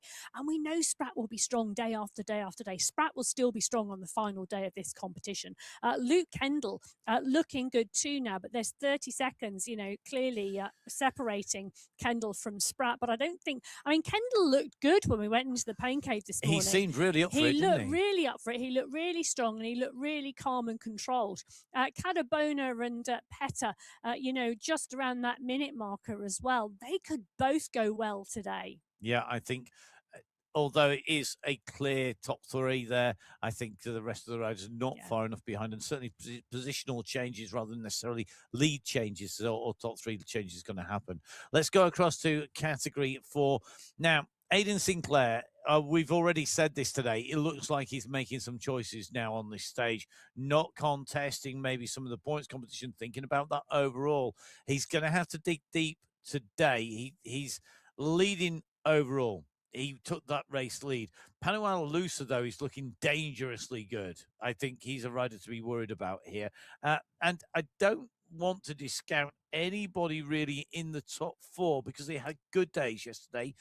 Fifth down to ninth place. They all lost places in the overall. Yes, but I tell you something, I wouldn't discount any of them on this No. type of climbing today. If they've gone up and over that first climb in the lead group, now we've got a lot of draft out there on climb number 2 in particular. We will and we are going to see some attacks as we come to the top of climb number 3. But, if you can stay in that draft and you can stay in, the longer you can stay in that leading group, the better today on GC. Let's move across to category 3. Yu Yun Lin has been absolutely brilliant in this race. A fifth, a fourth, a third, a second, and the overall. He's not taken a stage win yet. His gap is tenuous. It's 1 second. It's less than 2 seconds to ski here. And when you look at the top 10 there, they are covered by 9 seconds. It's nothing. Mathieu Kalman moved up 9 places yesterday from 19th to 10th position. He's putting himself in a fantastic position and a fantastic place. And as you say, the time gaps are tiny. When I go further back down GC, 20 seconds is 16th place. And we don't get to the minute marker until, we get to 21st and 22nd. But when I say we get to the minute marker, it's 61 and 62 seconds. And the rider in 21st place at 1 minute is Carlos Manarelli. And we saw what he did yesterday. Yeah. So, again, and we've seen what he's doing today. Well, Manarelli went up 12 places yesterday.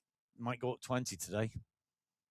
Might yet happen. We will have to see. So, although 10 riders on your screen, I think looking a little bit deeper on MyWhoosh.com results or MyWhoosh info is a great move. Now, let's go to category 2. Defending champion, Mistakes 100, put himself into the right position early on in this race. Then we saw, after stage 1, him holding position until yesterday, where Vidal Mair's attack, he was the rider who saw the danger and went with him. He's always wanted to go on the move, and he was on the move. Nathan Guerra's chase is good. Behind Peter Milostica's challenge, we see Mitchell Stewart taking away wins. But for me, I'm not sure I would want to discount any of the top 3.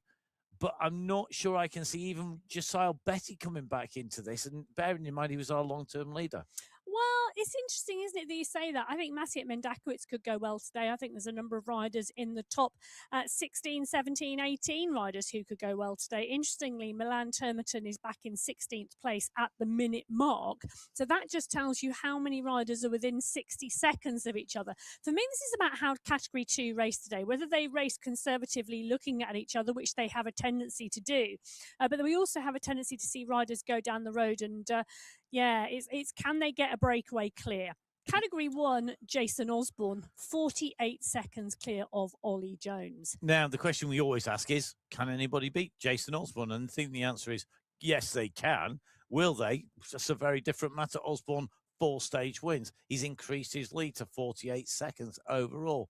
The only, the nearest rider other than Jones in second place is Van Elst, who had a great day, moved up only 1 place, but I think that wasn't really representative for how good his rider was yesterday. Well, do you know, I think the bigger question is, can the final bosses win the team competition? Because I think the Alpha Jaw Space Cowboys and Zero Ducks Racing are going to be doing a fabulous job of trying to win that battle. ZDR2 as well, Zero Ducks Racing 2, also in the mix. And I think, actually, for me, if we take Jason Osborne out of the picture, I mean, he is the world champion. He is, what was it?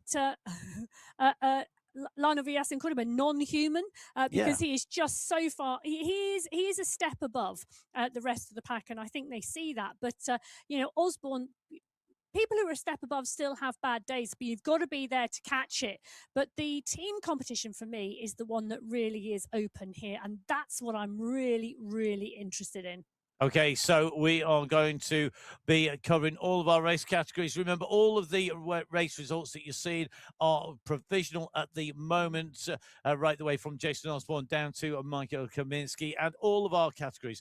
They are provisional until verified. Every single rider in this race field is verified. It's not your top 3, top 5, top 10 and some randoms. It is everybody. It's an exhaustive process that goes on. It starts before the riders even get onto the bike, and it continues afterwards. Add in the random drugs testing program that is out there and the targeted drugs testing program from MyWhoosh. Add in the standard of equipment you have to meet to be able to race. It shows you just how tough it is, but it does mean those results are provisional until verified. So go on to the mywhoosh.com website, then go to results, click onto the right event, and you'll be able to see those results. And when it gets that blue stamp of approval, it means all the riders' performances have been verified in that race. And with this being a stage race, and with there being hundreds and hundreds and hundreds and hundreds of riders across hundreds of kilometers, it does take a little while. Well, that Category 1 race, 17 riders confirmed in the leading group, 33 seconds back to the Josh Harris group.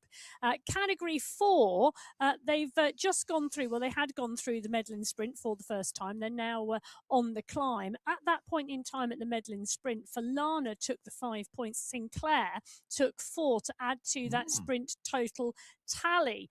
So that's going to be an interesting move. But they're now on the Paso Alto climb. The banner comes at the 33.3 kilometer marker. 29 riders in this leading group. And our top 2 riders overall on GC on our screens, Aidan Sinclair leading overall by 4 seconds from Pano Alalusa, the rider that you can see just above Sinclair there on your screens, who's just below him on the overall classification. 4 seconds is nothing at the moment, and they've got to be so careful. Yeah, and I took a little look as to where Aidan Sinclair was at the top of that first climb. He was sort of sat in around 20th position in the group. So I'm looking at that and I'm thinking, well, actually, maybe he's a younger rider riding with his head today, because sat in the pack, tightly in the group on the first climb, in the draft, as much energy conservation, because there's a golden jersey to protect. There is a golden jersey to protect. The yellow jersey being worn at the moment by Nicolas Savic, harnessing his inner Tadej, I suspect, today. The other stage race happening at the moment, that little matter of something riding around the roads of France. Apparently very entertaining. I have to watch that back. Too busy watching our riders like Leonard Ganabona here on the screens as the riders go underneath the archway.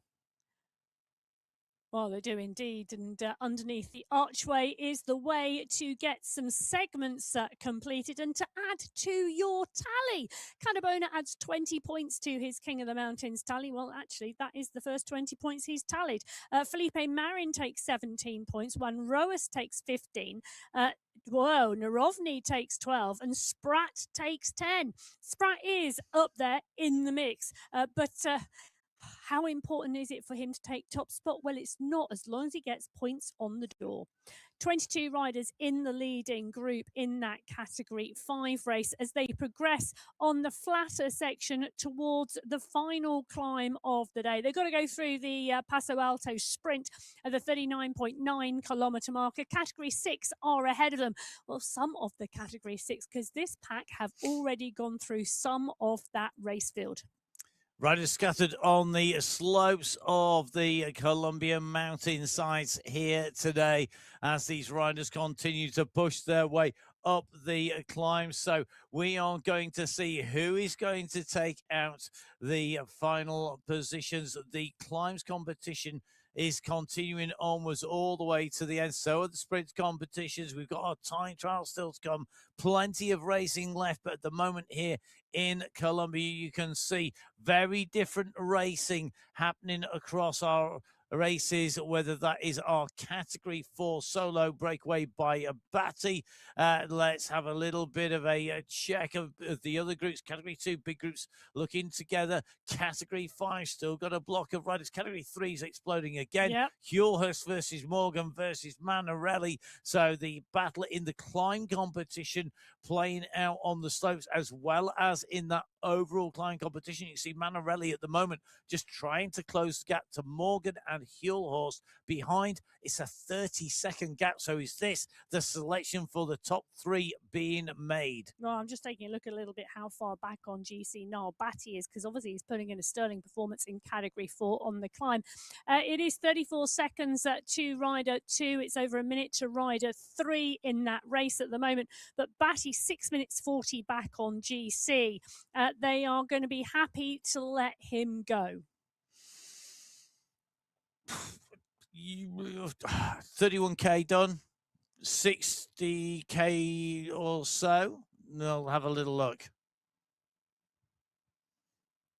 Yeah, we are halfway, over halfway. We're over that halfway mark. Would you let him go? Would you let him? How far would you let him travel if you're a GC contender? You'd let him get pretty much as much as he wants. No, he's not going to get 5 minutes, is he? No, he's not. But I wouldn't really want him to have more than 2. Because, you know, he could go well on the time trial on stage 6, because there's a lot of climbing on the time trial on stage 6 and there's no draft. So it would be one thing I would keep my eye on. Well, Jonathan Fager is keeping his eye on the front of the Category 6 bunch because he's in that golden leaders jersey. But he's made the selection into that leading group today. They're at the 37.2 kilometre marker. They're coming up to 20k to go in the race after an hour and 25 of racing so far. That leading group rolling on the right-hand side of your screen. Category 1 have been racing for 35 minutes. They're at the 20.9 kilometre marker. Jason Osborne is in the leading group, but he's got a lot of company out there. Pedersen, Milostic, Thrall. Tom Thrall's having another rider who's having a fabulous championships. Power, Penitza, Kaminsky, Pucker. They're all in the leading group as Pedersen just starts to put a little bit more power down through those pedals, and Osborne starts to close his wheel. Racing just starting to get a little bit more tactical on the run into the climb here. The riders just looking to see what they can throw at Osborne, but Osborne responding straight away, continuing to push on the front of the Category 1 race. Closed down by Jones this time and Van Elst by Don. They know that gap. It's 48 seconds now. We talk about Jason Osborne being able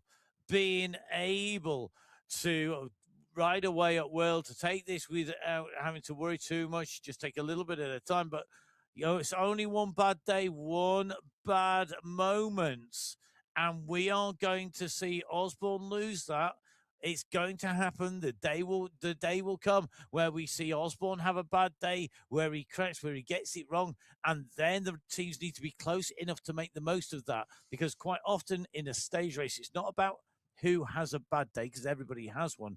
It's about how well you manage that bad day and how close your rivals are so that you can still be clear after that bad day. Oh, Calderon, Mamba, Fager and Zimmel on your screen at the moment. In the leading group in the Category 6 race at the 38.4 kilometre marker. It is a fabulous, fabulous race out there in the Category 6 competition. And it is great to see the riders, the selection here has been made in this race today, and the riders who need to be in it are in it. And it's still so close out there. When we come into this final climb, at some point, I'm going to say the fireworks are going to go, because it's still, 34 seconds separates the top 7 riders on GC at the moment in Category 6. And, at the top of the Paso Alto, we're talking 22 riders still in contention in Category 6 in that leading group at the moment. It's going to be really, really interesting. Yeah, Category 6 and Category 5, very, very similar numbers, actually, isn't it? At the top of the Paso Alto. Category 6 coming through 22, as you say. Then you've got 22 in contention in Category 5, maybe 2 or 3 able to get back on again on the flatlands, but debatable. It's not going to be that number at the front of the race here. You can just see Niall Batty at the moment really focused on the front of the race here. He's making his way up. He's got 31 seconds this time. And at what point does Batty not relax and let the group Well, come I think back. Batty relaxes now and lets the group come back, and then he'll go again on the next climb. But I think he'll have more competition on the next climb because the fact it finishes 300 meters before the finish line. But he's done the job today in terms of picking up the points out there. I tell you what, I did notice, and that was the fact that the pack this time were 20 seconds closer to him than the previous time we went in. So they had picked up their pace as well in that Category 4 race to not let Niall Batty get too far ahead. Now, the Category 6 race, Fager, Zimmel, Mamba, and Calderon on your screen. They're part and parcel of this. They're coming up towards that 40-kilometre marker. They're coming up towards the Paso Alto sprint of the 39.9k marker, and that's the green banner just ahead. Take a look at this. Hadjuk is the rider pushing on here. Warren, I don't think, is in this group. So it is indeed somebody who can go for those points. So here we go. You can see Fago picking up points there. Mamba going to pick up points. So it's Fickstrom and Montoya. Ivanov is in there as well, just watching the riders tick on through.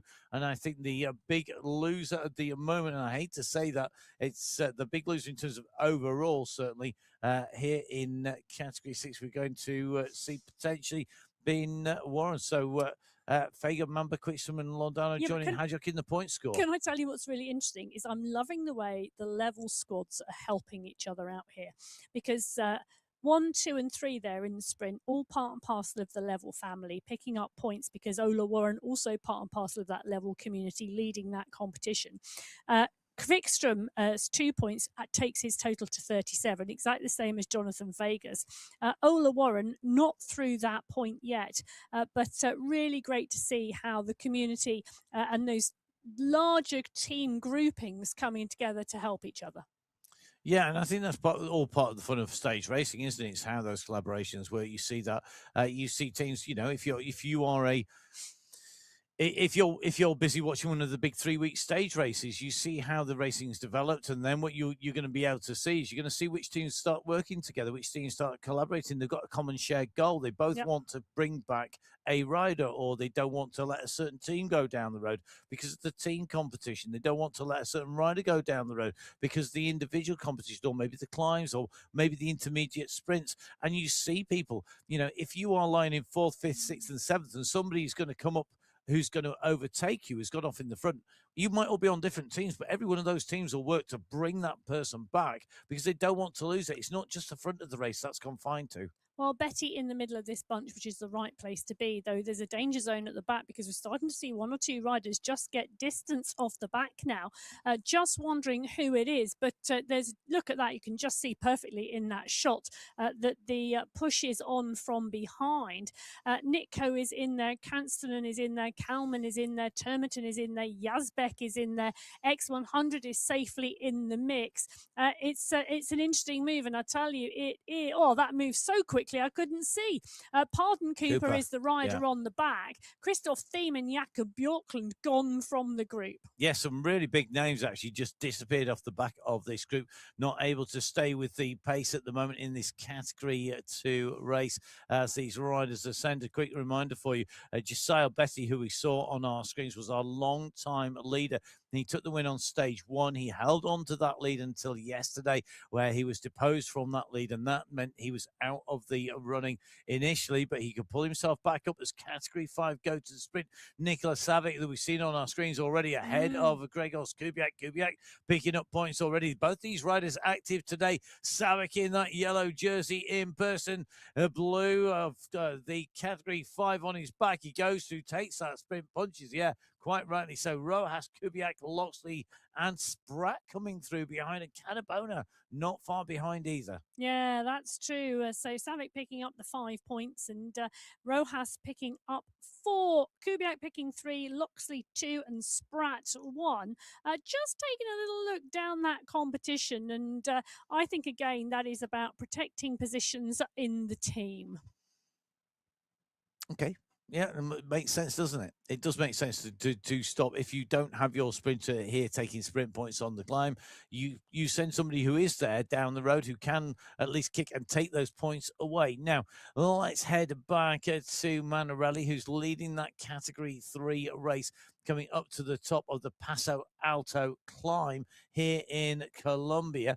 Now, a quick reminder for you that Manarelli currently lying in 21st place in the category, just looking to push himself up the overall standings here. Initially, 25 seconds to the good on Bakken and Morgan. And Manarelli at the moment, he's at 1 minute and 1 down on taking the overall lead at the start of the day. So he's still got work to do, but don't discount Manarelli from continuing to push, because Carlos Manarelli was the person who took our stage win yesterday in Category 5. Yes. Sorry, I'm just doing a bit of cross-checking there and just confirming exactly what I thought, and it's right. Sorry, Category 3. The Category 5 level crew protecting Joel Warren's position. Yes. And the Category 6 level crew protecting Ola Warren's position. Okay, let's see what happens here then as we have our riders coming up over the top. When we go through here, we're then going to run towards our sprint. It's a further 6.6 kilometers from the checkpoint here as we come up to the top of the Paso Alto climb to the sprint line. Behind Manarelli, Hulhorst, Morgan, Bakken, Corrales, Ivanov, and Watts are the riders in order behind Manarelli. Interesting day, really, because Watts yesterday, I think, did a really decent ride. Dave Watts, but he's not in a great position overall. I'm just wondering how long can he hold that position. Manarelli, though, holding first place, continuing to push to the line. Yeah. 7 watts per kilo here on his way in. Manarelli could well be looking for the overall, scoring the most points in the climbs competition on the day. In terms of the climb competition overall, Hulhurst is leading that, but there's only 3 points between them. And the big points gap here from first to second is 3 points. Yeah, it is. And Bakken now coming up behind Morgan, going over the top of Hulhorst, actually, as they go underneath that. So I think Morgan picks up those points, not Hulhorst. Bakken coming through. Corrales is there as well. Then it's a further gap back to Watson, Ivanov. And it's an interesting one here as to what do they do. It's looking like Manarelli and Morgan are going to continue with the pace. So just confirmation on your screen of those points. And this is interesting for me because this is the first group we've seen come through here with a big split in the peloton. It is a big split in the peloton. They've got that gap. They've got that. And no surprise, it's Manarelli and Morgan on the move here as well. So riders up on to this climb, making their way up the next of our sections. We're just taking a look here. This is another attack here on Category 2.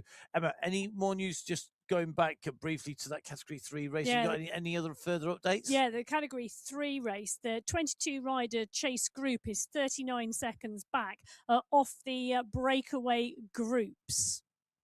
Well, David Nitko on the front of the pack here with the Category 2 race. They're pushing on and just starting to stretch the group at the 30-kilometre marker. There's 3.3k to go until we get to the polka dot banner. SS on the front of the pack. Betty, Gorjank, Termerton, Trujillo, Nitko. They're at the 30-kilometre marker and really starting to push. The Category 1 race about 3.2k further back down the mountain, and there's not a big push on at the moment, although Osborne is on the front. He's not setting a pace that will break him. I mean, my second thoughts on what would happen with Jason Osborne have not transpired, which was he would go at 5.11k into race route. Given that they are currently trucking along and they've got 27k covered, then approaching half race distance, and at half race distance, and it's taken them 47 minutes, and you still got a shallower climb than the first climb, but it's longer.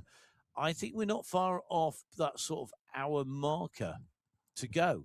So will my first scenario, which is that Osborne was going to go with an hour to go, transpire, or will Osborne wait and go for the safe option, which is to kick away when he knows he definitely can make the time to the finish and not take anyone. There's no risk of him blowing and just take a few more seconds. The careful, calculating approach. Oh, careful and calculating. It's going to be interesting to see. Well, Category 6 at the 44.1 kilometre marker are the furthest riders up the road. The Category 5 pack, 1 kilometre behind them. So that's interesting because there's still a significant amount of racing to go. The Category 2 pack on the top right-hand corner of your screen, we've seen a lot of attacks and a lot of pushes at the moment, but the pack now all back together again. Category 1, the stretch is on, and it's not Osborne who's gone off the front, but it's Osborne who's responding to Ruben Dont. I think this is really Hobson's choice for these riders, isn't it? Because do you just wait and let Osborne choose his moment to attack, or do you attack and risk the counter attack from Osborne? Well, the counter attack is gone. Yeah, I think the attack went from Dont. Osborne went, and now the counter attack by Osborne has gone over the top. So rather than holding it together, you end up instigating the move from Osborne. The question for me is, will riders be cohesive enough in that chasing group to close Osborne down? It's not a massive, massive group. We've already lost riders in Category 1. On your screens, it is a massive, massive group. It's Category 6. Yeah, it is indeed a massive group at the 44.5 kilometre marker. They are moving up the climb at a steady pace. It is a wide group, isn't it, across the road? Yep. You know, and just doing a double check, I think we said we had 22 riders in the leading group. Yep, we have indeed in this Category 2 race. So Mamba on the front, Montoya, Quickstrom, Hadjuk in there as well, but I'm looking at the pace, currently sat zone 3 at the moment, so a good pace, but still a pace at which if you were out riding on the road, you'd be able to have a more stilted conversation. Well, we drop in with Efren Mamba and you can see the gradient just starting to kick here and the lift in pace up to zone 4. It's just shy of 5% the gradient, and it does around here change quite often. It does indeed. Just watching these riders making their way up the climb at the moment. You're looking at Category 6 currently making their way up. They're not at the 10K to go marker yet. We're going in towards those bumpy kilometers, though, once we get over the 50-kilometer marker. At the moment, though, you can see the riders in that headwind section just coming up to the 45K to go mark. It's only a very short headwind section, and you can see it on your screens at the moment. So at 45K, there's a thick red band. After that, there are only about 2 more real headwind sections on the way to the summit. So the course winding its way around from the base down in the Amazonian jungle up to the top of Medellin City, up then the climb of Paso Alto to the Bogota city, and then going up again on the climb, making the way up towards the summit. An absolutely huge climb, the El Veron climb, to finish a climb you can ride in person in the nation of Colombia, and climbing out from Bogota City. But I tell you something, it's a lot easier to do it on MyWhoosh in terms of logistics than it is to do it in person. Well, I was just about to think, and at least our riders don't have to turn around at the top in real life and go back down to the city to actually sleep for the night. I don't know whether there's anything at the top of the climb, do you? So good question. We'll find out when we get there. But at the moment, the Paso Alto sprint is where a lot of our riders are heading. And then out onto that final climb of the day where we see Category 6 on the move. Category 5 through the Paso Alto sprint as well. Category 4 are through that Paso Alto sprint at the 39.9 kilometre marker as well. Well, Niall Batty went through solo. Aidan Sinclair behind. The group of 24 riders, including Sinclair, 45 seconds behind Niall Batty. Category 3 will be the next group of riders to that sprint point. Category 1, we saw the attacks. We saw Ruben Dont go up the road. We saw Jason Osborne go up the road. We saw Kaminsky do some chasing. They're all back together again. So it is push on, chase, come back together. That's what's happening in the Category 1 races. They come to the 30-kilometre point. 27.9k to go in Category 1. In Category Category 3, Manarelli has got a great gap. Carlos Manarelli in the black polka dots there with a Category 4 Masters rider. That's what that jersey indicates. 47 seconds clear of the chase group now. Manarelli is doing some phenomenal work in terms of his position in the race overall. Talking about positions in the race overall, Category 2 are now underneath the Paso Alto climb checkpoint, and SS dropped out of the pack to pick up those points. The rest of the pack, a huge pack, 26 riders going under that banner very, very close behind. So SS picking up 20 points in that competition. Trujillo picking up 17. Newkey picking up 15. X100 picking up 12. And Gal Yezbek picking up 10. UAE Clan Team picking up 3 out of the 5-point scoring positions there at the top of the climb as they come up. Just to let you know, if you do go and ride the Alto del Vejon, which is the climb that this is based on in Colombia, if you go over the top, it is a pass, so it goes over to Bogota across to Churchi. Churchi is the far side, and it has to be said, the riders actually get the easy side. The Chochi side is longer. It's 23 kilometers in total distance and a steeper total elevation gain as well. The Kyochi climb on its own is 1,300 meters of elevation. Or perhaps we'll descend that one. If you go over the top, guys, and it keeps on going in virtually, keep on going. It's all those Ks added into your, and all those gems keeping on adding up. What a great way to get those Ks back. Yeah, big climb. Big climb. Okay, let's take a look at our sprint now. Here, we're seeing it coming from Manarelli. He has caught and passed a number of riders in the categories that set off in front. Manarelli here absolutely dialing this. He's still got 30 seconds in front of Morgan and Co. Morgan's coming at speed because he wants the sprint points. It's not the rider immediately behind Manarelli here. It's actually the tiny diminutive figure further back that's at just under 30 seconds. That is Morgan. But Morgan is coming from a group that contains Hulhurst and Bakker. But Manarelli at the moment leading that through that time around. Going to pick up maximum points in the sprint competition that time. Interesting. Manarelli clear at the moment of Morgan's group. Morgan in a group of 4 riders, and then it's a further 30 seconds back. This is interesting now because these splits are what are going to start to impact on the GC, the overall competition out there. And Carlos Manarelli, it's a long way to the line to run solo. It's about 17 kilometers still to go in this race, but he's on a roll. He's sat in his time trial mode. He's got his head down.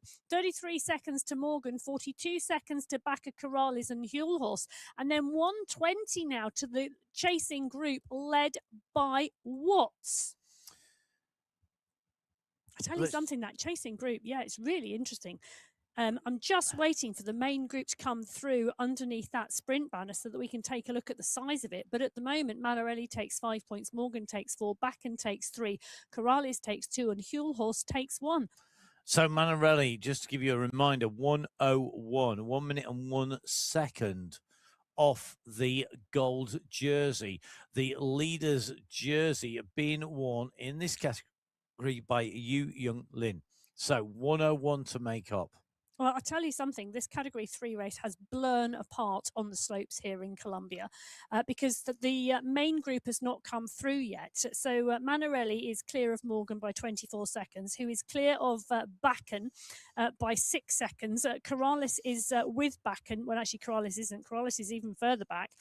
Then in terms of the main group, they are 1 minute 33 back on Manarelli. This is an amazing move. So we've got 1 rider on the road, followed by 1 rider, followed by 3 riders, followed by 2 riders, and then 35 seconds back to a group of 21. Yeah, and Yu Young Lin at 1:33. The race leader is at 1:33 to Carlos Manarelli. Manarelli is going to be the leader on the road but he's holding that with Morgan because Morgan sits almost midway overall behind Yu Yun Lin in the overall coming in today. So Morgan was back from our race leader by 28 seconds. So at the moment, Morgan is well over a minute and 10 seconds to the good. Manarelli now at the front, really up and challenging. So the battle for the overall is actually Morgan versus Manarelli, and Manarelli has to keep the gap. Well, there's a battle coming shortly because at the 33.3 kilometre marker, it's the polka dot banner of the Paso Alto climb. We know Jason Osborne is going to come out of the pack and want to pick up those points. The question for the group is how close are they going to go with him? Because will he just keep going? That's a big question. But it is flat after the Paso Alto banner. Osborne coming out of the mix. Dont marking the moves, just picking up the pace slightly. So's Milostic and Van Elst. Milostic will want the points in that competition. So will Dont. Just in case something happens to Jason Osborne over the next few stages, because you really don't know. You can't bank on the fact that the person leading the competition will stay leading the competition. But Osborne in 1, Dont in 2, Power in 3, Vujasin, Paradians and Thrall. They're all pushing from behind. They're not letting Osborne go too far. Now Dont picks up the pace because he wants those points. He does indeed. Osborne in 1, Dont in 2. It's going to be a sprint behind with Power Van Elster, Milostic, I think, all in the point scoring positions here on the top of the climb. But I think there's as much action here because people are watching the overall positions. There's always the danger when Osborne gets a gap that he will go clear. Skierski this time now goes on to the front, and look at this Skierski and Osborne at the moment ramping this up. Jones sees the danger. Jones is not going to let two of them go. No, you would be very, very foolish to let Skierski and to let Osborne go. The two final bosses riders together at the front of the race? I don't think so, says Ollie Jones. And very quickly, the Avondale Space Cowboy goes on to the wheels and make sure that that is not going to continue onwards and that he can pull them back. That's on the left-hand side of your screen. Right-hand side of your screen, it looks like Mr. X100 at the 37-kilometer marker is not going to let these riders relax. Vidal May, his breakaway companion of yesterday, at the moment up and with him. So May and X100 on the front of the Category 2 race. Kalman, Gorjank, Guerra, Machado, Hayland, all in the mix. Stewart is here, previous stage winner. Trujillo, Yazbek is here. Hoyos is here. It's just... there's so many riders in contention here. They are all our big contenders. Termerton, Miller, Boulanger, all in the mix. Nobody wants to let anybody go anywhere. And Gal Yazbek is tucked into the front group here on this big climb at the moment. He's out of the saddle, tapping out that rhythm. I tell you something. He's looking good today, you know. Yeah. You know when you see a rider and you think they're on a good day? Yep. That's what it looks like. Well, it's going to be interesting to watch. It really is. X100 and Machado, Mare on the front here. Gorjank also matching and touching and watching the moves. Mikhail Machado is the rider on your screen at the moment. And, well, really interesting. But the move here, Milan Termerton starting to cover the moves, the rider in the young jersey as well. That's an interesting race going on. Gal Yazbek is right up there. Vidal Mare, Gorjank, Mendakowicz also covering the move. X100 sitting up now, knowing that it's not the move that's going to go away because everybody in this Category 2 race is about to be marked if they try and go off the front. It's going to take a real big effort, probably from a small group of people to go clear, but everybody is going to be marking everybody else. They're at the 38.6 kilometer marker. They're coming in towards that sprint checkpoint of the Paso Alto. In terms of that sprint competition, Machado will want to watch some points because Vidal Mare may well be leading that competition, but Machado sat in second place. So Mikhail Machado wanting to ensure he picks up points in the sprint competition in Category 2 as they come within the final 1,000 metres of the last sprint banner of the day. In Category 1, Hayden Pucker's gone down the road. So the final bosses send Pucker down the road. Dane, Turek, Dont are doing the chasing, but they're at 8 seconds. You can see the group behind. They are going past and through some Category 2 riders. Well, the call might be coming out for riders to help and work together, but it's category 2 back markers that they are passing. The category 2 race at the 39.4 kilometre marker actually isn't too far up the road, but it is the category 2 back markers that the category 1 race is catching. Pucker off the front of the pack at the moment. So Machado wanting to pick up those points in the sprint competition as they come through towards that section. X100 doing the chasing, but Machado's going to make it through at 10 watts per kilo. Mayer is chasing as well. He's currently got that green skin suit on in terms of those sleeves. That's what you're watching for. Mendakowicz, Gorjank, Kalman, Damsgaard watching the moves. But it is indeed at that point in the race, Machado that comes over the line in 1. Mayer comes over the line in 2. X100, Mendakowicz and Gorjank pick up the points. 27 riders still in that leading group. So 27 riders were in the leading group when we went through the Paso Alto climb. 27 riders in the leading group as we go through the Paso Alto sprint in category 2. Now we see Nathan Guerra come to the front of the pack and start to push on those pedals. So the 2K off the base of the final climb of the day, but there's some small ramps along the way. Guerra's done his work, he's done his homework, and he's made a decision as to when he starts to move in the race. And now is the time he comes to the front of the category 2 pack. They're not going to let him go down the road easily. This is going to be one big battle on the final 18 kilometres of this race. And I think, given who, where, what, how this race has unfolded, Guerra has been left chasing since day one. He's been left chasing the race, left chasing the lead, and he will want to be in a position where he's not doing that anymore when he's coming in, where he's able to dictate the pace rather than have to chase all the time, rather than having his tactics dictated to him. So I think that's a good move by him. I think he's going to want to get to the front in category 2. Let's go across to category 6 at the moment. They're starting to catch riders in that category 5 race with some consistency at the moment as they make their way up here towards the top of the climb. Remember, this was 24 riders together when they went through that Paso Alto sprint at the 39.9 kilometer marker, nearly 10k further on, basically 5 miles up the road. If you work in Imperial old school money, then you can see that we've just shed 1 or 2 riders, but at the moment it's not decisive. And I think the riders are very aware, given the amount of racing they've done, the amount of riding they've done, that it's a race where it's initially attritional, where you're initially just shedding riders off the back. At some point, you can make a decisive move. But these riders are still a long way from our finish at 57.9K. Yeah. There's a lot of ascent still to come. I don't think the time is now.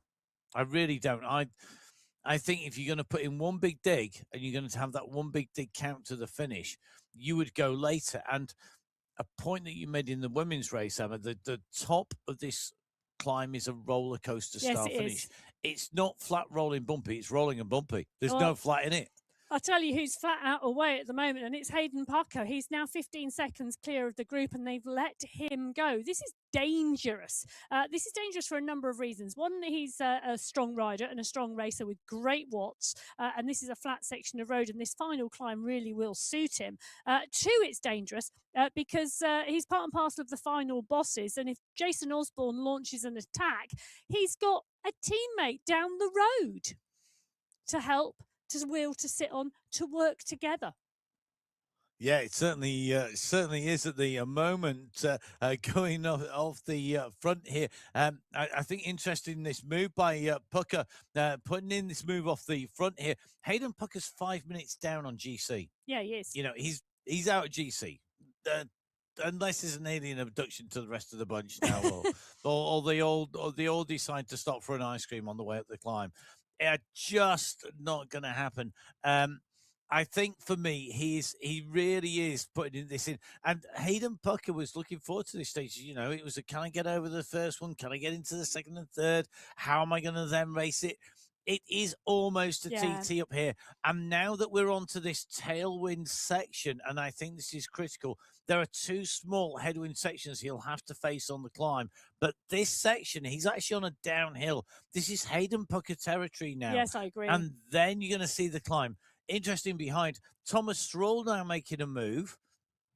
Thrall, who came through quick, in the last few stages. I think that was a push from Thrall to see who would go with him, and nobody really went up and over the top. No one was really interested.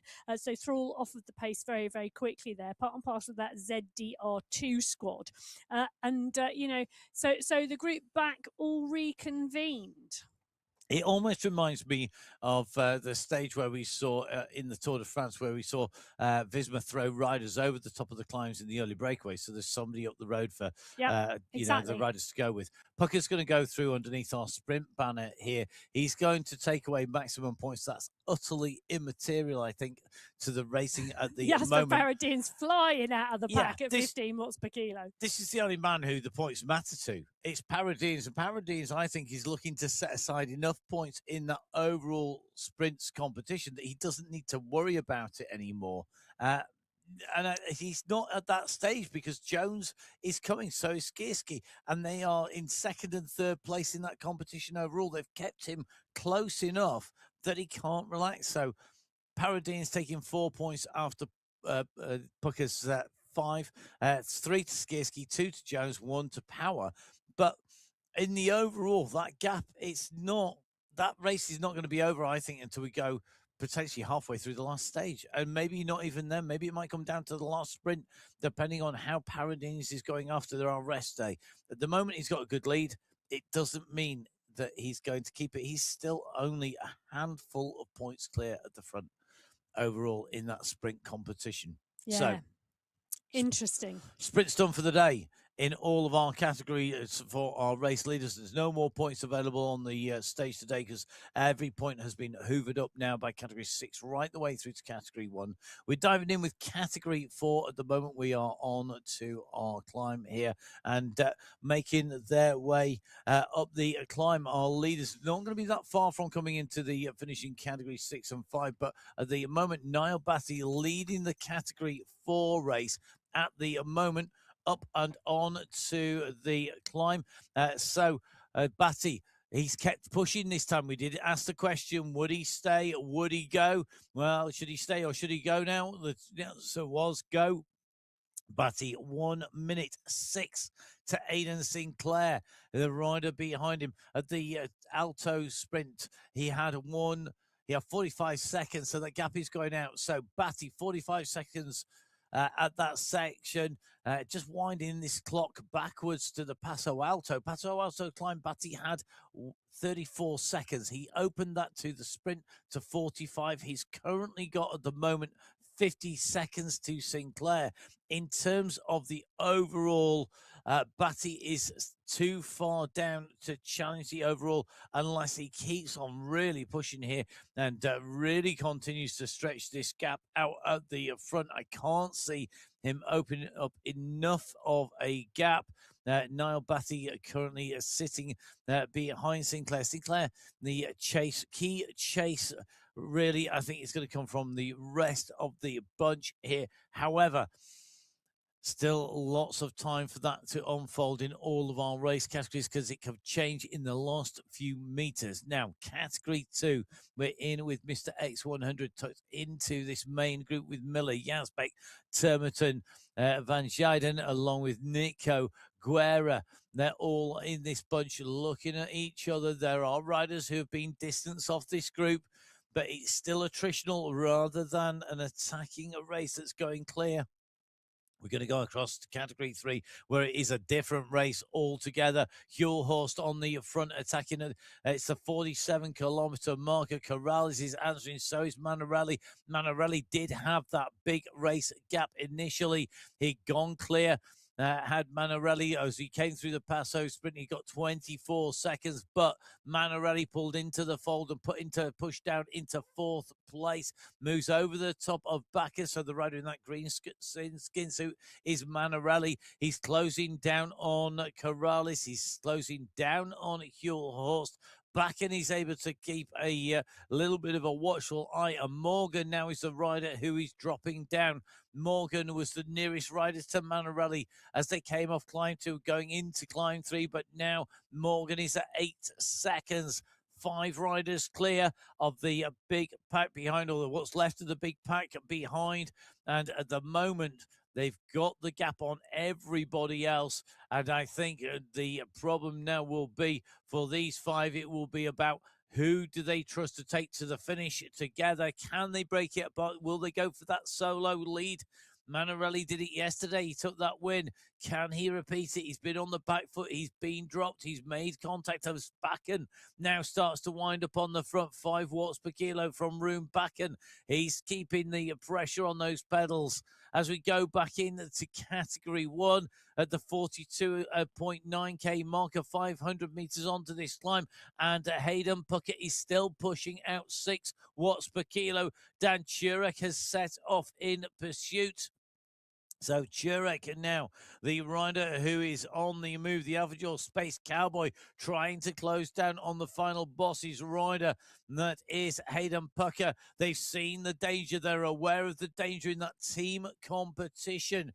They don't want to lose ground to the final bosses team as they go up here. The final bosses leading them by 1 minute and 4 coming into this stage. Pucker has set off up the road, and it's giving them another advantage here. Turek's going about to rectify that issue for the Space Cowboys, but his teammates need to be backing him up. Jones, Vujasin, and Kaminsky, and at the moment they are behind Osborne, who has left the group at 10 watts per kilo. So we've had countdown. We've had the engines being lit, and Jason Osborne has now fired and has launched from the main group. He's got Pucker 30 seconds in front. He's got Turek at 4. And I tell you something, he's coming onto the wheels at Turek very, very quickly. Indeed, it will suit him to go up the road with Pucker. He won't worry about Turek being in that little group as Dont now starts to push as well. So we're going to see if Dont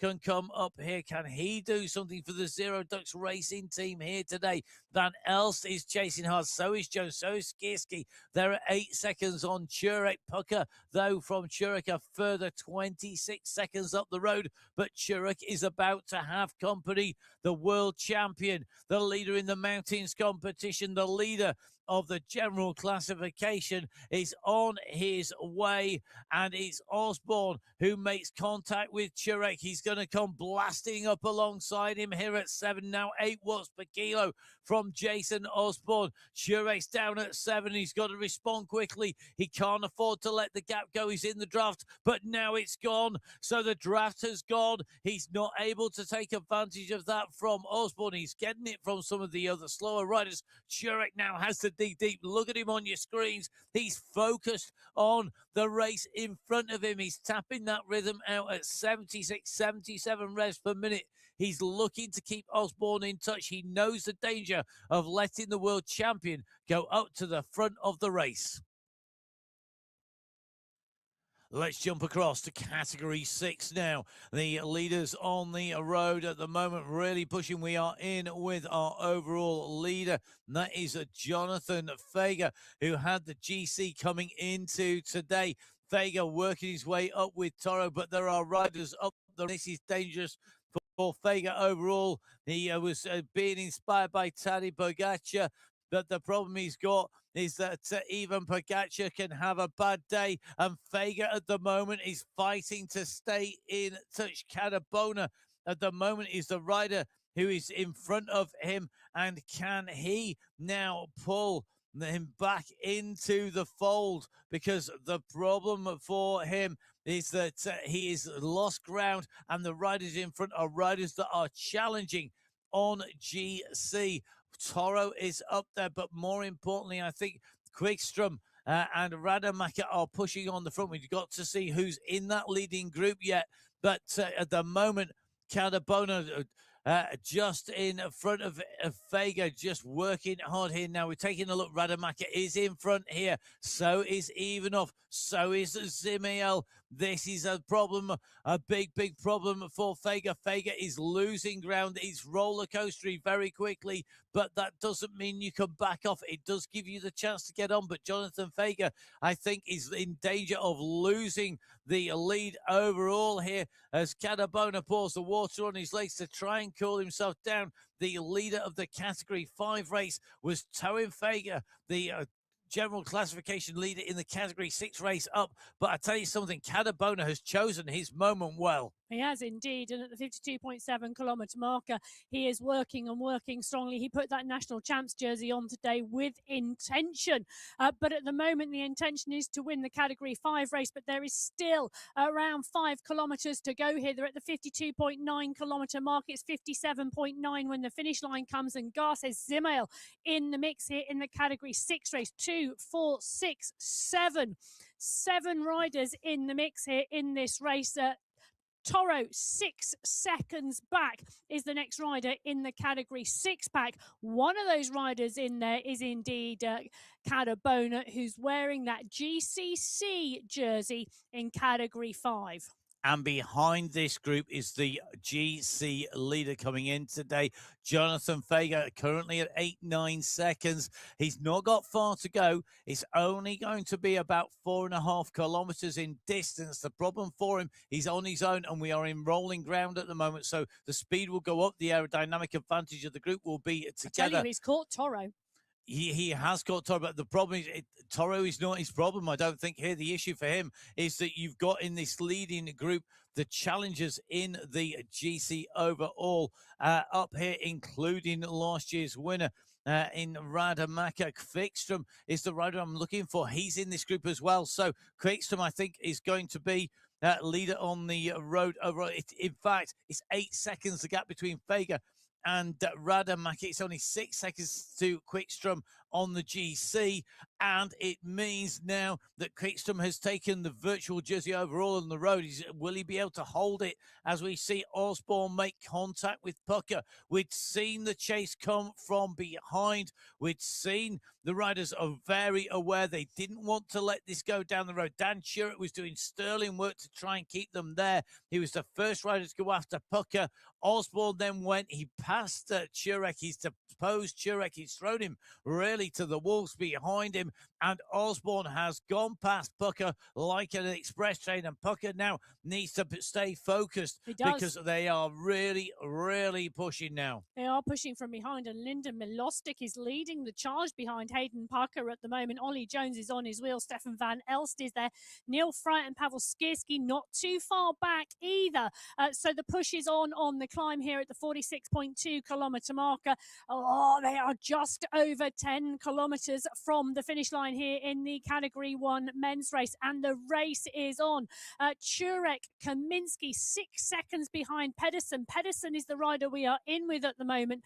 He is the next rider who is going to see Hayden Pucker up ahead.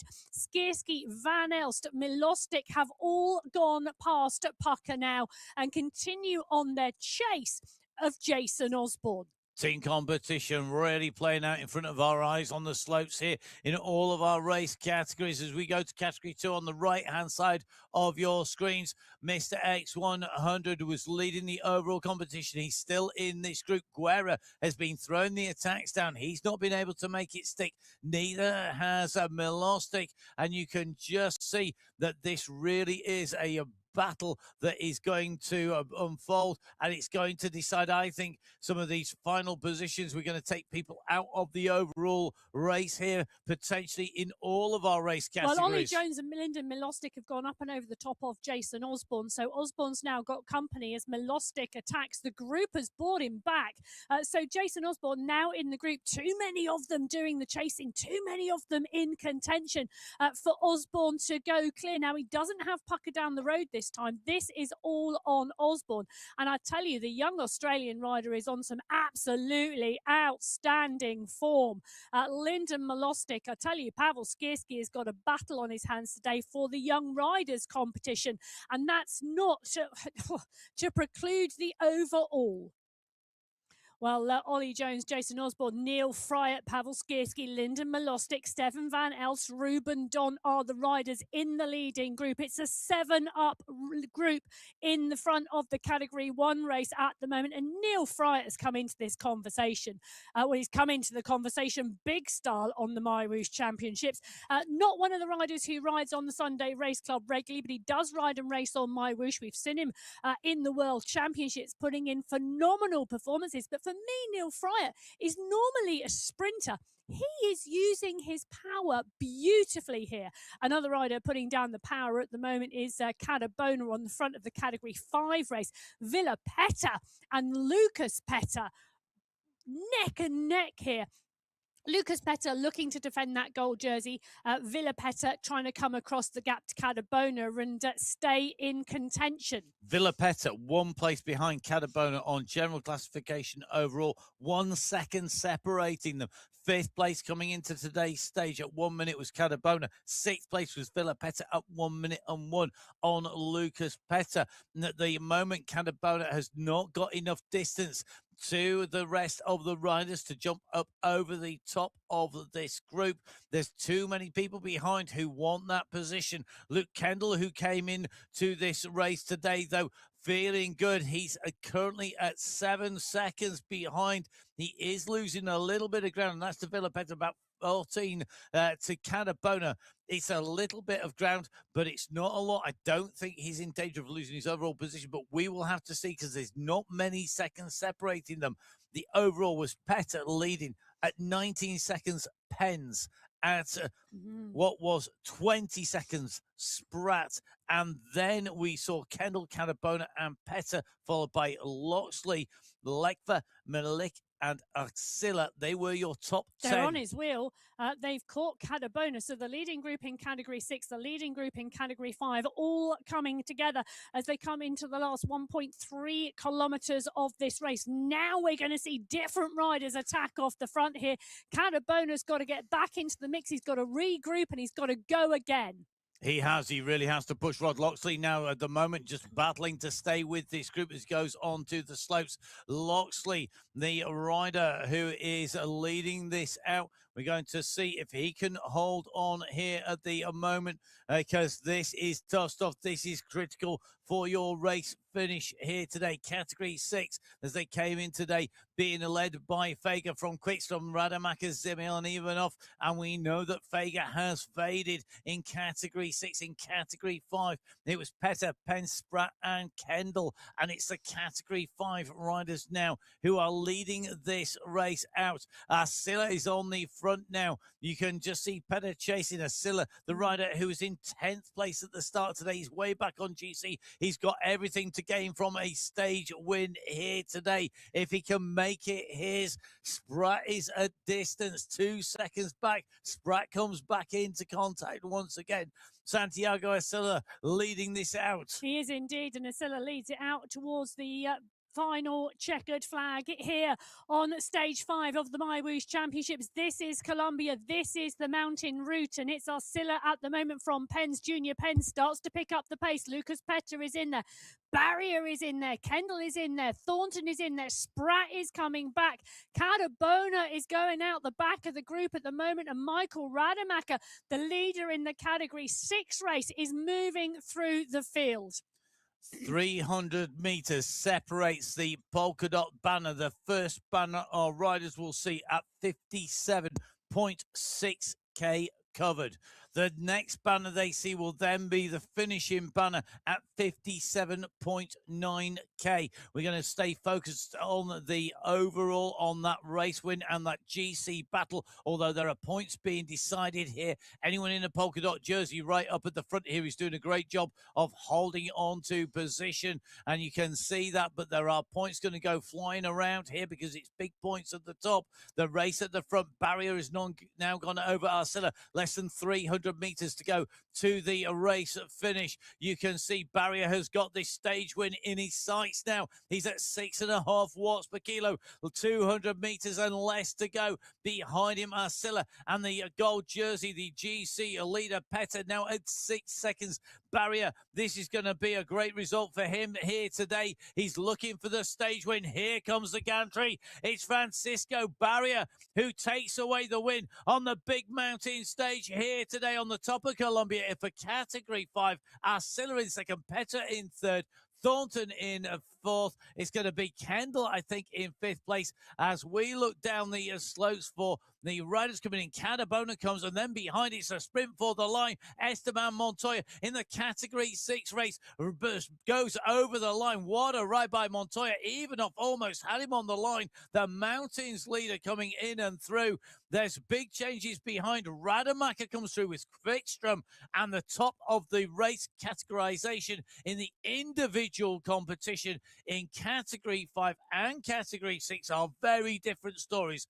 Petter in the mixing Category 5, Vega not in the mixing Category 6, so expect some changes, and it's going to change all the way down through our race fields across all of our riders as we go in with Niall Batty, Category 4 leader, on the climb. Wow. Some really fast finishes. Batty at the moment in the 56.8k. So let's give you the confirmed, well, okay. They are our provisional results. Yes. Shall I say, indeed. over the top. They are not official. So let's do Category 6 first. It was down to the wire between Emil Ivanov and Esteban Montoya in the Category 6 race at the line. And on the throw, Emil Ivanov has it on my screens from Montoya. Is that what you're seeing on yours, Emma? Yes, I do indeed. I have Ivanov from Montoya, from Rademacher, from Quickstrom, from Vergara, and I can tell you what that does to the overall GC. We have Quickstrom at the moment going into that golden jersey, 1.5 seconds ahead of Michael Rademacher, who moves himself up into second place on GC today. Jonathan Vega, the leader coming into today, coming over the line in 9th place, 1 minute 15 down, and that's why there's that big change. Let's go to Category 5 as we see a very similar story. A sprint on the top. Barriers taking it from Arcilla, not quite as close, not on the same time. 4 riders on the same time in Category 6. 5 in Category 5, it's just 1 rider on that lead time. Barrier taking the win from Arcilla, then 8 seconds back, Lucas Petter. At 9 seconds, Brendan Thornton. Luke Kendall rounding out the top 5, taking that position. 10 seconds down on the race winner today. The overall stays the same. Lucas Petter stays in that leader's jersey. Pens in second, Spratt in third. 25 seconds still separating those 3 on GC after the mountain stage in Colombia.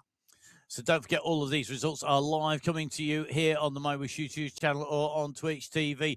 They are quite literally updating in front of our eyes as these riders come through where it's close to call. Remember, of course, all of these riders measured to 1,000th of a second as they come in and over the line. You're not going to need thousandths of seconds for Niall Batty. Niall Batty at the moment is leading this race out. This is a tale of 2 races here.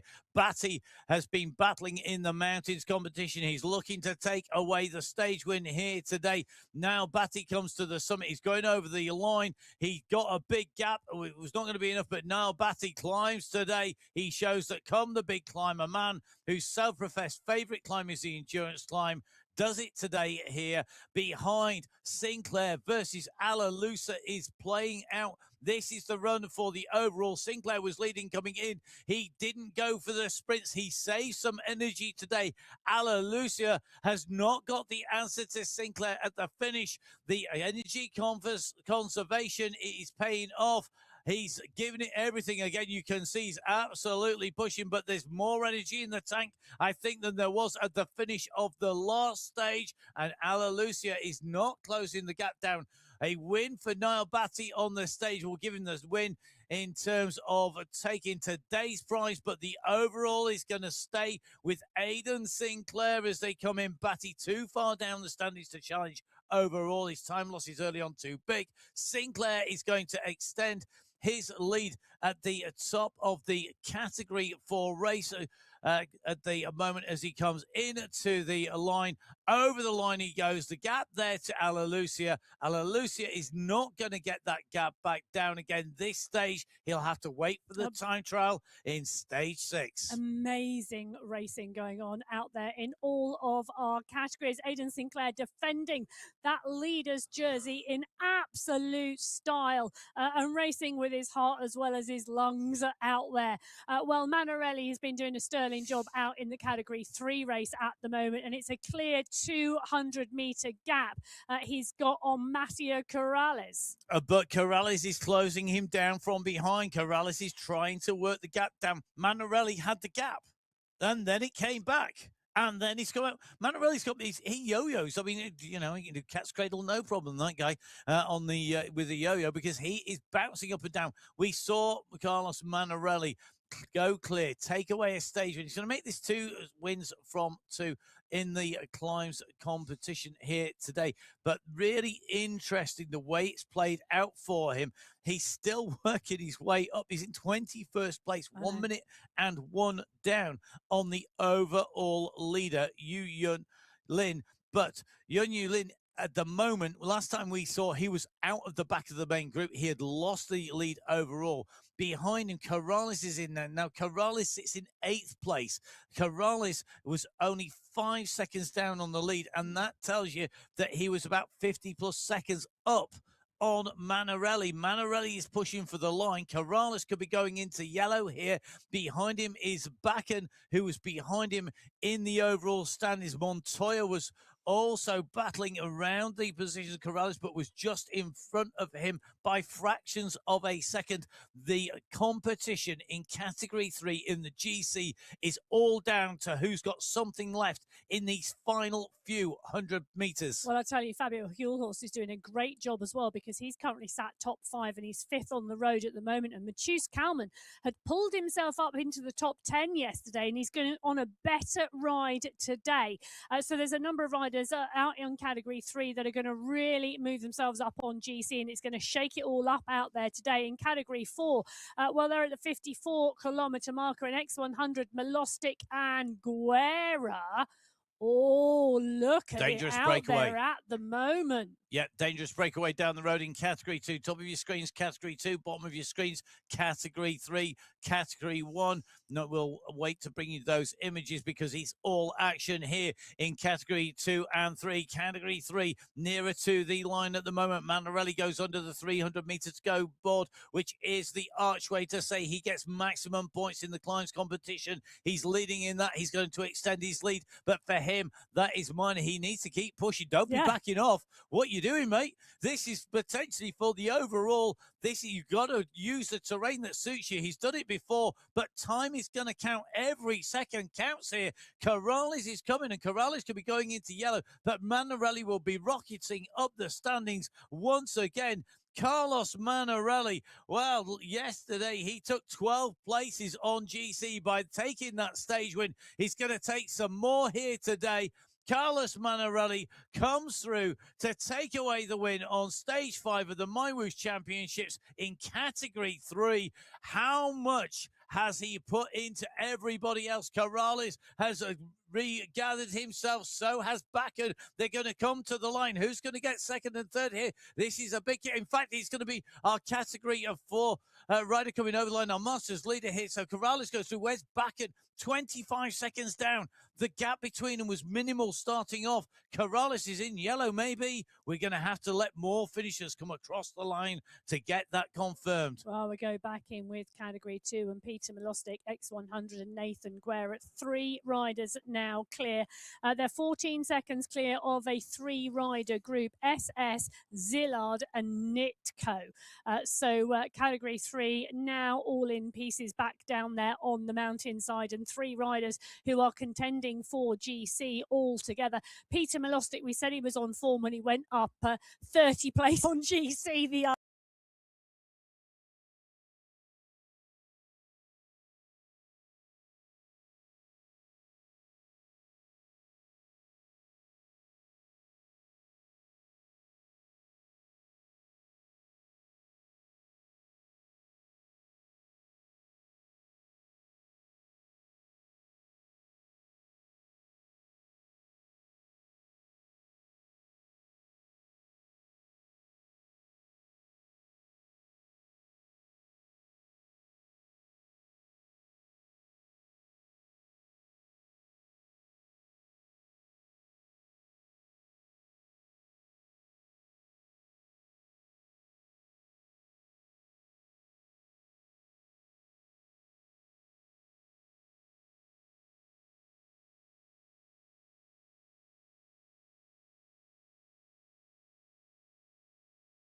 Here we go, moving up towards the top of the climb here in category 2. Peter Milostic, Nathan Guerra, Mr. X100, our leading trio of riders, 20 seconds clear at the 56.8k. They're about to get to 1 kilometer to go. Remember, as we came in to this stage previously, we had seen a real battle unfold between these riders. Mr. X100 was leading in the overall. Nathan Guerra was in third, and we had seen big pushes from Peter Milostic. Milostic was in 8th place with a big lead and a big move when he took that win, moving up 30 places on stage 2 as he took that stage win. They are the 3 riders in front. Losing out at the moment, Mare, Damsgaard, Betty, Nitko, and Stewart, all losing ground to Milostic at the moment. This is a really important moment in this race. Keep your eyes peeled for what's happening behind our leading trio and which of our leading trio can take victory away today. Yeah, it's around 150, 180 meters. The gap at the moment, it's 17 seconds. The Zillard, SS, Nitko, Gorjank, Miller is a little bit further back as well. But the riders pushing on here. Peter Milostic versus X100 versus Nathan Guerra. They've got 600 meters of this race left. They're going to go underneath the polka dot banner. I'm not sure they're interested in who picks up the climbing points today out there. They're interested in who goes over the line first and what the time gaps are, because Nathan Guerra, Peter Milostic comes to the front of the pack now, starts to lift the pace, starts to tap the rhythm. They're going to go underneath that polka dot banner, and Guerra now starts to push. He wants to ensure the pace stays high. Milostic and Guerra on the front. They need to tap a rhythm now. They need to keep the pressure down because they need those seconds and the gap to the group behind.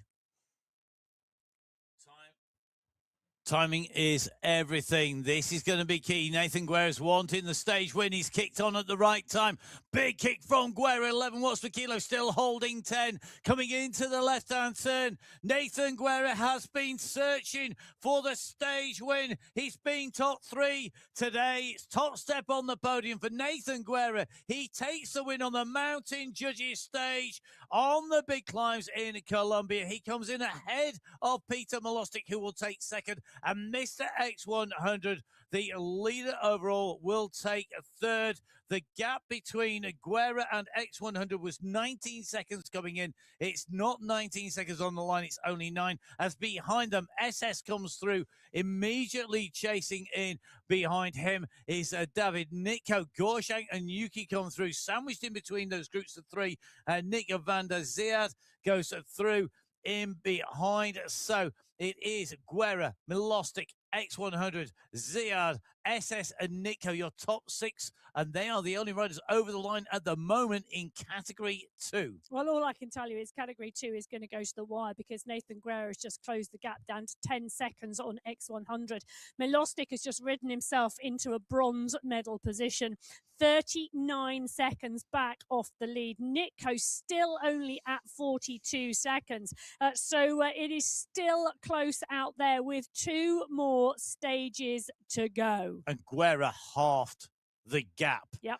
In hundreds of meters there. And that is why it's so difficult on these climbing stages. You can lose so much time so quickly. At the moment, Lyndon Milostic just having to make up ground. It's not all that long ago he was on the front of this group. He now comes back into the fall behind. Shut the door. We're going to see a sprint in category 1 here for the finish on the mountain stage in Colombia. 1,669 meters of climbing. And it is coming down to this final kilometer. Dont, Fryer, Van Elst, Jones, Osborne, Skierski, Milostic, 7 riders in this leading group. Now we know that Jason Osborne can sprint. We saw him do that.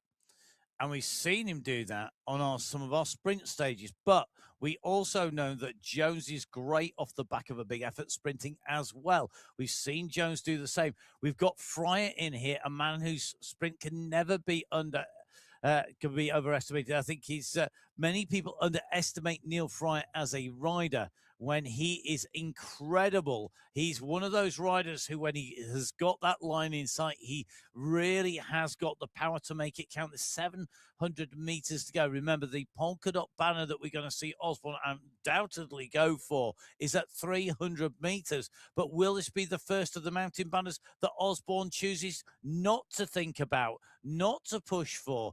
Going to be coming up onto it soon.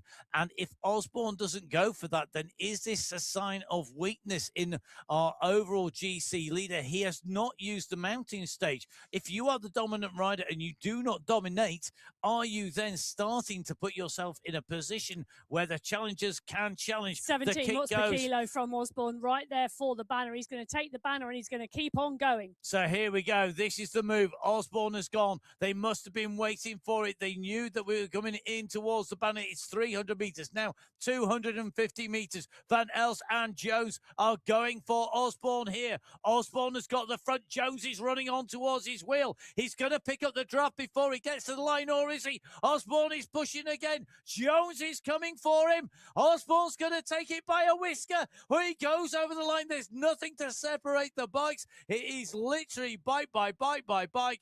Osborne, Jones, Van Els hit the line.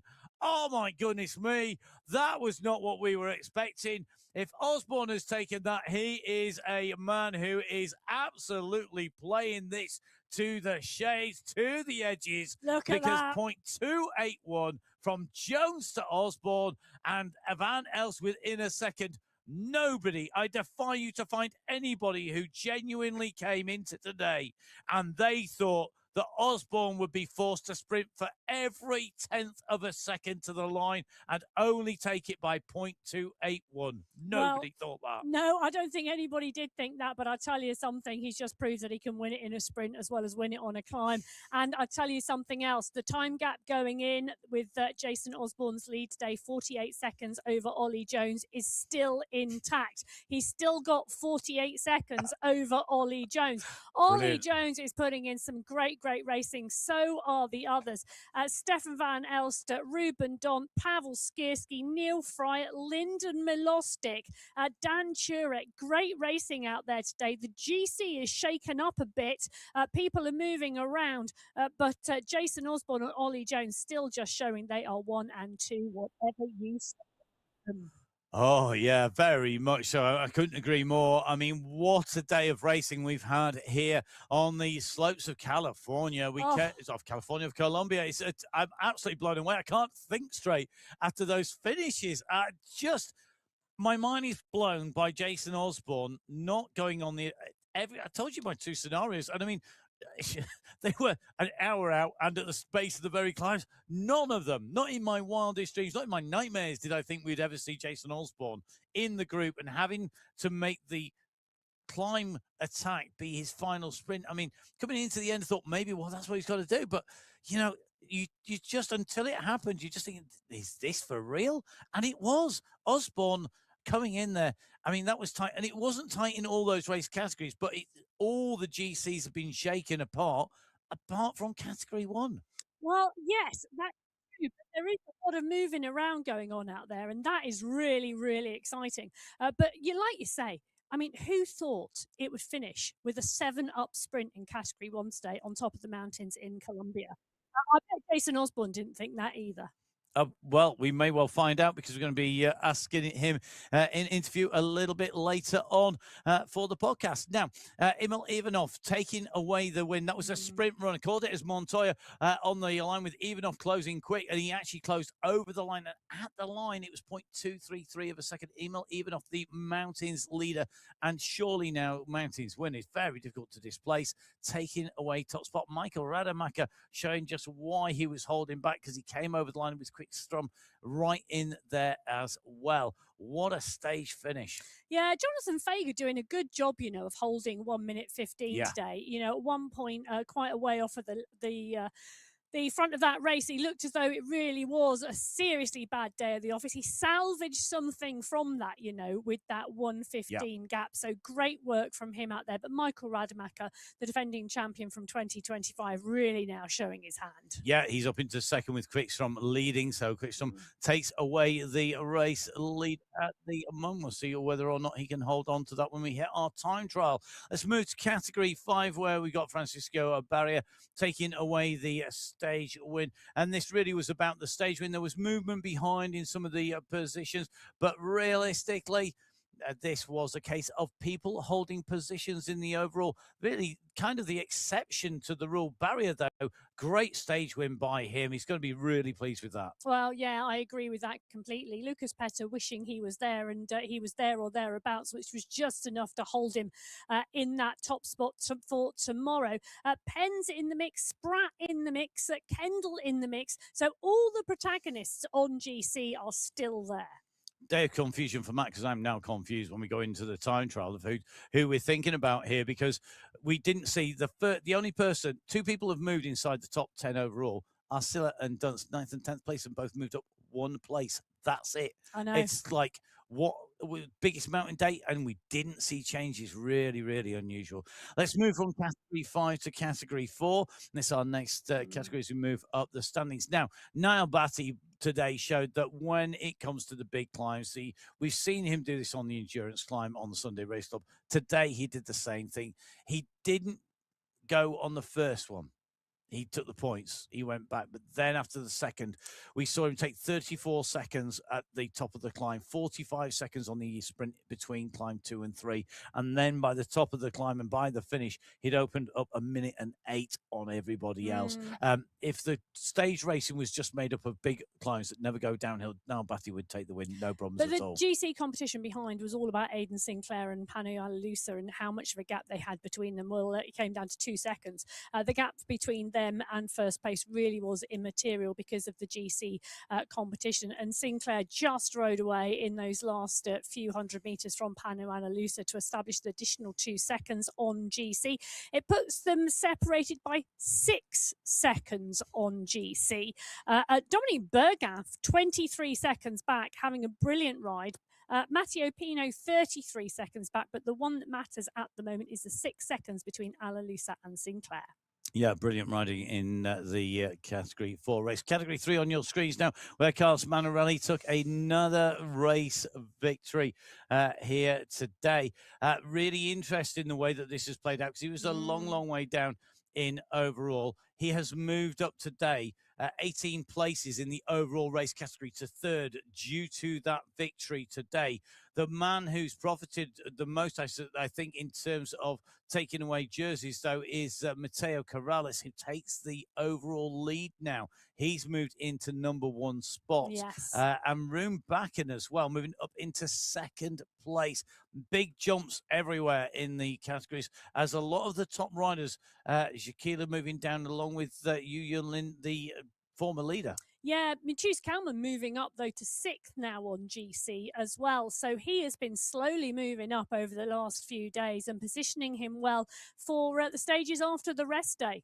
Indeed, and remember, it is that time trial where all the riders automatically get given the same bike, the time trial bike for that, the new Colnago bike. And, of course, they're going to be given a penalty because there's no dross on the way through. So maybe that's what our mountain is judged. It judged Nathan Guerra the fastest in the finish of the 3 breakaway riders, Guerra, Milostic and X100, who came across the line in that order, clear at the front of the race. Coming into today, Mr. X100 had a gap coming in today. That gap is coming out today. Sorry, the gap has been almost halved now. Peter Milostic into 3rd position, moving up 5 places. Yes. And it shows you just how tough it is out there right now. Yeah, it is indeed. And, a number of riders moving up, a number of riders moving down, but still close at the top. X100 and Guerra, 10 seconds separation, and Milostic 39 seconds back, Nitko 42 seconds back. I think it's all going to be to play for on that time trial when we hit the slopes of Montreal. Yeah, definitely. And Tev Skorjak had a bad day yesterday, having a good day today, almost reversing the deficit he had at the time. Let's move on to category one. More confusion for Matt here as we see very few changes. In fact, no changes in the top four overall, as we see our top four overall be the top four on the race. They basically all held position at the top of that stage. Jason Osborne, though, pushed to the line in that sprint to the finish here. And I am wondering how much energy conservation we're seeing from the multi-time world champion. Are we seeing him being super smart and being really thinking, I need to go into that time trial with all my reserves? I'm happy with my lead at the moment because he hasn't changed it. Well, can I also say, great to see Hayden Pucker in the top 10 after that massive effort out there. And he was the rider that went up the road for the final Bosses team. Osborne came onto his wheel. It eventually came all back together again. But Pucker staying in the mix for 10th place today. Great ride from him. Kaminsky, Turek, Fryer, Milostic, Skierski, Don, Van Els, Jones and Osborne. It was a dream race out there for viewers. I'm not sure it was a dream race out there for all of those riders. No, definitely not. I think that I've just been, I was scrutinizing all of the categories as we were sort of working our way through them a little bit further down. And there's some big changes. I mean, we've seen riders going up and down 20, 30 places on the GC because of how good or bad a day they've had today and yesterday. And that shows just how instrumental these mountains are. Have a bad day, you can be in trouble. But it's all changed soon. Do you know what? Cat 1, top 5 separated by 1 minute 22 seconds, and the mountains are gone. They're finished. They are. I think we need to recluse the judge and maybe get a new one because he only judged half of our categories here today, or she judged half of our categories here today. They didn't do the best of judge. So the mountain judge, some people it's acquitted, some people it's found guilty. We'll see when we go into our time trial who is paying the price and who is still suffering the sentence that's been handed down by the efforts today. Tomorrow is a rest day for those people just riding the championship. It's not a rest day for everybody by any stretch of the imagination. Some of our riders are going to be racing into Sunday Race Club, which is coming your direction tomorrow instead of the rest day. The podcast, just to let you know, is likely to be tomorrow rather than tonight. We are going to catch up with Jason Osborne, and we've already caught up. Haley's been talking with Kate McCarthy, but we will be bringing that out tomorrow because Emma and I are going to be talking about mountain biking in a couple of hours' time. But it does mean that that's something to listen to on your rest day or your day on Sunday Race, where we'll be back bringing you the action. And that then leads into the time trial. I cannot wait for the time. I might love a stage race, but I'm a time trialer at heart. I have to say, for me, the time trial is really the instrumental stage that is left now for us, because when you look at the profile and you look at the racing on the final day, it is pretty flat out there, and it's all about the sprinters and the climbers competition finishing off. So the time trial, the rules change in terms of the sprint and the climbing competition because it becomes fastest through the segment, not first across the line. There's a bit of a switch around, and if you can get your math around that after 5 hours on air, clever people. But there is a switch around out there, and it is going to add a little bit of difference to that sprint competition, and whether those people with the maximum number of points stay on top, we will see. Yeah, I'm not even going to attempt. I'm just going to say it is FTS, not FAL, basically.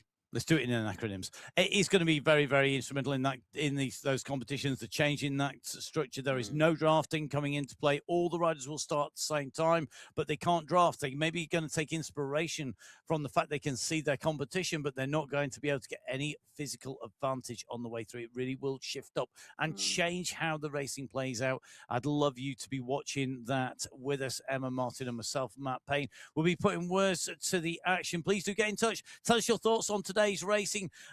You can't have too many messages in Emma's inbox. It is at biking_. Emma, mine is at Matt Fixer Payne. You can bombard mine as well. You already are. Thank you, everybody who's been in touch with us and everybody who's tagged in MyWhoosh, at MyWhoosh on social media, with all of your great images from pain caves to watch parties to you name it. We've seen all sorts out there. Just keep those images coming. It's great to see. And please do share, like, follow MyWhoosh, the at MyWhoosh podcast, which is Inside the Race, and the show here. So make sure you subscribe to MyWhoosh on YouTube and to Twitch TV. Let's call, I think, today a day of judgment for some, a day of judgment postponed until we return after the rest day for others. I hope you've enjoyed the racing as much as we have. It's time for us to head off to use the honey and lemon and maybe the odd ice pack or ice block as well before we go into the next stage. It's going to be the time trial. We hope to see you there. Thank you so much for watching the MyWhoosh Championship so far for 2026. Rest day beckons until we get to the other side of the rest day. From Emma, myself, and from all of the team at MyWhoosh, enjoy your riding. Enjoy watching back the action. We'll see you soon. Goodbye. Goodbye.